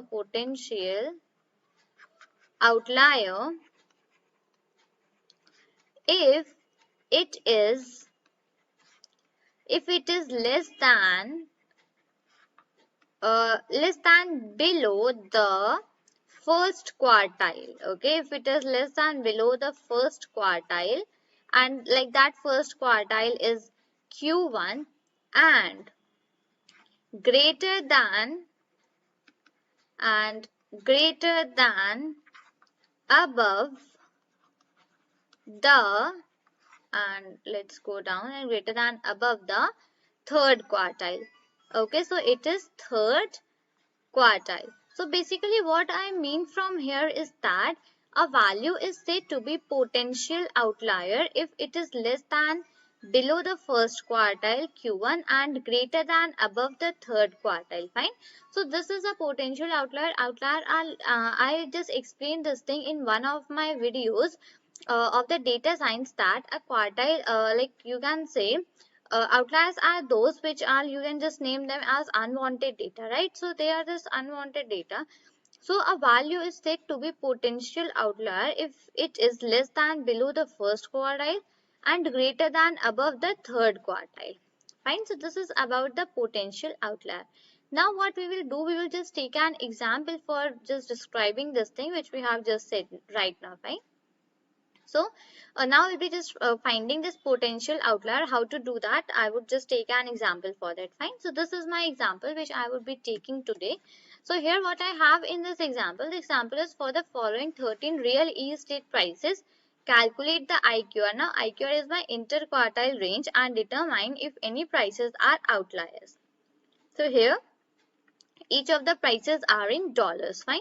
So I have this like large list and very big numbers here this side. Now what is my first step? First step is that I need to just arrange all of these numbers into ascending order. Ascending order in the sense is smaller to greater, right?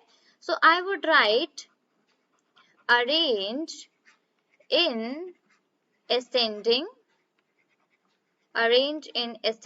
order.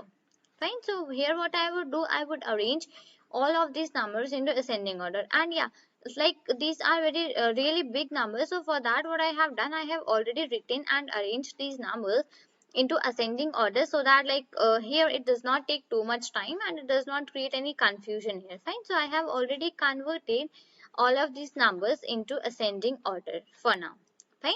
So these are the converted numbers which are in ascending order. Now what else I have? I have here that I need to arrange in ascending order. Now what is the next thing that I need to do here is that, so I have just arranged them in the ascending order. Now I would just find the M. Now M is my middle element of these. So just quickly let's find out. Let's see that how many numbers we have. So here it was written that we have 13 numbers. Fine.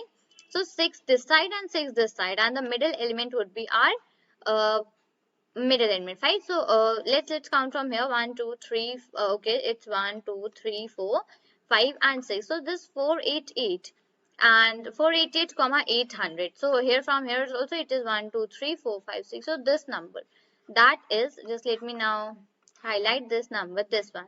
This is my middle element, that is 488 comma 800. So my this element is just acting as a middle element for me, right? So now what I would do, I would just take this element as the middle element for me. But before that, just let me change my highlighter into my pen. Fine. So I have just taken this pen. Fine. Now what I need to do here is that I have just taken it. Fine. So my M is 488 comma 800. So my M is this one. Fine. What I need to do else is that I need to find the excuse me. I need to find the Q1 and Q3. So now let's move above and just see that how we'll find the Q1 and Q3. Fine. So for Q1, what was the definition? That it is the let's go once more above. Yeah, for what we have studied, the quartiles are special percentile. The first quartile Q1 is same as the 25th percentile.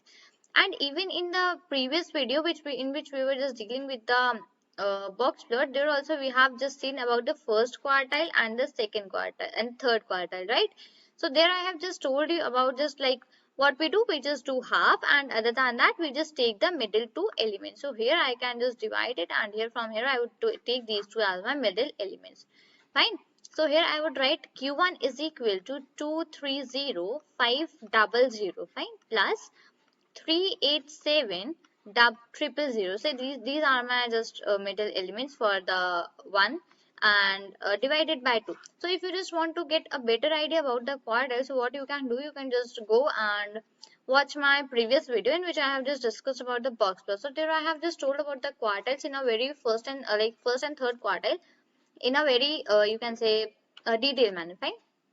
So here in type here to search, I would just find out my calculator, because seriously these are very big calculations. So like I cannot do them on my own. So I need to find the calculator. Now what I need to do here is that firstly what I would do, I would just add both of these. Fine. So I would write I would write 230 500 plus, and I would write 387 and then 000. Fine.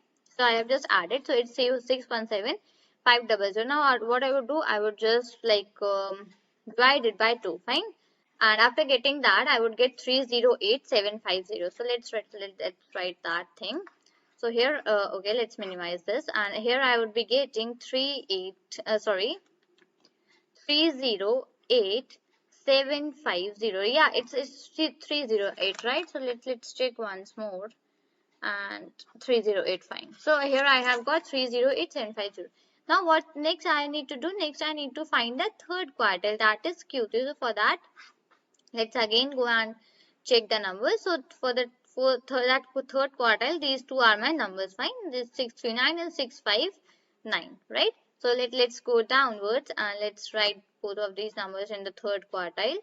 So for the third quartile, I would write 639 000 plus 659 000, and which is whole divided by 2, right? And here I would put an equal to sign. Let's quickly go to our calculator once more, and here just let's calculate the thing. So for that I would do CE, and what's the thing that we need to calculate? So the thing which we need to calculate is 639 and then 000, fine. 639 000 plus 659 000. So that is 659 000, right? So as soon as I do this, I guess there's something like that, and when I would divide it by 2, so I get 649 000, fine. So this is my Q3, and that is 649 000. So let's write that is 649 and 000. So this is my Q3. Now what is my next step, which I need to do is that I need to find my interquartile range, which was in our question. So let's have a look over the question once more. So in my question, what it was saying to find the interquartile range. So first step is to find our interquartile range. So for that I would for that I would write, and just where's my I would write IQR is equal to, and what are the numbers, 649 000 minus 308750, right? So these were the numbers which we just need to subtract. And after subtraction, now let's go to our calculator, and now let's subtract both of these numbers. So just let me do CE, and here I would write 649 000 minus, and my second is 308750. Fine. As soon as I did this, I got the output, and just let me write that, and that is 340250. Fine. So I just got my interquartile range as 340250. Now just let me highlight this one, and this is my IQR, which was my first step that I need to do, that I need to find in my question. Fine.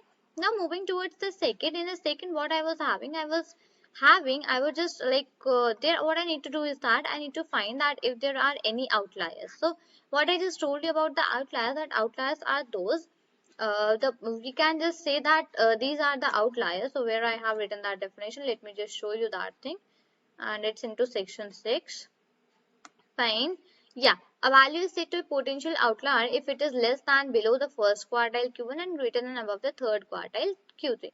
So now what we need to do is that we just need to check that is there any value which is like less than first quartile, that is 308750, or greater than 649000. So if there is any number such that, so that would be treated as our outline.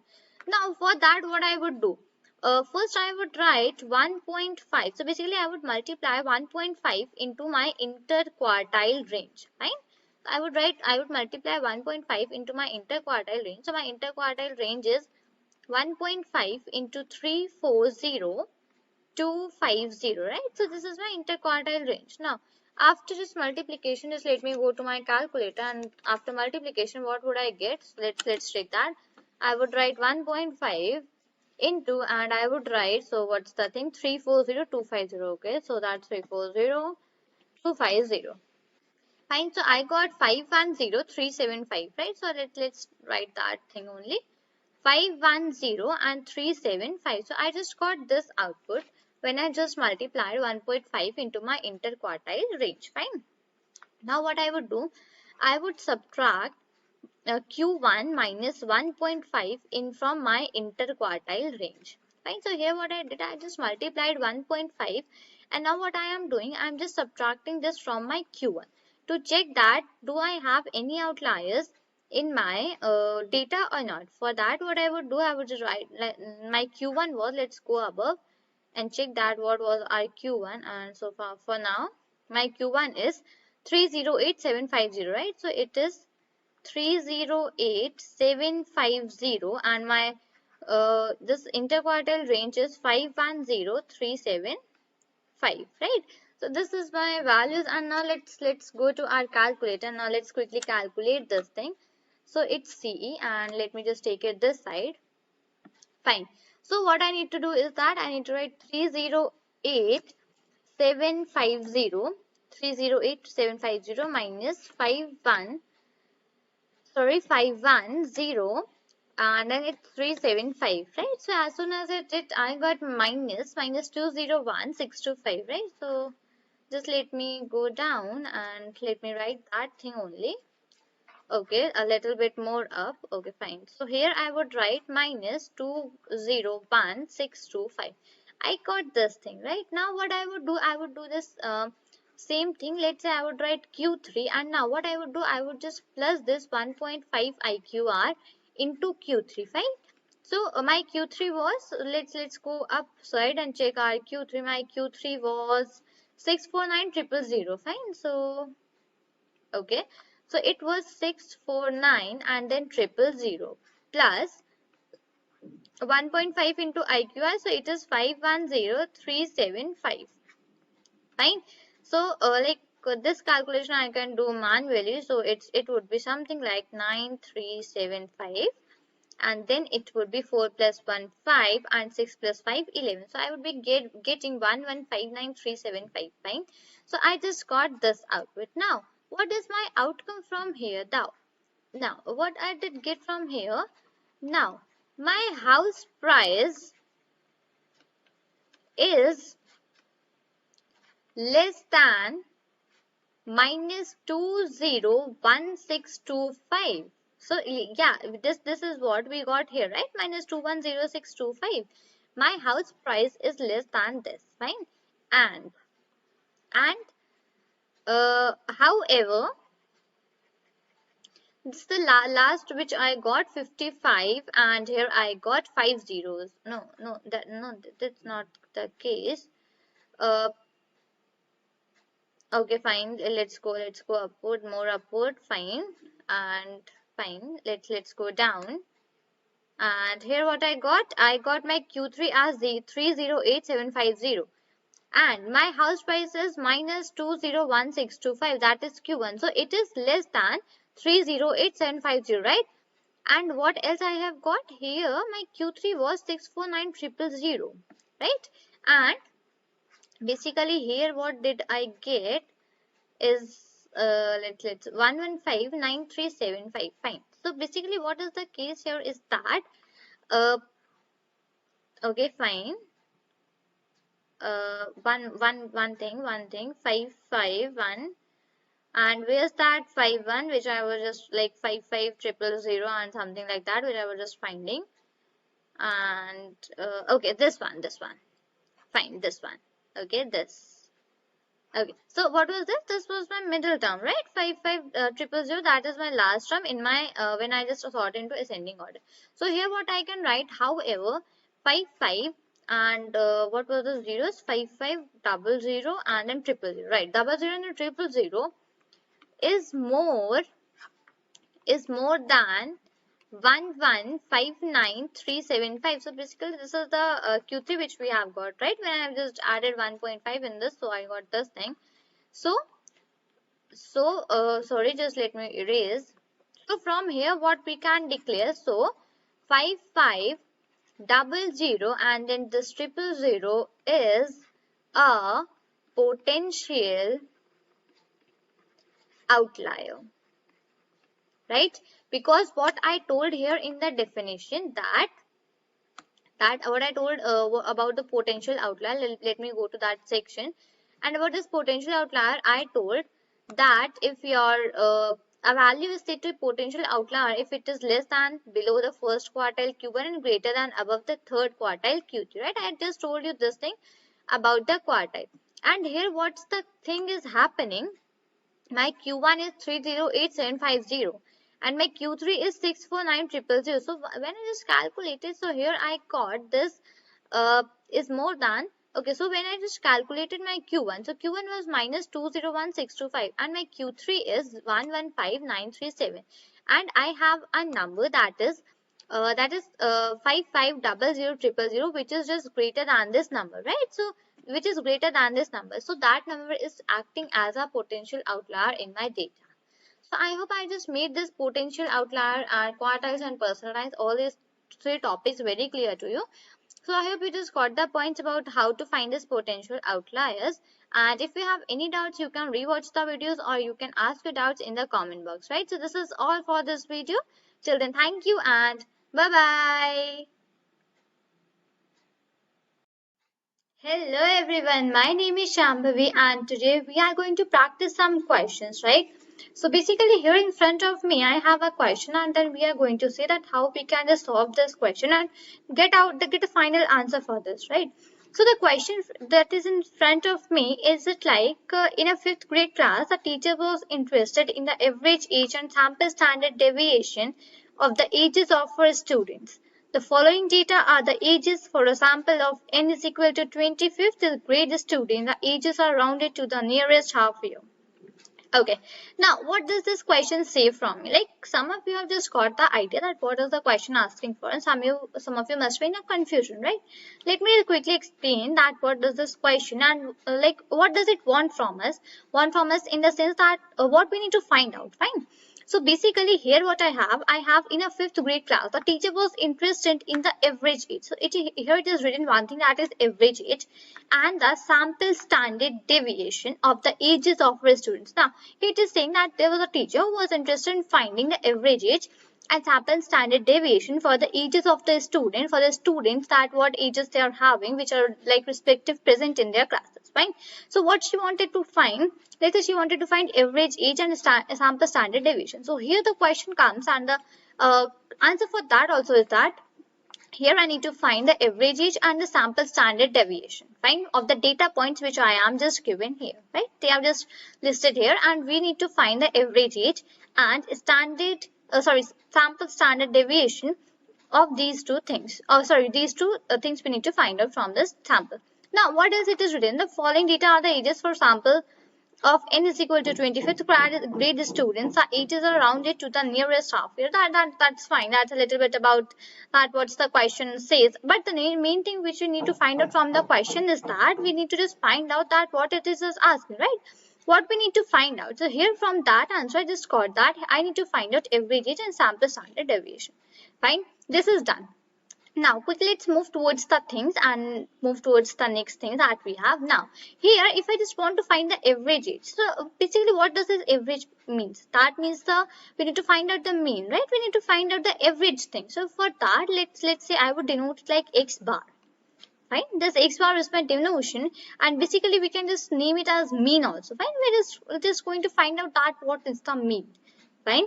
Now this x bar I have just denoted it using x bar. Now what else I need to do here is that I just need to write that whatever are the data points present in my data set. So basically here I have these points, and let's count. Basically there it was written that n is equal to 20, right? So basically I have 20 points here. Now what I would do, I would write 9. Okay, 9 is my first data set. Now what I would do, 9 plus, here I would write 9.5 into 2. Now why I have written this into 2? Because 9.5 is present 2 times in my data.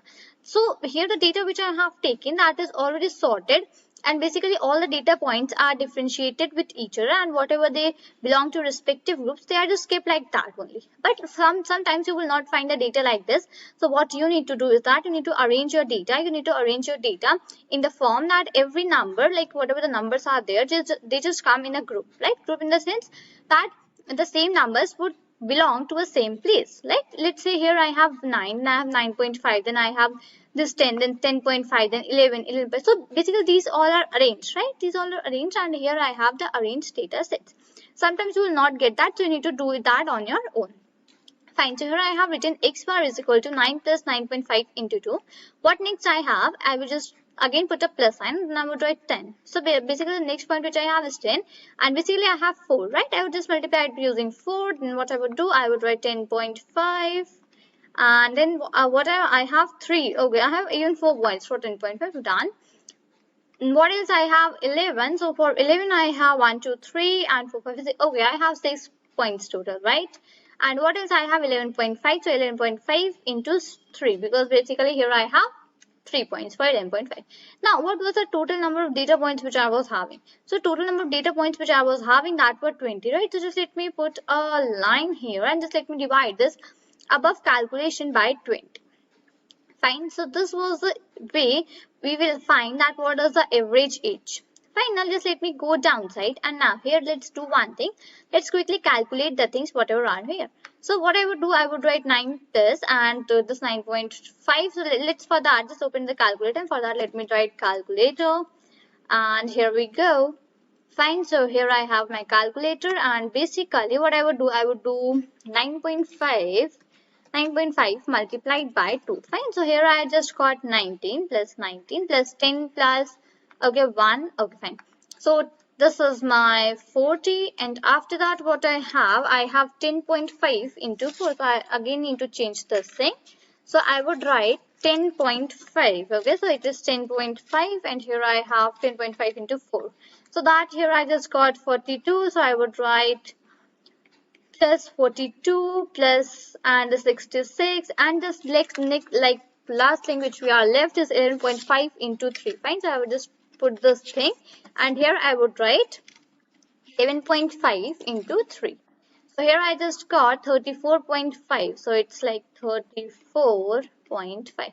Now what I would do, I would just divide it by 20, and after the addition and the division, the final output which I would be getting, the final value which I would be getting, that would be something 10.525.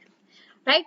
So this would be the value which I would be getting after doing the all calculation. You can just verify this by doing your own. So here I just have done that, and it's like 10.525. So this is the value which I got for the x bar. So basically what our x bar was denoting, x bar was denoting that these are the average age. What we were doing, we were just finding the mean, right? So here I just got that is 10.525. Now if I would just round it off, okay, now just let's do one thing quickly.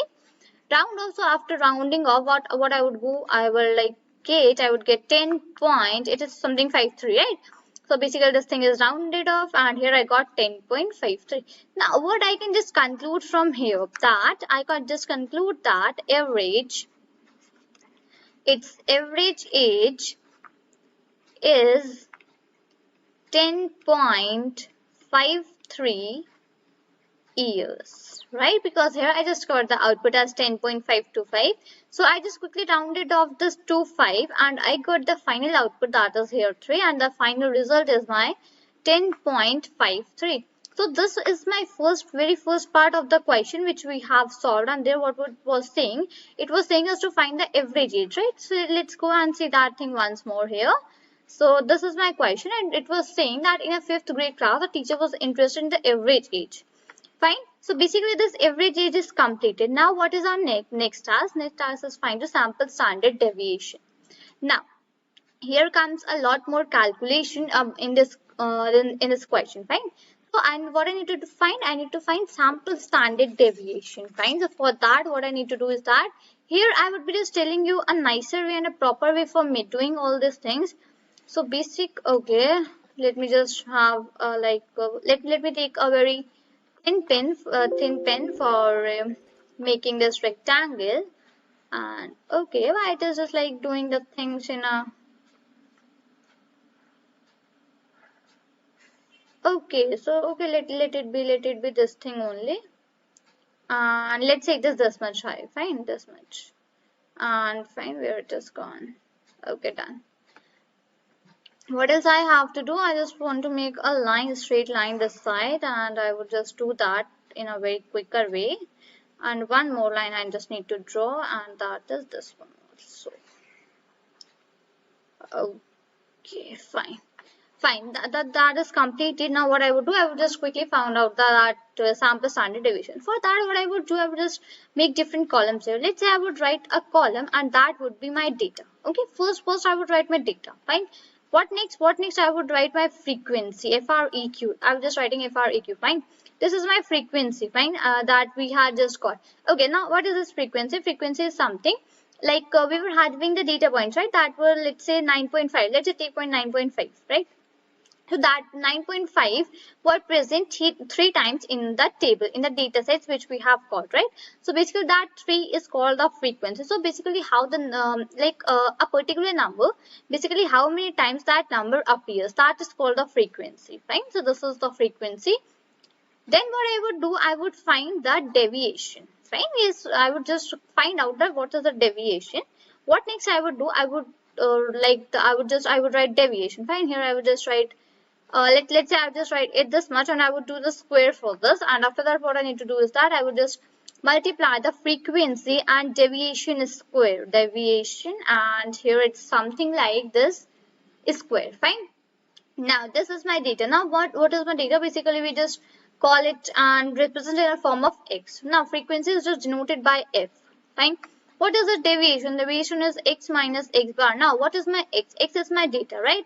And what is this x bar? X bar is the mean which we have just find out. That was like we kind of say it as average age also, fine? So x bar is my mean and x is my data. Now what I need to do is that here I need to do the square. So I would write x minus x bar whole square. And what else I need to do here is that here I need to just multiply the frequency and this x minus x bar whole square. Fine? That is my deviation square. So I would write f, and here I would just multiply x minus x bar, and here I would write a square, fine? So this is all set, right? Here we have just completed this thing. Now what thing I need to do here is that I need to just write the points and just go on with the calculations. Now what was my data that we were having? The first was 9, right? Then I was having 9.5. After that I was having 10, and just let me go downside. Okay, and here what I was having 10. Then I was having 10.5. Okay, just let's give some space between this thing so that we can just write it in a proper way. 9, then we have 9.5, and let me go down. And yeah, here, let's say I would write here as 10. Here I would write as 10.5. Then I would write 11, and after that I would write, and let's say here I would, okay, that's like much space I have given. And let's say here I would write 11.5. So what are these? These are the data points which you are having, right? Now what about the frequency? As I just told you that what is this frequency? So frequency is number of times the particular number is presented in your data, is in your data, fine? So this 9 was present 1 time only, right? 9.5 was 2 times. Let's go upside and verify this thing. So here even I have written that it was 2, then 4, then 4, then 6 and 3. So I have written 1, 2, and then 4, and then again I need to write 4, and what else? Here is my cursor, and here I need to write 6, and here I need to write 3. Fine, so this is done. So this is about the writing the frequency. Now how to calculate this deviation? That's simple. So here what I would do, I would do 9 minus, and here I would write 10.52. Okay, so that will just result me as minus 1.525, right? Now, what here I'm doing, I'm just doing x minus x bar. Fine, what is my x? X is my this data that is here present, right? X bar was the mean which we have just found above, and that was something this, this we have find 10.5 to find. Even we have just rounded it off to 10.53, but let's not go into that thing. I would just take the real mean, whatever it was, fine. That was 10.525. So here I had just taken that thing, and after that I have just like subtracted. So here I would get minus sign because 10.52 is greater than 9. Fine. I just got that thing, 10.525. Now here I would not be writing every time that here I am just multiplying minus 9.5 minus 10.525, and now this will just result me as minus 1.025. Okay, this will result me as minus 1.025. Now here I have 10 minus 10.525, and basically it will result me as minus 0.525, right? Now here I would not be I will not write that thing that it is now I am doing this minus. I would just write the subtraction of both of these things. So here 10.5 minus 10.525, and that will result me something as 0.025. That would be in minus because this thing is still greater, fine. So that would be minus 0.025. Now what I would be getting, I would be 11 minus 10.525, and here I would be getting 0.475. And there in the last, that is 11.5 minus 10.525, I would be getting 0.975, right? So here what I just got these values that are my deviations. Now what next thing which we need to do is that we need to just take the square for this deviations, right? Now what I would do, I would just take this squares using my calculator. Let's go into that thing. Okay, so just let me keep this thing this side, and okay, fine. So what I need to do is that I need to write 1.525 multiplied by 1.525. Here I need to just take out the square, right? So that is something like, and where's my fine? So that is 2.32. Fine, I would just write it's two values, not whole, fine. As like this only, I would just take the square for all the values, and there's something like 1.050, and then what else I have here? This is my third one. So where's my cursor gone? Yeah, this here, it is here. So it is something like 0, okay, 0, okay, just let me erase that and let me go down once. Fine. It's like 0.525. What will the square for this? So the square for this would be 0.275. Then square for this thing, and it would be something what 0.006. Then I would be having 0.225, and at last what I would be having, and at last here I would be having 0.950. Now we are left with only one step, and that is frequency into deviation square. Fine, frequency into deviation. Now frequency, I just told that it is this f, right? Now deviation is good. We have just quickly find out that thing. So when I would do 1 multiplied by 2.32, that would result me the same. Now when I would do 2 into 1.050, that will result me, yeah, that will result me something what 2.101. Fine. Let's yeah, that's fine. What about the third? When I would just do third thing, it will just 4 into 0.275, it will just like result me as 1.1025. Let's go down and do the same thing for, okay, let me just take the things that are like that they were, and just let's go down and do the same thing for every of the numbers. And here what I would do, I would do 4 into 0.006, and okay, 1 second, 1.0, okay, fine. Now it will be just resulting me as 0.0025. Then it would give me as 1.35, and it will like 2.85. Now just let's verify for one of the above. So here is my calculator, and here what I would do, I would write 4 into 0.006. Okay, so that is 0.006, and yeah, it gave me a 0.0025. That is, yeah, that's fine. 25, that's fine, totally fine.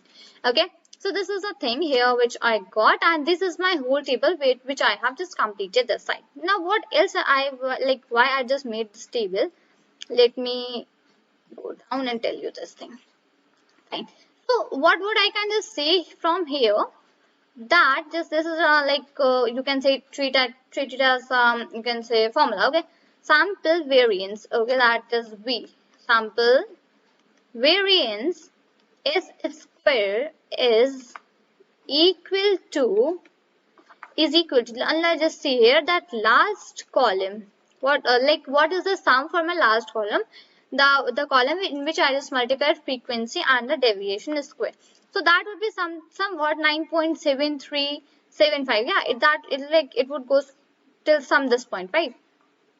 So sample variance S square is equal to last column is equal to sum of, okay, that is I have just forgot to written sum of last column, and that is divided by, okay, so I am just writing divided by total number of data values minus 1. Now what do I mean from this term, that total number of data values minus 1? So let's say for the example which we are taking, I have total values as 20, right? When I would do minus 1, so what I would be getting 19. So I would be dividing that 9.73, that what was that 9.7357, I would be dividing this by 19. So that is a way how will I get this is a way where I would just get my sample variance. So just quickly do that. S square is equal to 9.7375 divided by 20 minus 1, and yeah, that is 19, right? So I just wrote 20 minus 1 here.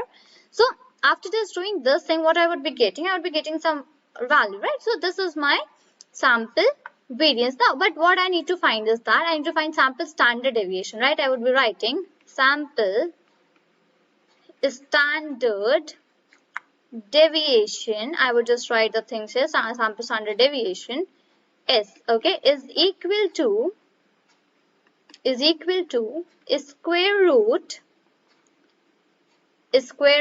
of sample variance. Now what I just wrote here, that sample standard deviation that is S is equal to the square root of sample variance. That is the reason that we will find the same sample variance. Fine. So when you will just calculate this thing, 9.7375 divided by 19 will just result something like 0.5125. Okay. So this would be the result. You can just calculate that things. Now what here is written for finding the sample standard deviation, what I need to do is that I just need to quickly square this 0.5125 square root this thing, right? And now just let me go down and let's say, okay, this is my cursor, and let me just write the final thing here. So the output which I would be getting, it would be something like 0.7158 and something like that. Now I would just round it off, and after rounding off I would be getting that the value is 0.72. Now my sample standard deviation for this question is 0.72, which I just found right now. Okay. Basically, this is the way how we just find the average and the sample standard deviation for a question which we were having, right? So just let me highlight this thing a little fine. Okay, now just let me take a color. Let's quickly go for one side above and just quickly revise that what we have done in this question. Firstly, we want to find the average rates and sample standard deviation. So this here I have just found out the averages using the mean, and here I just resulted the output as 10.53. After that, what I have done, I just need to find the data, frequency, deviation and deviation square for this thing, for finding the frequency into deviation square, because whatever be the sum for the frequency into deviation square, that would be divided by the total number of data points minus 1. So that is why just I need to make this table, and I need to find all of these things. Fine. So we just found out all these things using some calculations, and here I just discussed about the same sample variance, that S squared is equal to the sum of last column divided by total number of data values minus 1. So here I just wrote 20 minus 1, and that was 19, right? So what next I did, I just quickly found out the S square, that is 9.7375 divided by 20 minus 1.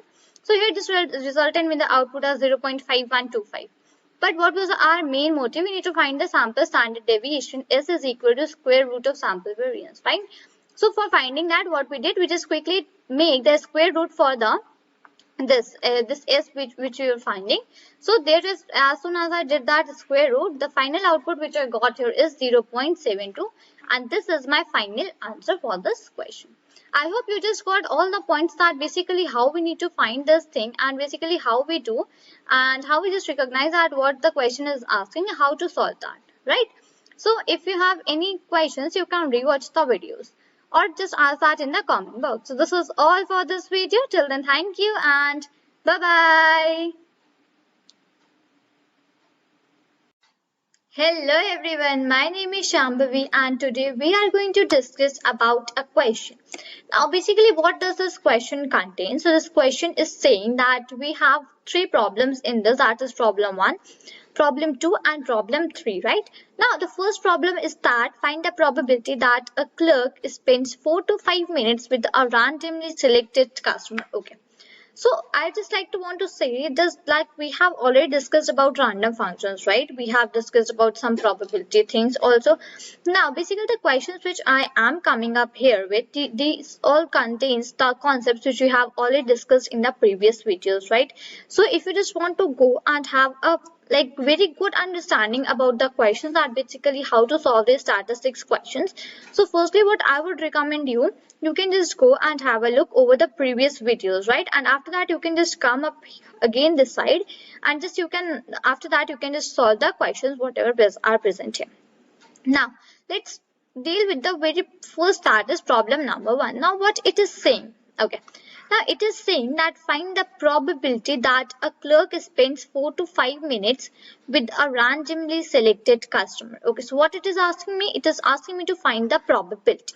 So I would just take my color this side and let's now have a proper look at basically how we write the things and basically how we do that. Okay, so here I would just write solution. Okay, I would write probability. Now what it is asking me to find, it is asking me to find the probability that a clerk spends 4 to 5 minutes. 4 to 5. Now just mind these words that are present, which is 4 to 5. So inside this P, that is I need to find the probability, I would write in bracket, I would write 4 less than x, and x should be less than 5. Okay, so my line, that is find the probability that a clerk spends 4 to 5 minutes with a randomly selected customer. So I have made the whole thing that I need to here. So this is the thing which I need to find this. Okay, so this is the thing which I need to find here.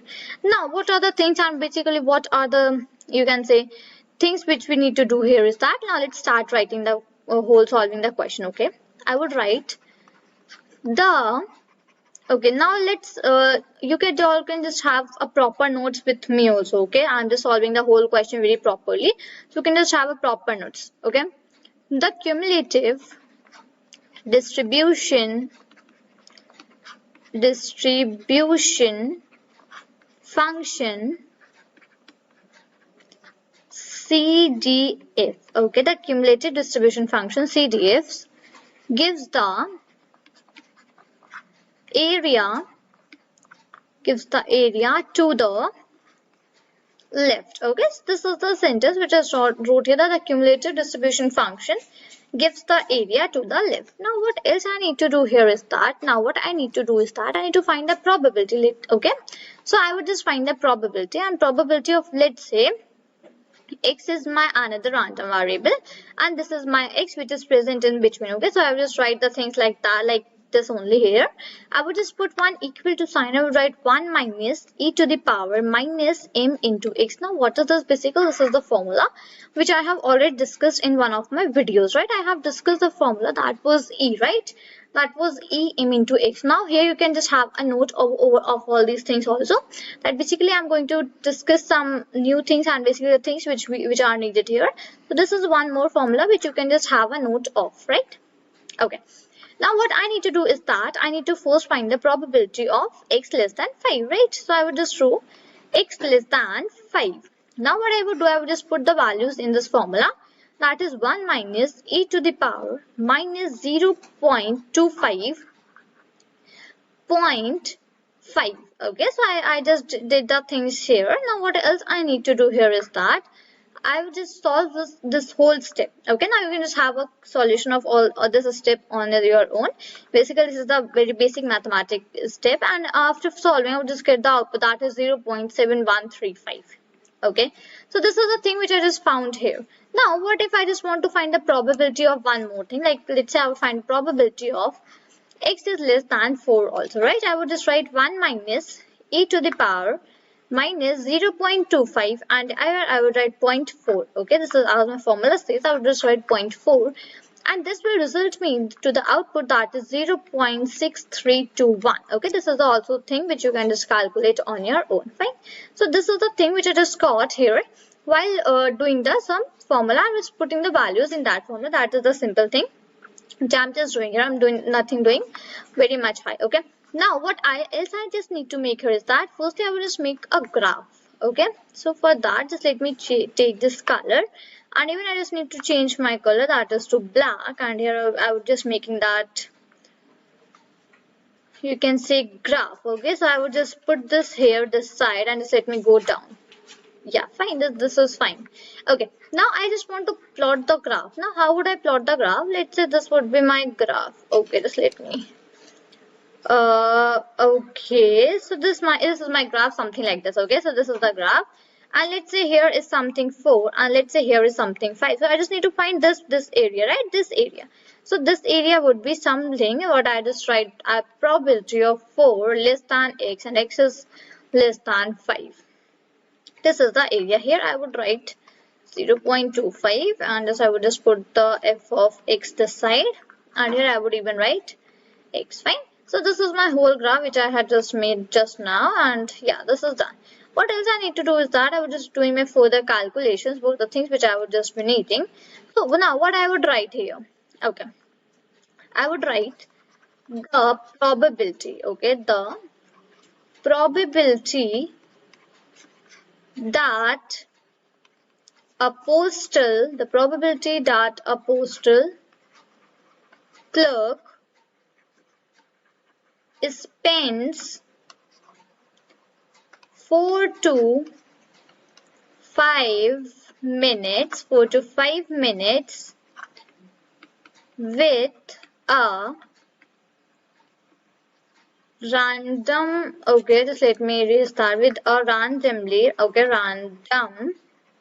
with a randomly selected customer, okay, is, and now what I would just put here is that, just let me go down more side. Okay, I would write probability of x less than, so, okay, sorry, I'm sorry, probability of 4 less than x and less than 5 is equal to probability of x less than 5 minus probability of x less than 4, right? Because I just want to find that what is the probability that x is greater than 4 and less than 5. So I would just subtract both of these values. Fine. After doing that, what I would get 0.7135 minus, and I would just, what was the value for this 4? I just got some value 0.6321. Okay, so that was 0.6321. Just let me go down, otherwise I would not be able to write the things. Okay, not this much also. Fine.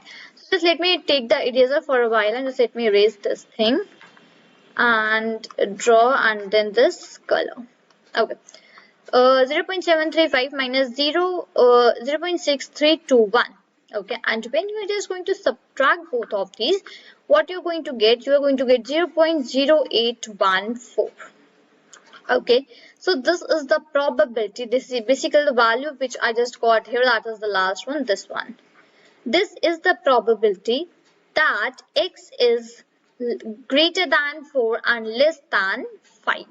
Right, now just let me give you the next problem for homework. Okay, I'm just giving you this next problem for, like, you need to solve this problem on your own, but before that I would just explain you the whole concept, that basically what this problem next is asking. So for that, just let me first explain you the first one again.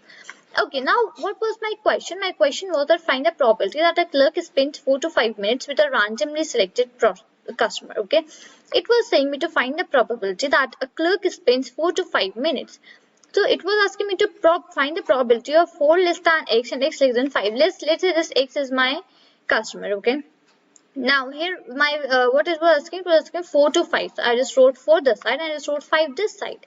Fine, this thing is done here. Now with a randomly selected customer, so it was asking me to find the probability. Okay, now the best thing which suits here was the CDF, to find the CDF, cumulative distribution function. Okay, so basically what it does, it gives the area to the left. Okay, it gives the area to the left. Now what I have done, I have just applied the formula for the CDF. Now formula for this applying CDF is probability of x is less than x is equal to, I just taken another x this side, and this is my x which is present in the between. Fine, which is equal to 1 minus e to the power minus m dot x. Fine, minus m dot x. Fine, this is done. Now what else I need to do is that I just wrote p, x less than 5 is equal to 1 minus e to the power minus 0.25 dot 5. Now when I just multiply and just solve these things, what I got as the output, as 0.7135. Okay, I done the same thing for this x less than 4. I just wrote x less than 4 is equal to 1 minus e to the power minus 0.25.4, which is equal to 0.6321. Okay, this is also done. We just got the output, this and this one, after the calculation. Now what else I need to do here is that I just plot this graph. Okay, this graph. Now how did I just plot this? Basically what it was asking me to find the probability that x lies between 4 to 5. Okay, and at the above what we have studied about this cumulative distribution function, that it gives the area to the left, right? So this is my this is the area which would be given towards the left side, this portion. Okay, which I have just highlighted from the red color. Fine, here I just got this is 0.25 and probability of x less than 4 less than x and x less than 5. I just got that here. Now what I just wrote here, the probability that a postal clerk spends 4 to 5 minutes with a randomly selected customer. Now I'm just finding the final probability that the postal clerk spends 4 to 5 minutes with a randomly selected customer is here. I just write probability of 4 less than x and x less than 5. So basically x is the probability that x is less than 4. Sorry, x is greater than 4 and x is less than 5. Right? I have just written probability of x less than 5 minus probability of x less than 4. And what I did, I just put the values, and after the subtraction I got this probability that okay, this much is the probability that x is greater than 4 and less than 5. The probability is 0.0814. Fine, so this was my first part of the problem which I just told you here, which I have done. Now what is my second problem? Now my second problem is asking me to half of all customers are finished within how long? Find the 50th percentile. Okay, now my second question is that half of all customers are finished within how long? Basically the customers that are present here, from that the half of the customers are finished in what much time. Okay, now it is asking me to find the 50th percentile. Now what about the percentiles? So for the percentiles we have already discussed, and just let me show you that thing. And yeah, this is the interquartile range, but here I must be having the 7th line. Let me go above. No, not this one. And okay, so this is about the quartiles and percentiles. You can just have a look here about the percentiles. So just let me write the things here in a way that percentile divides the order data into hundreds. Okay, and what about the percentile we have discussed? Yeah, so median is also called as a 50th percentile. Here I just told you a point when when we have discussed about the quartiles and percentiles, that median is also called as 50th percentile. Fine, but this was the case when we are getting the data points, but in our case we are not having any data points, right? So this was one of the lines which I just told you at that time. So basically from here you will need to just if you just want to have a proper look about this quartiles and percentiles, you can just go and visit this video. Okay, you will just get a proper idea about this thing. Fine. What else I have done here? Yeah, what was the question? So you need to find the 50th percentile. After finding that 50th percentile, what it is asking, it is saying that which is larger, the mean or the median. As I told, that 15th percentile is the median, right? As I just told you right now, that the 50th percentile is called as the median. And this what is larger, the mean or the median? Now you just need to find out that what is larger, the mean or the median. So these are the two problems which I am giving you to solve like you can just have a proper solution of these, and you can just like give the answers in the comment box. And if you're not able to do that, no worries, in the next video I'm coming up with the answers for these two problems. Okay, so this is all for this video. Till then, thank you and bye bye.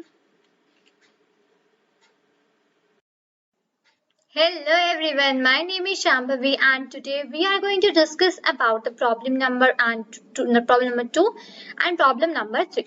So basically just let me have a quick revision that what I am just telling you and what we are doing. So basically I was having these three problems, that were problem 1, problem 2 and problem 3. So basically in the last video what we have done, we have solved the problem number 1 and problem number 1. Okay, so now today what we are going to do, we are going to solve the problem number 2 and 3 itself. So basically in the last video I have given all of you some hint like how to solve this problem number 2 and 3. So I hope you all have solved the problems. Now it's the time for me to explain these problems and give you the proper answer for these questions, right? So let's get started with the things. Okay, so what is my problem number 2 asking for me? So for that, just let me take a highlighter. Okay, no, not this one, just let me take this one. Okay, so now we are just going to discuss about problem number 2 and problem number 3. Let's get started with problem number 2. So basically it is saying half of all customers are finished within how long? Find the 50th percentile. Okay, so basically what it is saying me to find, it is asking me to find the 50th percentile. As I have already told you that whatever is the half, that is the median, right? And median is already known as the 50th percentile, right? So half of all customers are finished within how long? So it is asking me to find the 50%. So let's go on with the flow. But for now, just let me quickly explain that what we were doing previously, so that you can just get a proper idea and get a proper wrap up that what we were doing the things, right? What I was doing, I was just finding probability for x, that x is greater than 4 and less than 5. I was just finding this probability. So for that, what I did, I plotted a cumulative distribution function, right? And give, like I just told all of the things in very detail in the last video. So if you have any doubts regarding this, you can just go and have a look there.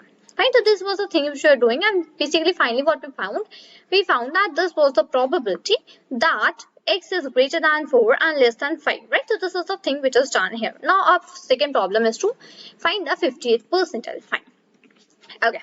So if I just want to write 50th percentile and something in percentage, whatever, I would just write 0.50. Okay, 0.50. Fine. Now let's do one thing. Firstly, quickly plot the graph. Okay, so let me just draw this thing. Okay, and now yeah, I would just take a different color this side, and let's say I would take red. Fine. Let's plot a graph, and it goes like this. Yeah, we have just plotted this thing previously also, right? So let me erase this for 1. Okay, so basically it is not going too much smoother, but yeah, the graph is smoother. You can just make it on your own, because for now I'm just not able to make that. It's something like this much smoother. Fine, I'm just not able to make that thing right now. So you can just make it using the instrument, because I'm just not using any instrument this side. Okay, fine. So I would just write it fx this side. I would write 0, and yeah, this is my, let's say this is my k, fine. And what I need to find, the probability of x is less than k, which is equal to 0.50. And what is this? This is x, fine. This is the thing which I just told you right now. Fine. Okay. Now what I would do, I would just write probability of x less than k is equal to 0.50, and like I just told, that 50th percentile, from that only I just got the 0.50. Now what else I would do, I would just take here probability of x less than k is equal to we have already, that is 0.50, and probability of x less than k, which is equal to 1 minus e to the power minus 0.25 into k. Okay, let's go above side, and here let's see that what formula we had used. Just have a look over this. What I had used 1 minus e to the power minus m dot x. Let me highlight that thing. I'm just talking about this formula, right? So basically this is the formula which we use, right? As in the previous video when I have just explained about the first problem, there also we have just used this formula, and now also we are going to use this one. So from here I just got 0.25. So I just put that directly here. Okay, I just put that thing directly this side. Just let me go down. Fine. Okay, 1 minus e to power minus 0.25 dot k. Fine. Now what else I need to do here is that I would just write Therefore, 0.50 is equal to 1 minus e to the power minus 0.25 dot k. Okay, why I just wrote this thing? Because I just know that probability that this is less than this is 0.50, right? Because here what I need to do is that I need to find the 50th percentile, right? So I just know that probability of x less than k is 0.50. So I just wrote 0.50 is equal to 1 minus e to power minus 0.25 dot k. Now what I would do, I would just take the natural logs both sides. Take natural. Before taking that natural logs, just let me do one more thing here.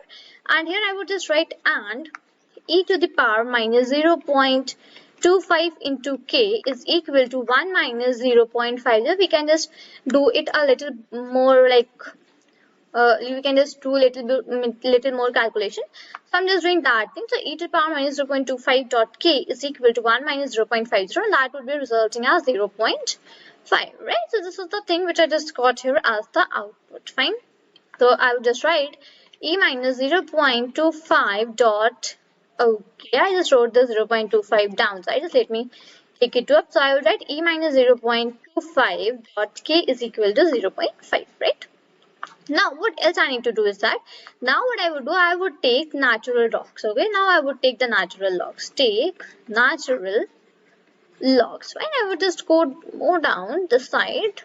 Okay, so what was my how would I take? I would take ln. I would e to the power minus 0.25 dot k. I would just close those thing, and even I would write ln of 0.50. Okay, 0.50, right? Done.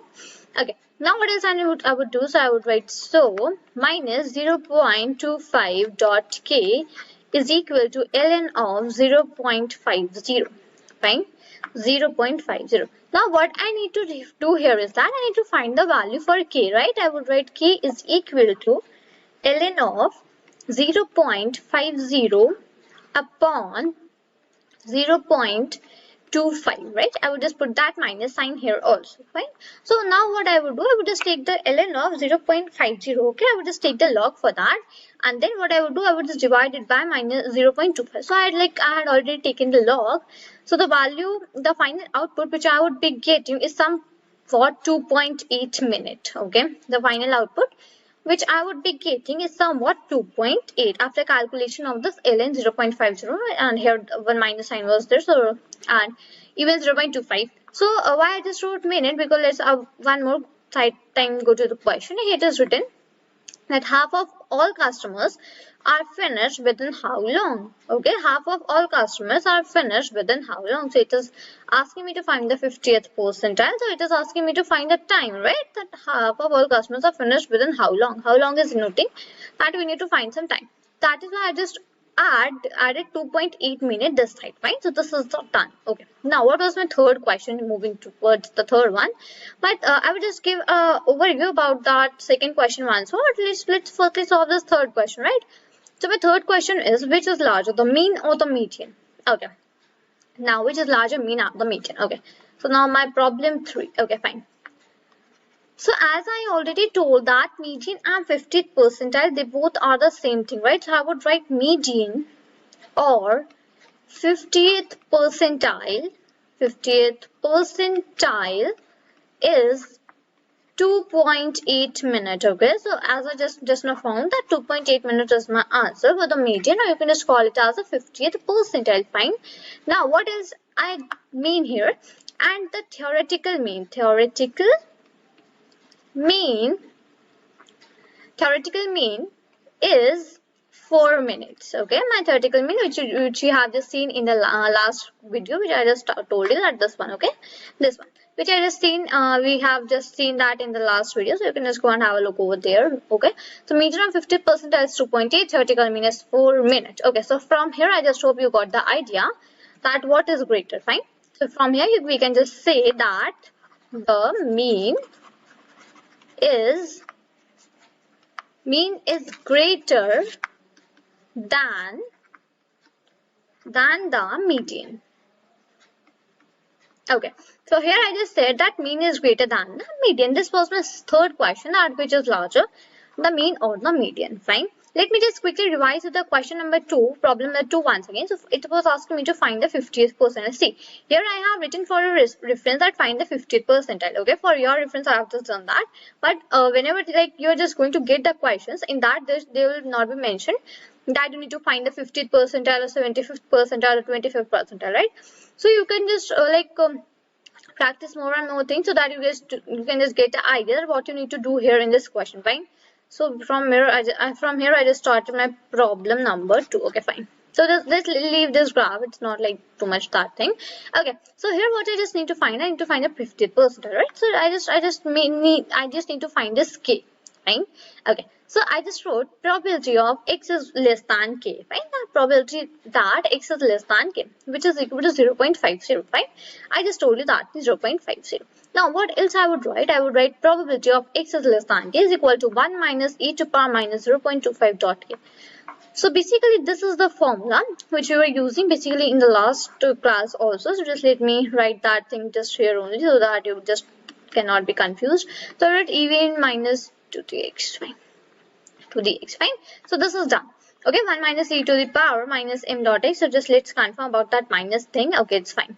Fine. So this was the formula which we have just put the value of m as 0.25 this side. Now I just note that the value for the probability of x is less than k is 0.5, right? I just know that thing. So I just put that probability of x is less than k as 0.50 this side, and here I just put the equals to sign. Alright, I have 1 minus e to power minus 0.25 dot k. Okay, and e to the power minus 0.25 dot k is equal to 1 minus, I just put this 0.50 this side and this e to the power e this side. So basically my e became positive and my 0.50 became negative. Okay, so it just gave me the result as 0.50 only, fine. This is done. Now what else was there which we were doing? So basically after getting this, I just take the natural logs. I just put this ln of this side, ln of this side also. So basically this, after resulting, I just got 0.25 dot k ln bracket 0.50, and after that I just found the value for k. K is equal to minus of ln 0.50 upon 0.25. So k just resulted me as a final output of 2.8 minutes, fine. Now my third problem was that I need to find out which is greater, mean or median, fine. So I just told you that median of 50th percentile is 2.8 minutes and the theoretical mean is 4 minutes. So obviously you can just have a guess from the side only that my mean is greater because 4 is greater than 2.8, right? So this was the whole idea about solving the problems. When basically you get some problems like this, so you can just have a proper look and proper solvable or like solve these problems like this only. Okay, this was a whole detailed explanation about those types of question. Now what I would just say to you that while solving only one question, you will not get all the concepts and all that thing. So for that what you need to do is that you need to just go and search about the questions, just solve that questions, practice and all that things. You need to just do that for learning the statistics in very detail and in very perfect way, fine. So I hope you just got the whole idea about this thing, and the next video also, basically next Friday, we'll be just coming up with some more questions for you. Okay, so this is all for this video. Till then, thank you and bye bye. Hello everyone, my name is Shambhavi and today we are going to discuss one more question on statistics. So basically this question consists of the topics which we have already covered in our previous videos, right? So now let's jump into the question, see that basically what is this question asking us to solve and basically how to solve the things which whatever this question is asking to us, right? Okay, so it is given that AC Heating and Air Conditioning Service finds that the amount of time a repairman needs to fix a furnace is uniformly distributed between 1.5 and 4 hours. Okay, let X is equal to the time needed to fix a furnace. Thus, X approximate to, and in bracket is 1.5 comma 4, right? Now there are sub questions for this question and there are sub points, right?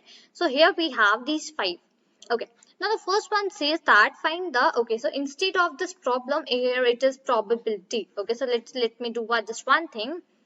Okay, let me take this color and let me, okay, I will just cut this problem. Instead of this I would just write probability, B-I-L-I-T-Y. Okay, Now, what it is asking? It is asking me to find the probability that a randomly selected furnace repair requires more than 2 hours. Okay, so here I just got a condition that I need to find the probability that a randomly selected furnace repair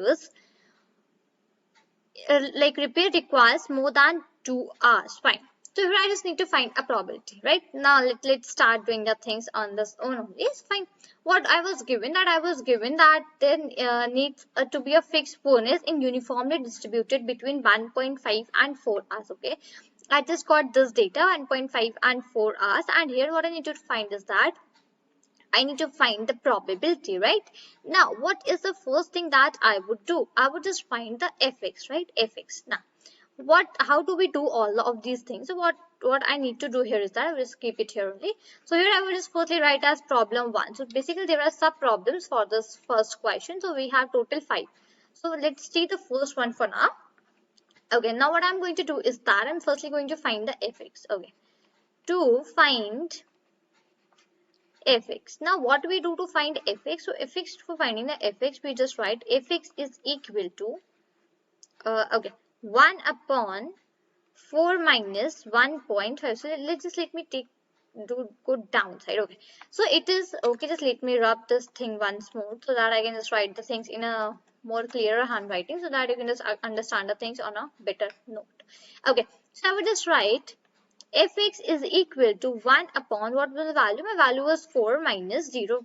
Sorry, it was 1.5, right? It was 1.5. Now when I would just do the things after subtraction, I would get the value as 1 is equal to 1 upon 2.5. After final one, what I would do, I would just get the value that is 0.4 after final divided. Okay, so from here what I get to say that, so f of x is equal to 0.4. So this was my first step, which I need to do is that firstly I need to find the fx. So I have just done that thing. Now what is my next thing which I just need to solve here? Now next thing is my first question, that is asking me to find the probability that a randomly selected furnace repair requires more than 2 hours. Okay, so what I need to do here is that I need to find the probability. So I need to find the probability that x is greater than 2. Now what was x? X was already given above, that let x is equal to the time needed to fix a furnace, right? And we need to just find this thing only, find the probability that a randomly selected furnace repair requires more than 2 hours. Fine, so this is done. Now what I need to do here is that I would just go down this side. Okay, now I would just find the probability for doing this thing. Now what is the probability for finding this thing? So basically I have a furnace, and what was given here that repair need to formally distributed, the time need randomly selected required. So basically I have two data points, 1.5 and 4, right?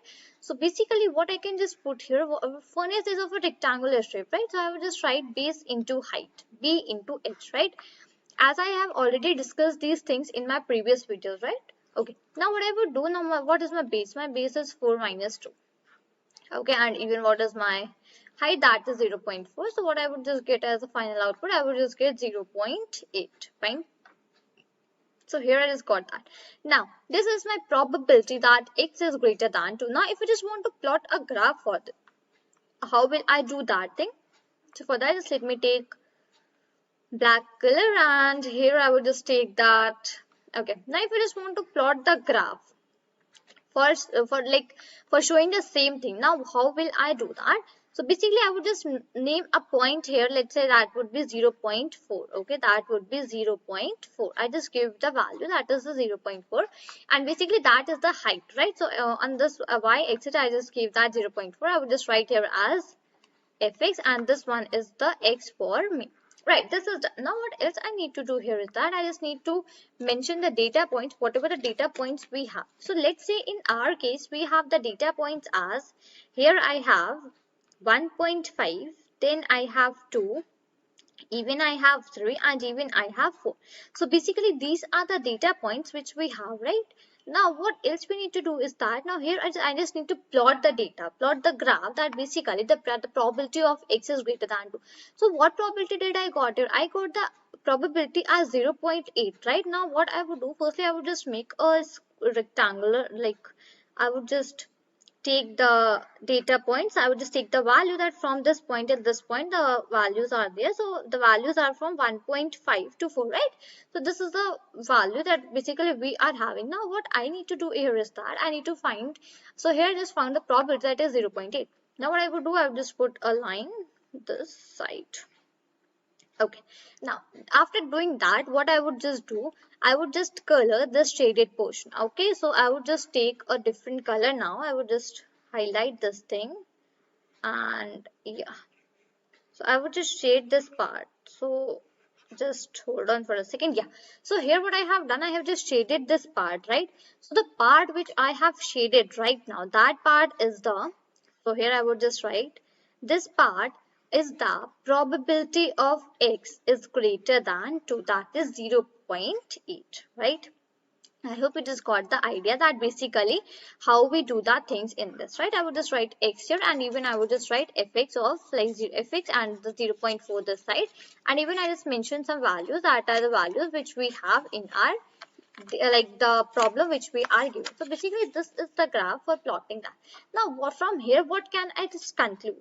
Okay, so just let me go down this side and let's start writing the things that basically what we can conclude here. So I would just write uniform distribution. Okay, uniform distribution between 1.5 and 4 with shaded, okay, so SH with shaded area between 2 and 4 representing the probability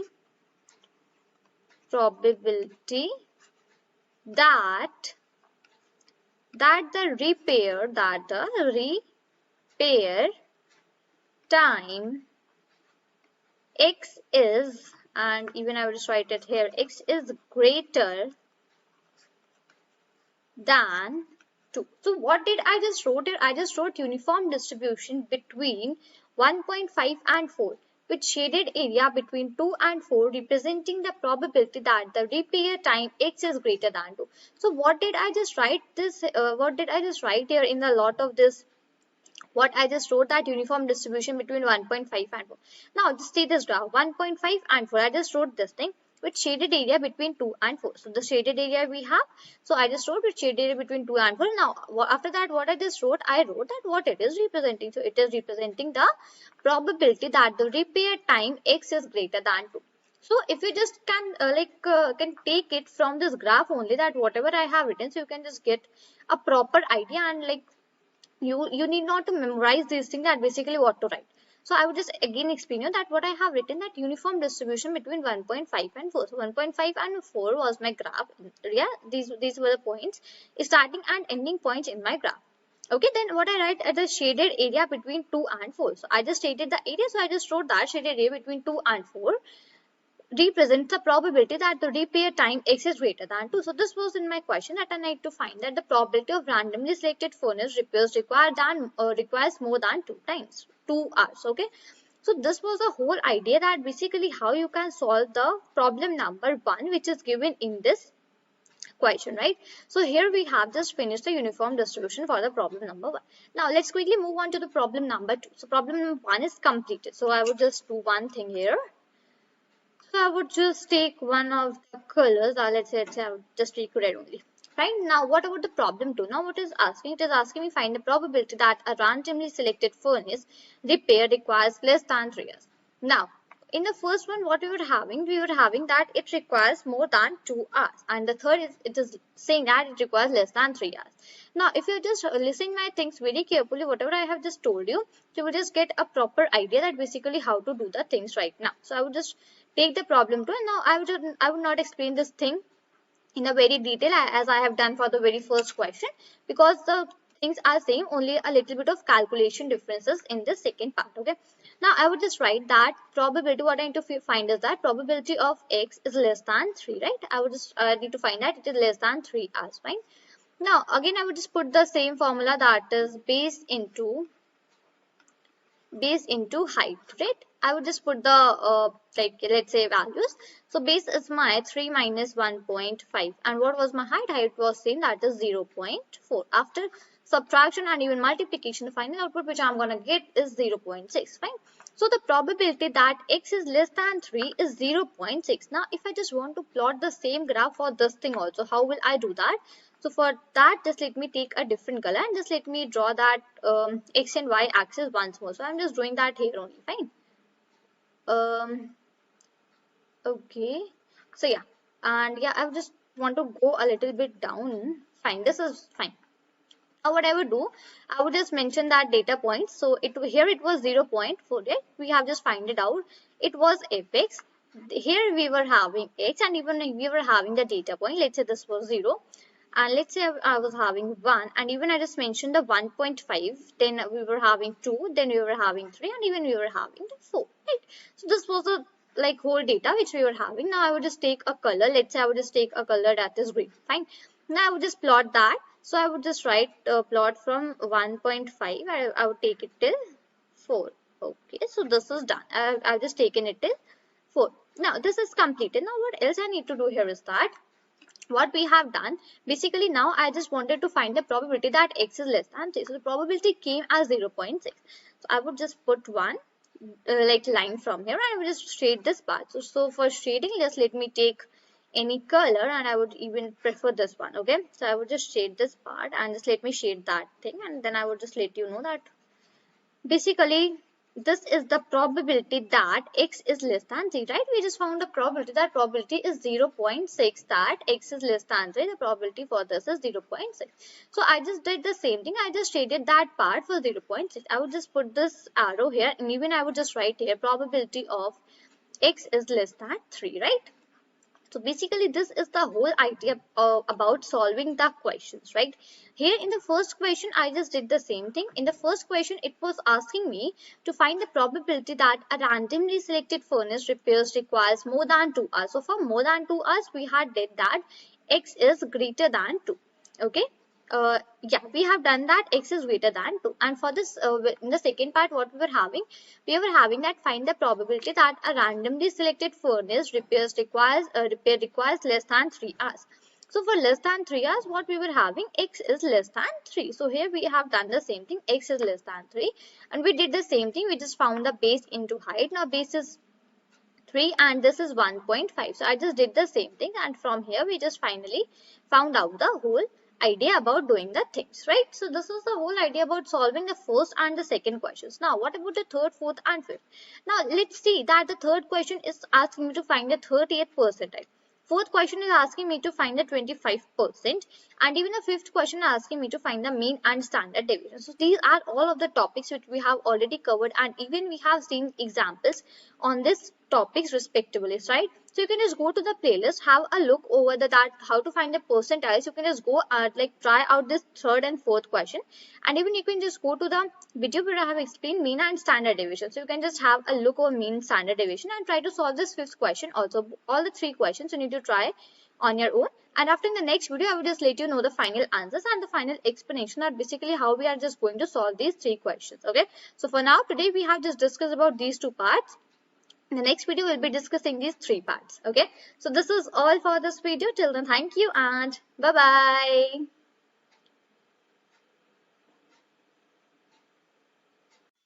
Hello everyone, my name is Shambhavi, and today we are going to discuss the same question which we have discussed in the previous video. So basically we have discussed the two parts in the last video, and now today we are just going to discuss the rest of the three parts that are problem number 3, 4 and 5, right? Now what was that question which we were dealing with? Now just let me quickly give you a recap that what we were doing and what was the question that we were just solving. Okay, the question was AC heating and air conditioning service finds that the amount of time a repairman needs to fix a furnace is uniformly distributed between 1.5 and 4 hours. So you're just giving that point 1.5 and 4. Okay, let x is equal to the time needed to fix a furnace, right? Now the first question was find the probability that a randomly selected furnace repairs requires more than 2 hours. So we have to solve that thing, and after that we just got an final answer that was 0.8, right? After that, the second question was asking that find the probability that a randomly selected furnace repair requires less than 3 hours. So for that even we have solved, we got the output as 0.6. Now today is the day for solving all of these like 3 test questions. Fine. Now what is my third problem? Find the 30th percentile of furnace repair times. Okay, so it is asking me to find the 30th percentile. Okay, now let's do that thing. So for here I would just write that problem number 3. Now here I need to find the 30th percentile. Fine. Now what is the procedure for finding that? So firstly I would just write probability of x is less than k, right, which is equal to 0.30. Now what I have just written here, so basically I have explained this thing many a times in my video. So if you just don't know about this thing, you can just go to the previous videos and you can just have a look. Basically in the question set only I have explained this thing. Okay, and even in the percentiles and quartiles topic I have explained this thing, so you can just go and have a look over there. Now today I'm not going to explain this thing, okay, right now. So basically probability of x is less than k is equal to 0.3. So what we need to find is that we need to find the 30th percentile. Fine, so I have written this. Now what is the next thing? That the probability of x is less than k is equal to base into height, as we were just solving that we were having a rectangle, so we were solving these things. Okay, so it's base into height. So what I would write now, base is my k minus 1.5, okay, and height is my 0.4. I just put this multiplication sign into 0.4. Right, even I have the value for probability of s less than k. Okay, I have the value that is 0.30. So I would just put the 0.30 in place of probability of x less than k.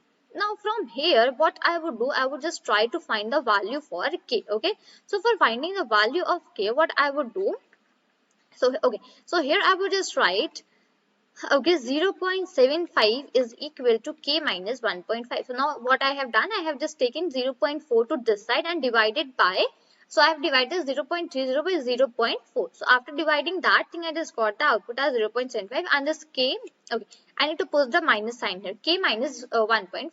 Now what I would do, I would just take this 1.5 to another side and this minus sign would become plus. Okay, so it would be something like 0.75 plus 1.5 is equal to k.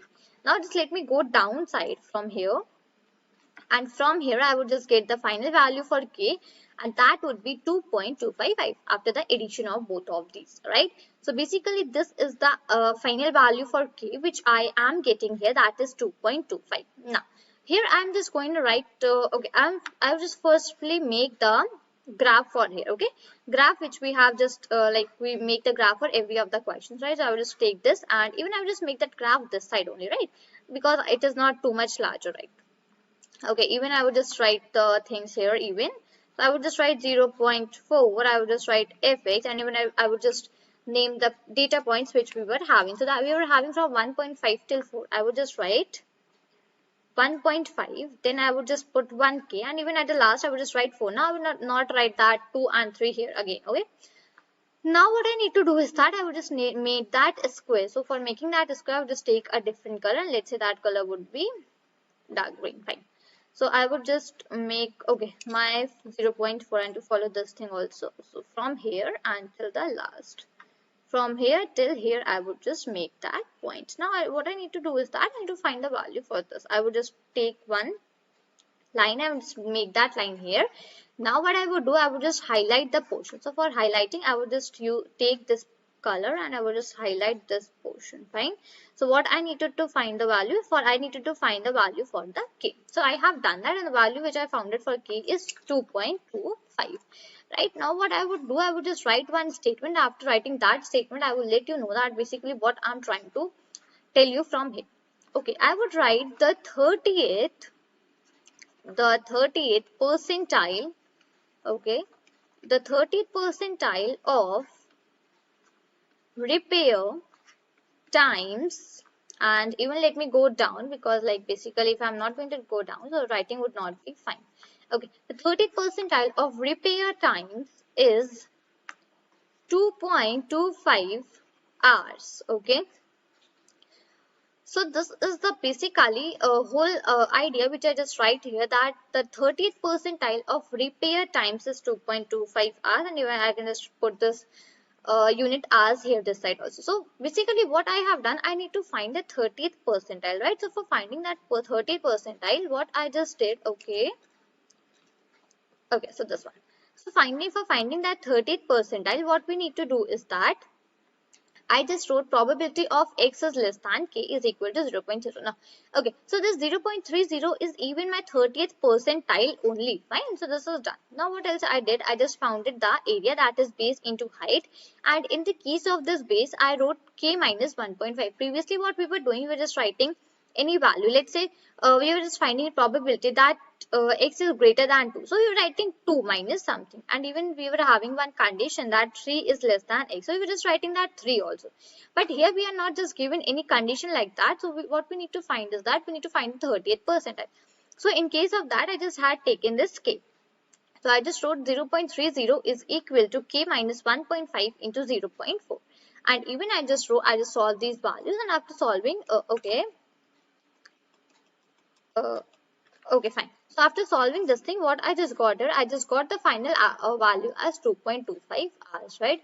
So this was the whole idea about solving the problem number 3. Now moving towards the problem number 4. Now let's see that basically what the problem number 4 is asking from us. Now it is saying the longest 25% of repair furnace repairs take at least how long? In other words, find the minimum time for the longest 25% of repair times. What percentile does this represent? Okay, now listen to the question once more. The longest 25% of repair furnace repairs take at least how long? Now we need to find that the longest 25% of repair furnace, how much time it is taking for getting repaired, fine. In other words, it is saying find the minimum time for the longest 25% of repair times, okay. And the next thing is that what percentile does it represent? Okay, now let's go down and let's start writing the answer for this thing. Okay, now what I need to do is that for here my condition for x is greater than k, right? And what is my k? So here I would just write 0.25 as we said that 25, right? So dividing that by 100, so I just got as 0.25, right? Now what I would do, I would just do the same thing which we were doing previously. I would just find the value for the k. So probability of x is greater than k is equal to base into height, right? Base into height. Now what I would do, I would just write 4 minus k into 0.4, okay? Base is my 4 and I need to find the value for k. And even I just have the value for probability of x is greater than k, and that value is 0.25, right? So this is done. Now what else I need to do here is that I would just take this 0.4 and divide it by 0.25. So after doing all of that things, the answer which I would be getting is 0.625, and even here I would just get 4 minus k, fine. Now let me go down, and now when I would just take this 4 another side, so it would be 0.625 minus 4 is equal to minus k. So basically 4 is the greater one and we have the minus sign with it. So I would be getting after subtracting as 3.375 is equal to minus k. This minus and minus gets cancelled with each other. So for the final value for k which I would be getting is 3.375, right? So this is the final value which I just got for the k. Now k, I just need to find the value of k, and here I just did that thing.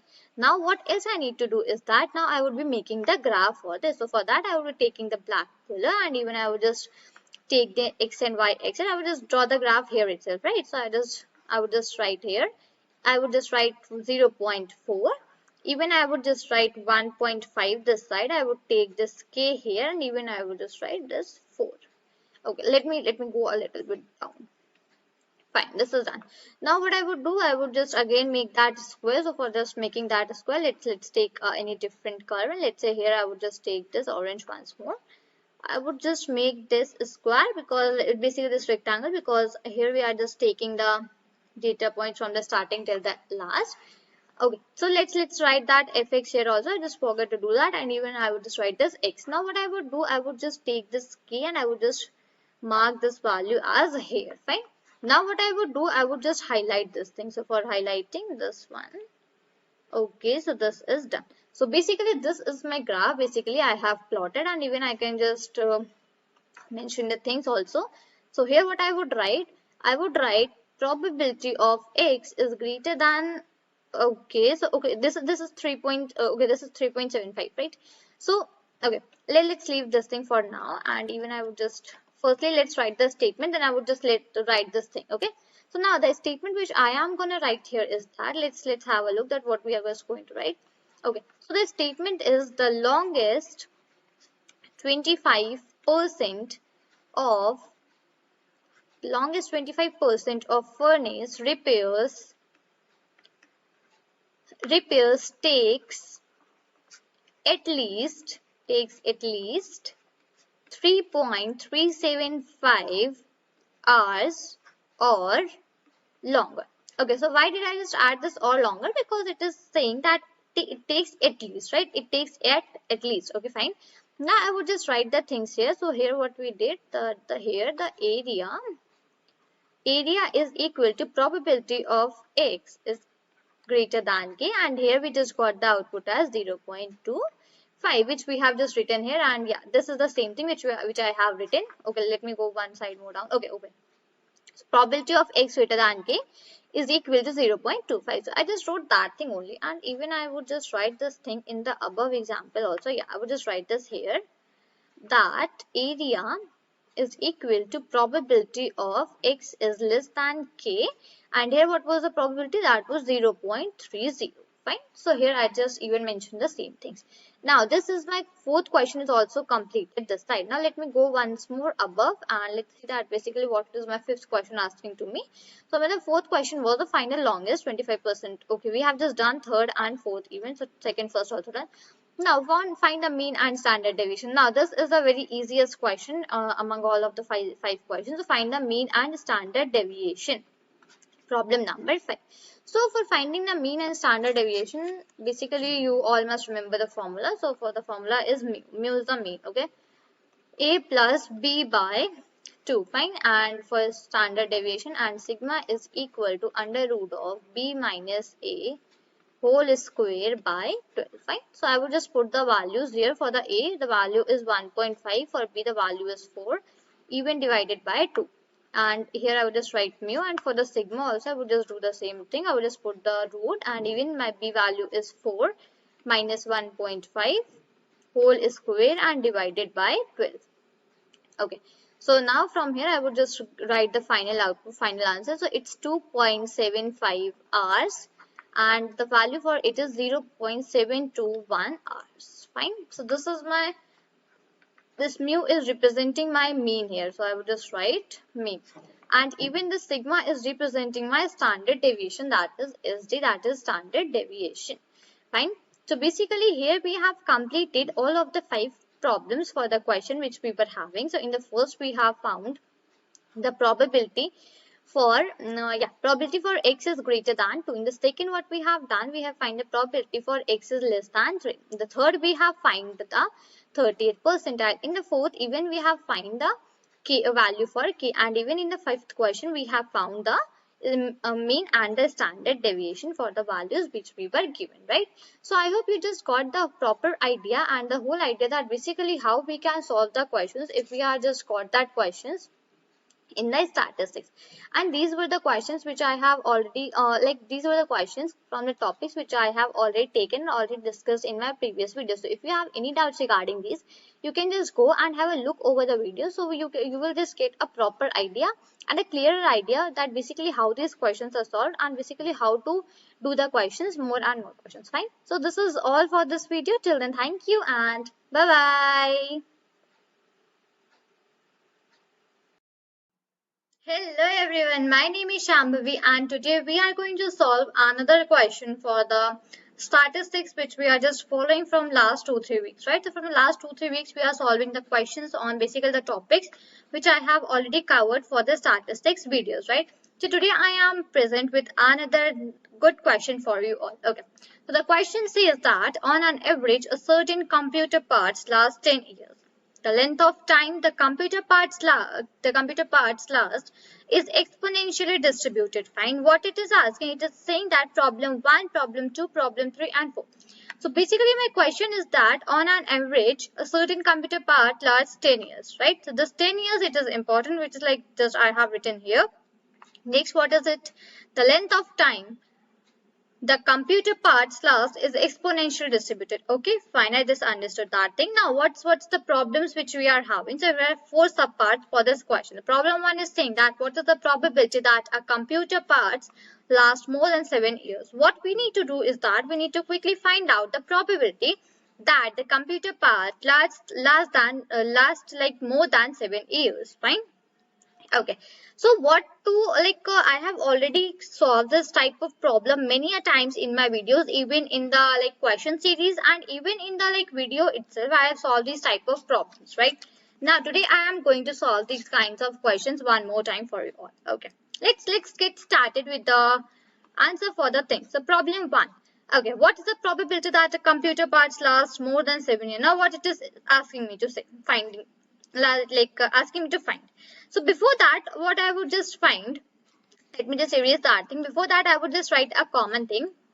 So here from the question, what I just got, let x is equal to the amount of, let x is equal to the amount of time a computer part, okay, now I'm just moving down, okay, a computer part lasts, okay, last. So from I just taken a variable that is x and I just given it let x is equal to the amount of time a computer part lasts, right? So this is the normal thing which we basically do, and so I have done that thing here. I have just taken a variable and give it a let's say x is the amount of time a computer part lasts. Fine. Now what else was given to me in the question? So in the question I was having something on an average a certain computer part lasts 10 years. So last 10 years, that is the mu for me. So mu was represented by means. Okay, just let me write that. So let me represent that. So mu. So it is equal to 10, right? So from here, what can I just get? So m is equal to 1 upon mu. Fine. So it is this is the formula which you basically use. So I would just write 1 upon 10. So here I would just get the output as 0.1. Fine. So this is done. So this was basically the calculating for the value of m.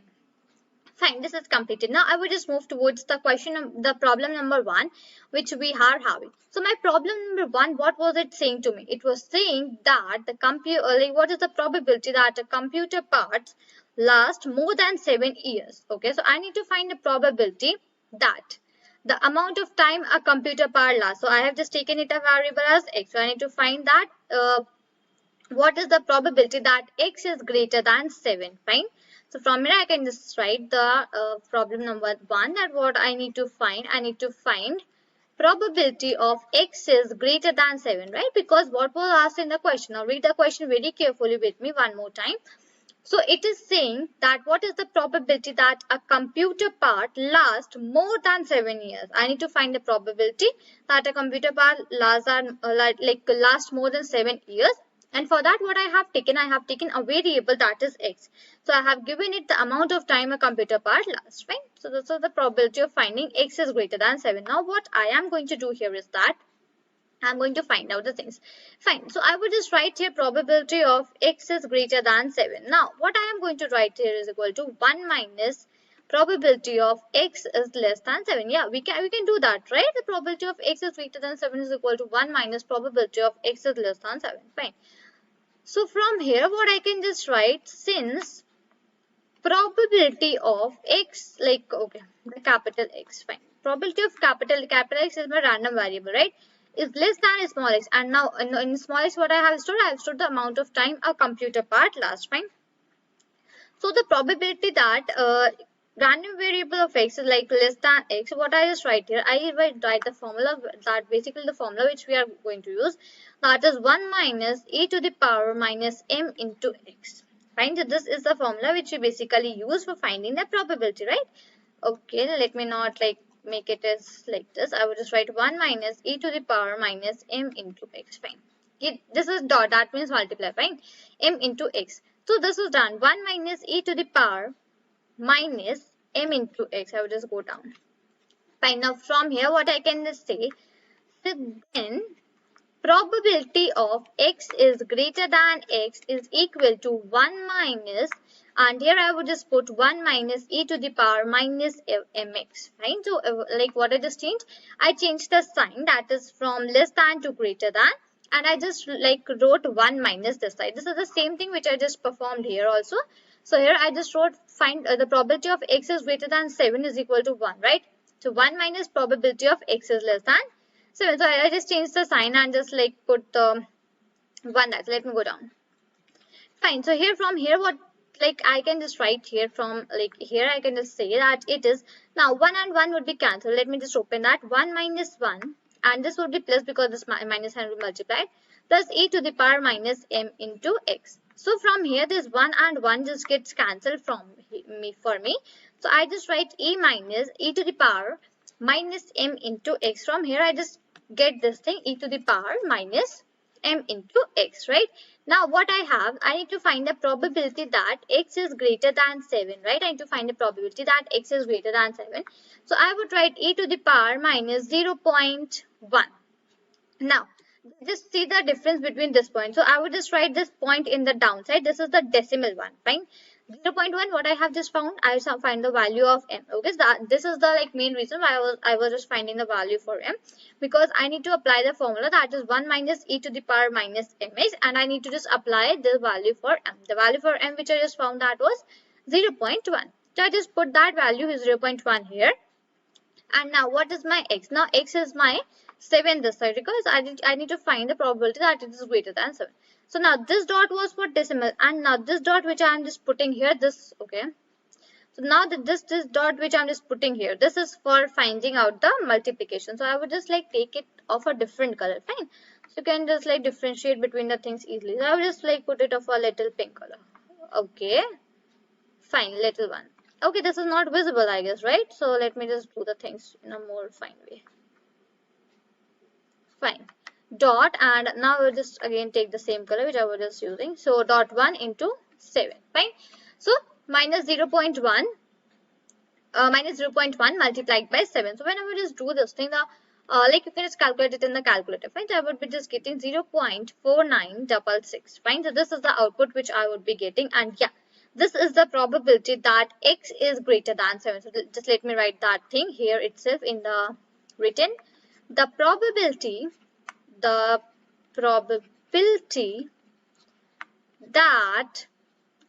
a computer, and let me go down. The probability that, okay, I just did this side. Okay, I would just now go down. The probability that a computer, what was my like question? The probability that a computer part lasts more than 7 years. Probability that a computer parts last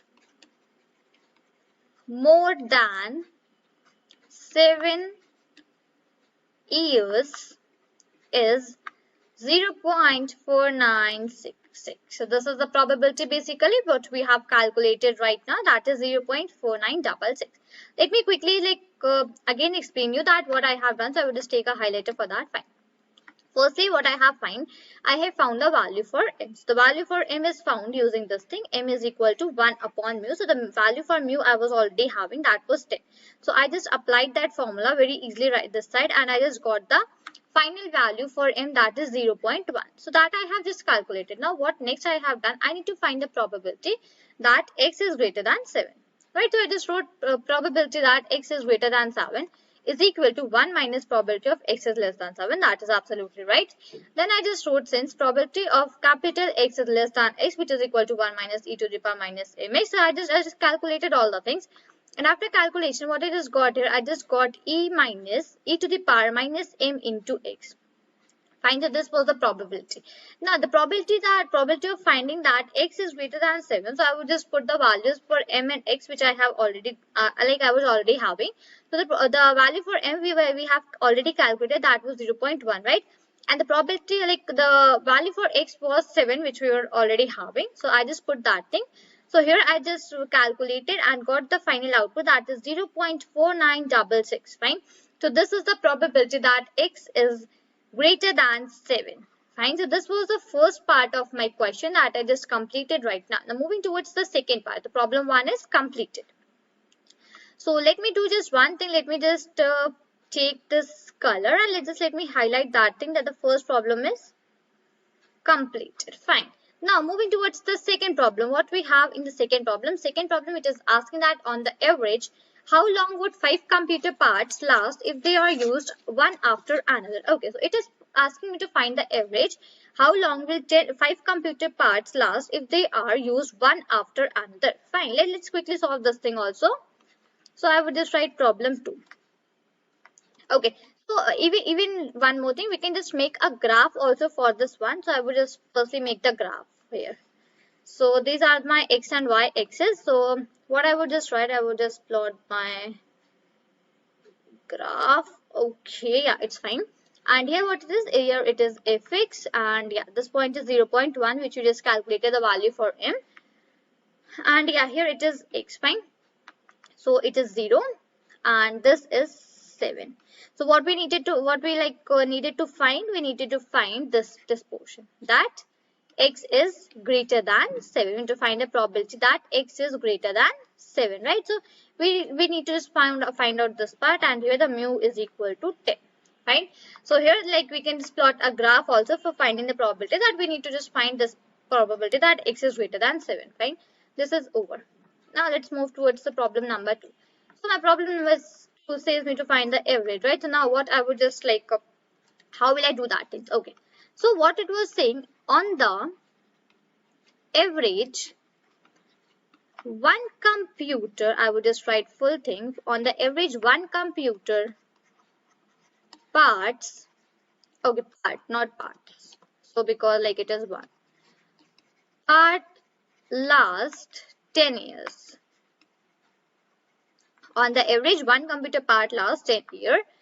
Therefore, 5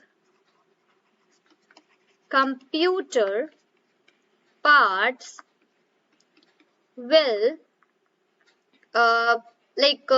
if they are used one after the another, 5 computer parts, and I will just put a comma, if used one after the another, would last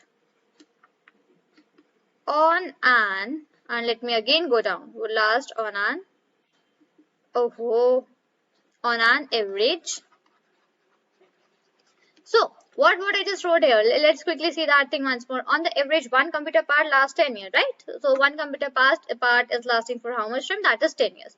Therefore, so 5 computer parts will last for how much long? This is a very basic question, a very beginner question, even a small child can also do. So that would be 5 into 10, right? So 5 into 10, that is 50 years.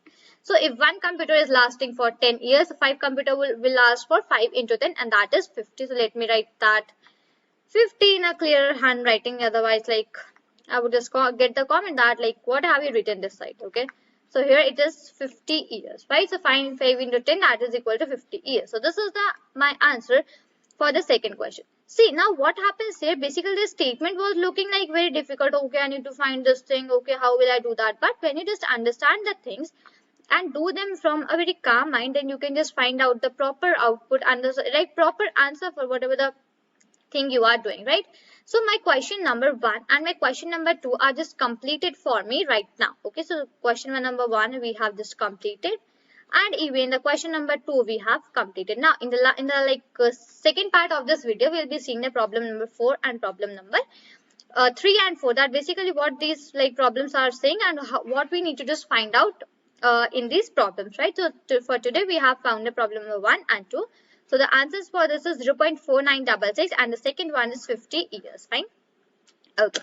So this is all for this video. Till then, thank you and bye-bye. Hello everyone, my name is Shambhavi and this is basically the second part of the question which we're solving in the previous video. Okay. So basically in the previous video we have seen the problem number 1 and 2, that basically what they were asking from us and what was the solution for these two questions which we have just seen in the part 1 for this video. Now today is the time to see the part 3 and the part 4 for this question which we're taking. So today we are going to see this problem number 3 and the problem number 4. Fine, so let me just quickly revise that what was the question asking to us. So the question was saying that on an average, a certain computer parts last 10 years. The length of time the computer parts last is exponentially distributed. So this was like on our question that on an average, a certain computer parts last 10 years. So they were just taking an average that, okay, this is the average that basically a computer part, the parts which are in computer, they just last for 10 years, fine? The length of time the computer parts last is exponentially distributed. So then the problem 1 and problem 2 were asking, the first one was asking to find is the probability that a computer part lasts for more than 7 years. So we have just found out the probability, like we have find the probability of x is greater than 7, fine. And what was the second part asking to us? Second part was saying that we need to like find out the average. Okay, so on the average, how long would 5 computer parts last if they are used one after another, fine. So this was the problem number 2 which we were having. Now what is our problem number 3 saying from us for today? So it is saying that 80% of computer parts last how much long? Okay, so it is saying, it is asking us to find the like probability, find the percentile this side. So whenever it is written that 80% of computer parts last how much long, so what we just take, we take the value of k. We find out the value for k, right? So that is the same procedure which we are following in the previous videos whenever I have just told you about the questions. So there I have already told you that basically whenever it comes something like that, 80% of computer parts last how much long. So basically at that part we just found the percentile. Okay, so let's get started with the things. Let me just write here as problem 3. Okay, fine. So let's like make the write the things here. So what is the problem 3? It is asking us to find 80th percentile, fine. It is asking us to find the 80th percentile. Okay, so now what I would just take, here k. So k is one of my variables, so I just write here, let k is equal to 80th percentile. So k is one of my variable which I have just taken, and okay, just let me erase that thing. Okay, so I would just write here as percentile. So here I have just taken a like variable that is k, and I have assigned the value as I have taken it as 80th percentile. So for like demonstrating the 80th percentile, for denoting 80th percentile, I have taken a variable, and that variable is k. Fine, that is done. Now what I need to do here is that what I would do, I would just solve for k, right? I would just find the value for k, that what is the value for k. So before doing that thing, let's plot a graph for that. Okay, so I would just write and make a graph this side. For that, let me just, okay, so this is the x and y axis, and in the x and y axis I will just take a different color this side. So I will just like take, okay, not this one, so just let me go to the colors, and either I will just take this one. Fine. Now here what I'm going to do, I'm just going to like write the values, and before that firstly I'm just going to plot the graph itself. So it is something like that, right? Here I would just write the value as 0.1. So we have already found that what is the 0.1. So that was the value for m, fine. That is 0.1. Here it is my x-axis, here nothing. And then what I need to do is that I need to just like write for the value of k, okay. So I would just take it from here as 0, and let's say just mark it as k. So there, k. Now what I would write, I would just need to find the probability that x is less than k, which is equal to 0.80, right? So we're like 80th percentile, that is 0.80. So here I need to find the probability that I just know the probability for x is less than k is 0.80. So one part is solved. Now I need to find the value for k. I would again just go down from here, and yeah, just 1 second. Fine. Okay, now here I would just start solving for the value of k, and for that what I would do, I would just like write k is equal to ln of 1 minus 0.80 upon minus of 0.1. So, right, this was one of the formulas which we have already seen in the previous video. Basically, previous questions which we have solved in this ongoing series, that is for the questions for data, question for statistics, right? So if you just want to like have a proper note that basically what I'm just doing is, you can just refer that video. Basically, on the previous week I have just posted that, and in that I have already explained, and basically I have explained very detailed that basically how do we just find the value for k, and like what's the formula for finding the value of k, and all that things I have already taken. Fine. So I have just written k is equal to ln, and in brackets I would write 1 minus 0.80, which is upon and minus 0.1. So it will just like it will compute the answer. So it would be just something like 16.1 years. Fine, you can just calculate the things on your own. Fine, so it would be something 16.1 years. Fine. So what was my question that was asking it to me? It was like 80% of computer parts last how much long? So it was like asking me that 80% of computer parts, the parts like which are in computer, so 80% of that parts can last how much long?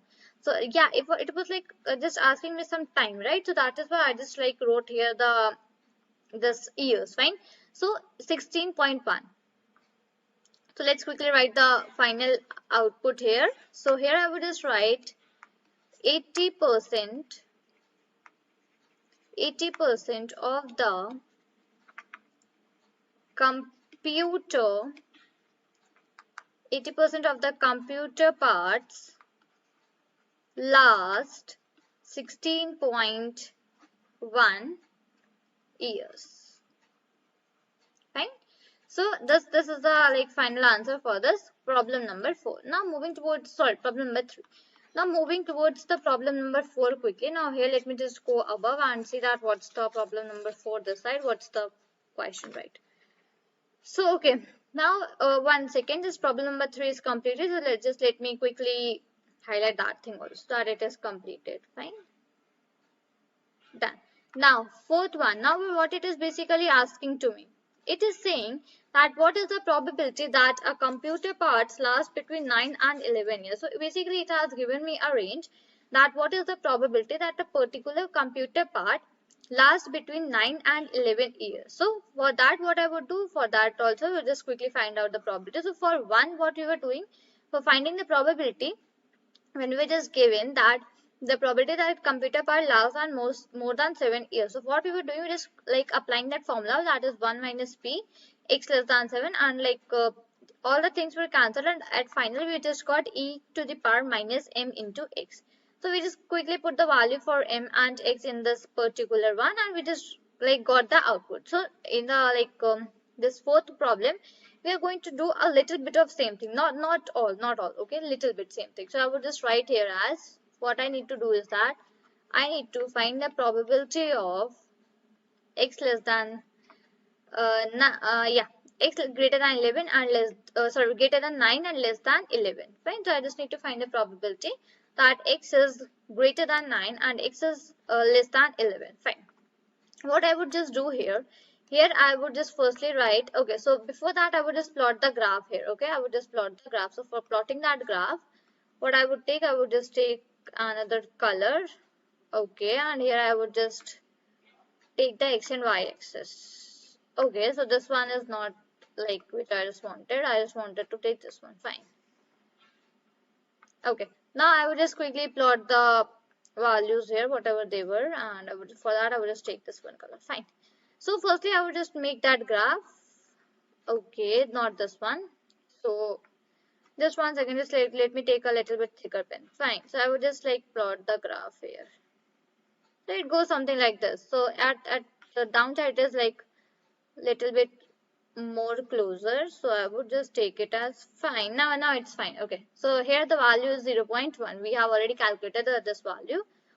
And basically the plot something, my graph something goes like this. Okay. So from here it is a very large axis, you cannot see. So here I just explained that my plot goes something like this. Fine. And this is my x-axis. This is 0. I would just take it as 9. I would just take it as 11. So what I need to find is that I need to find this middle portion. Middle portion is probability of x is greater than 9 and less than 11. Fine. And I just need to find the middle portion, what is present here, and that is this one portion. I need to find this one. Fine. So we're just doing the things for this portion. Okay, now just let me do the further procedure for finding the answer. I would just write here as probability of x is less than 11 minus probability of x is less than 9. Fine. I would just write something like this. I would just subtract both of the probabilities.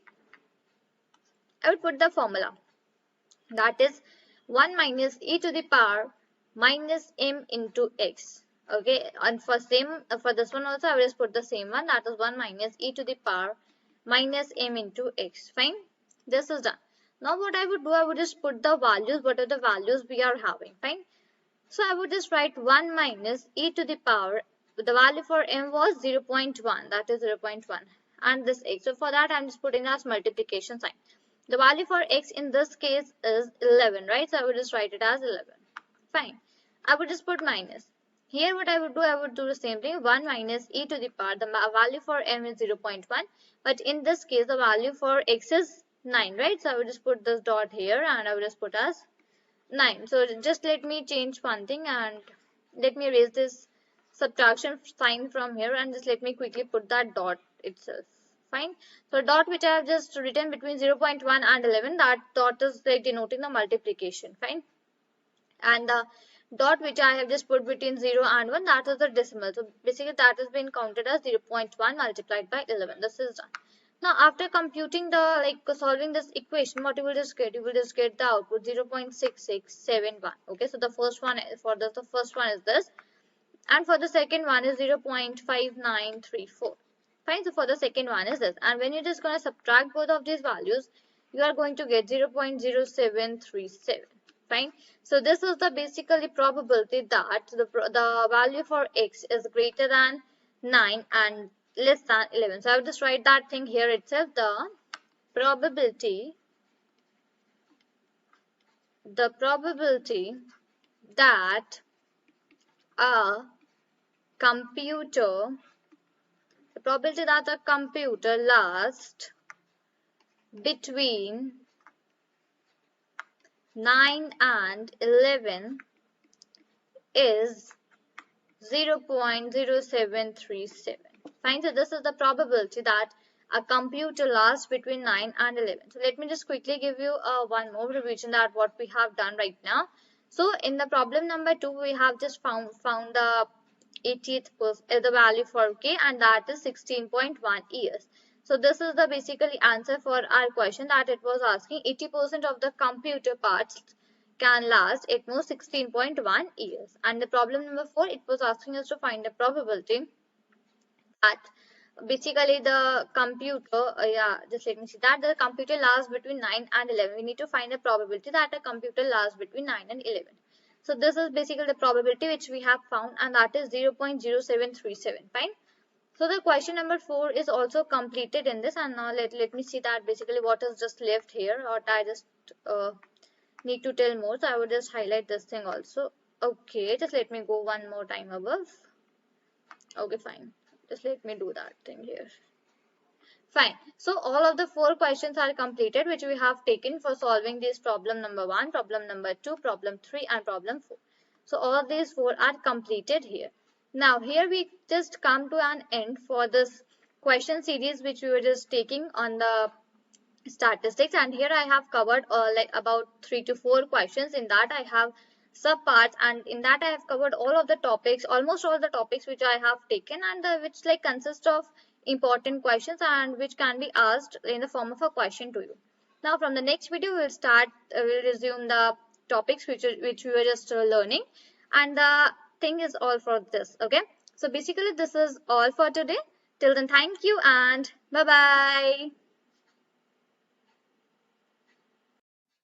Hello everyone, my name is Shambhavi, and today we are going to see a new topic, and the name for the topic is central limit theorem.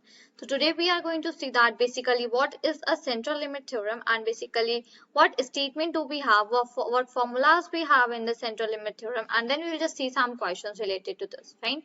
So this is for this video for now. Okay, so I would just I will just tell you one thing, that basically in the last video I have already completed all the questions for the statistics which we were taking. Okay, so that are already completed in the last video.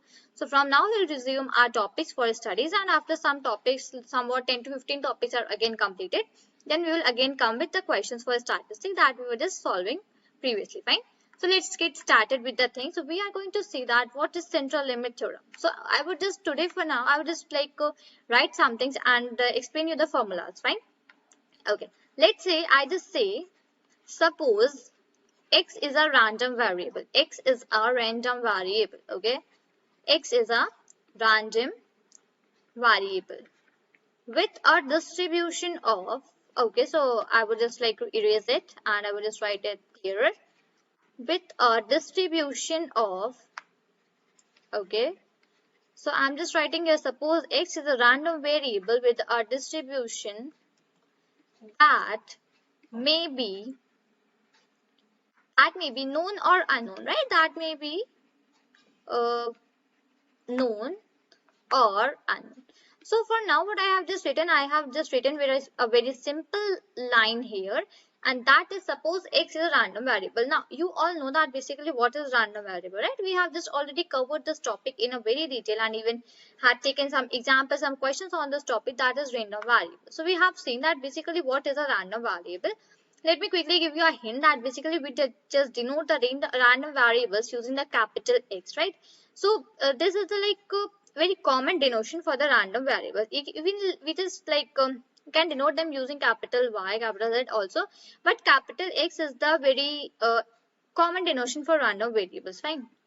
Here I have just written one line. Let's suppose x is a random variable with a distribution that may be known or unknown. So here what I am taking, I am taking a random variable that is x, and for that what I am just saying that I have taken a random variable x and its distribution, and basically we there are two cases. We can know the distribution and we do not know the distribution, right? So that I have written that may be known or unknown. It is like we are familiar with that or we are not familiar with that. These are the two cases. Now what I am just going to write, I am just going to denote some symbols here, right? So now what is this mu x? As what is this mu x? So this is the mean, right? Mean for my variable, mean for the x which we have taken right now, that is x. It is the mean. So I would just write here the mean of capital X, not the small one. So just let me write that. Okay. So mu x is the mean for the capital S. Now similar, I will just write here as sigma x. Now what does the sigma x means? The sigma x is the standard deviation, right? So the standard deviation, okay, of x. Fine. So what is the mean and what is the standard deviation? We are just familiar with these two terms also about the mean and standard deviation. We had already seen these things. And if you just want to have a review of all these things, you can just go and watch the videos for the random variables, even for the mean and the standard deviation. But that basically what are the formulas, what are these terms, and how do you just find that things, right? Now, for now I have written, suppose x is a random variable with a distribution that may be known or unknown. So mu x is equal to the mean of x and sigma x is equal to standard deviation of x. Now, if I just draw a random variable here, okay, random sample, if I draw a random sample of size n, okay, so basically we always denote the size from n, right? N is the common common denotation, you can just say. We just write that size as n, okay. So if okay, so if in place of I need to just write I. Let me erase that thing and let me quickly take the same color. So for here I'm just writing u. If you draw a random sample of size n, okay, then as n increases, as the value which you have taken for n, as the value for n increases, the random variable x bar, which consists of the random variable x bar, which consists of sample means, to be normally distributed. Fine, to be normally distributed. Now here what I have written is, let me quickly explain you that thing, because after this I'm just going to write one formula right this side. Fine. So here what I have written, if you draw a random sample of size n, right? We can just take a random sample of any size, right? So I just suppose that size to be n. If you draw a random sample of size n, then as n increases, the random variable x bar, which consists of sample means to be normally distributed, and x bar is approximately equal to n times, and this n time is the size even. And here what I would just write, mu x. Mu x was a value for the mean of x, right? Mu x, comma, sigma x upon under root of n. Just let me go down.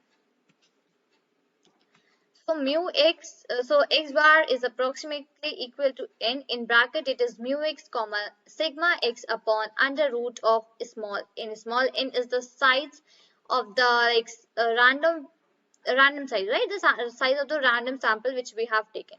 So if you draw a random sample of size n, then as n increases, random variable x bar, which consists of sample means, to be normally distributed, and x bar is approximately equal to n, and in bracket mu x comma sigma x upon root n. Now what's the statement for the central limit theorem, which is our today's topic? So what do my central limit theorem says? So I would just wait for a second. I would just erase this thing right now, and I would just take a different color. That is why only. Fine. So I would just write here as what my central limit theorem says to me now. So I would just write central limit theorem. Okay. So let me again go down and get me some space this side. Okay. So my central limits theorem for sample mean says that. So this is the whole statement for central limit theorem. Now just keep this thing in mind and pay more attention towards this thing. So central limit theorem for sample means says that if you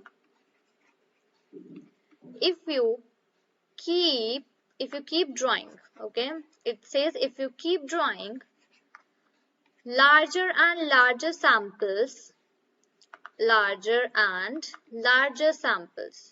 so it says central limit theorem for sample means says that if you keep drawing larger and larger samples, then what will happen? So basically, and calculating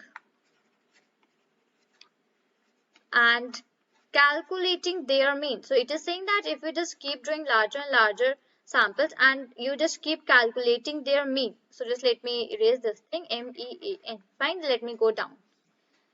So if you just keep drawing larger and larger samples and calculating their means, the sample mean which you have taken, okay, the sample mean forms their own normal distribution. So this is the statement for central limit theorem, that if you keep drawing larger and larger samples and calculating their mean, the sample mean forms their own normal distribution. Okay, so sample means which we are taking, let's say we just take an example, and in that you have just taken many sample means, right? So if you just draw larger and larger samples, and if you just take larger samples and if you just calculate their mean, so the sample mean which is coming, it will form its own normal distribution. So this is the basic statement, main statement for the central limit theorem, and we have some formulas here. So the z score for this capital X, that is equal to, so if you just want to find the z score, what you will find, the formula is x bar minus mu of x. Now I'm not going to repeat that what does this x bar means, what does this mx means. I'm not going to do that thing. Fine. So x bar minus mu x, and here I would just write sigma x upon under root of n. Fine. So this is the formula for that z score, for finding the z score. And what else I have here is, what is this mu x? Okay, so I would just write mu x is both the average, mu x is the average of x and x bar. Okay, so mu x is the average for x and x bar for both of these things. And even I have some separate formulas also here, so let me just write that thing also. So I would just write here sigma x bar. Okay, sigma x bar is equal to sigma x upon under root of n. Fine. So this is standard deviation. Now one more important point this side, that the standard deviation, okay, standard deviation of x bar is called standard error of mean. Is called a standard deviation of x bar is called standard error, and let me go down, of mean. So here we are just introduced to one more new term. The standard deviation for x bar is called standard error of mean. Fine. So this was about the central limit theorem. Now what does my central limit theorem say? Central limit theorem says that for a sample mean says Okay, central limit theorem for sample means if you want to keep drawing larger and larger samples and calculating their mean. The sample mean for their own normal distribution is z square is equal to x bar minus mu x upon sigma x divided by root x. Now we have just two types of central limit theorem. The first one is for the mean, and the second one is for sum. So for the sum also we have another central limit theorem. We'll discuss about that in the further videos. But for now, the central limit theorem is for the sample mean. So this is the whole statement for the central limit theorem, and these are the formulas which you just keep in mind. And in the next video, basically we'll just solve a question for the central limit theorem. Fine. So this is all for this video. Till then, thank you and bye bye.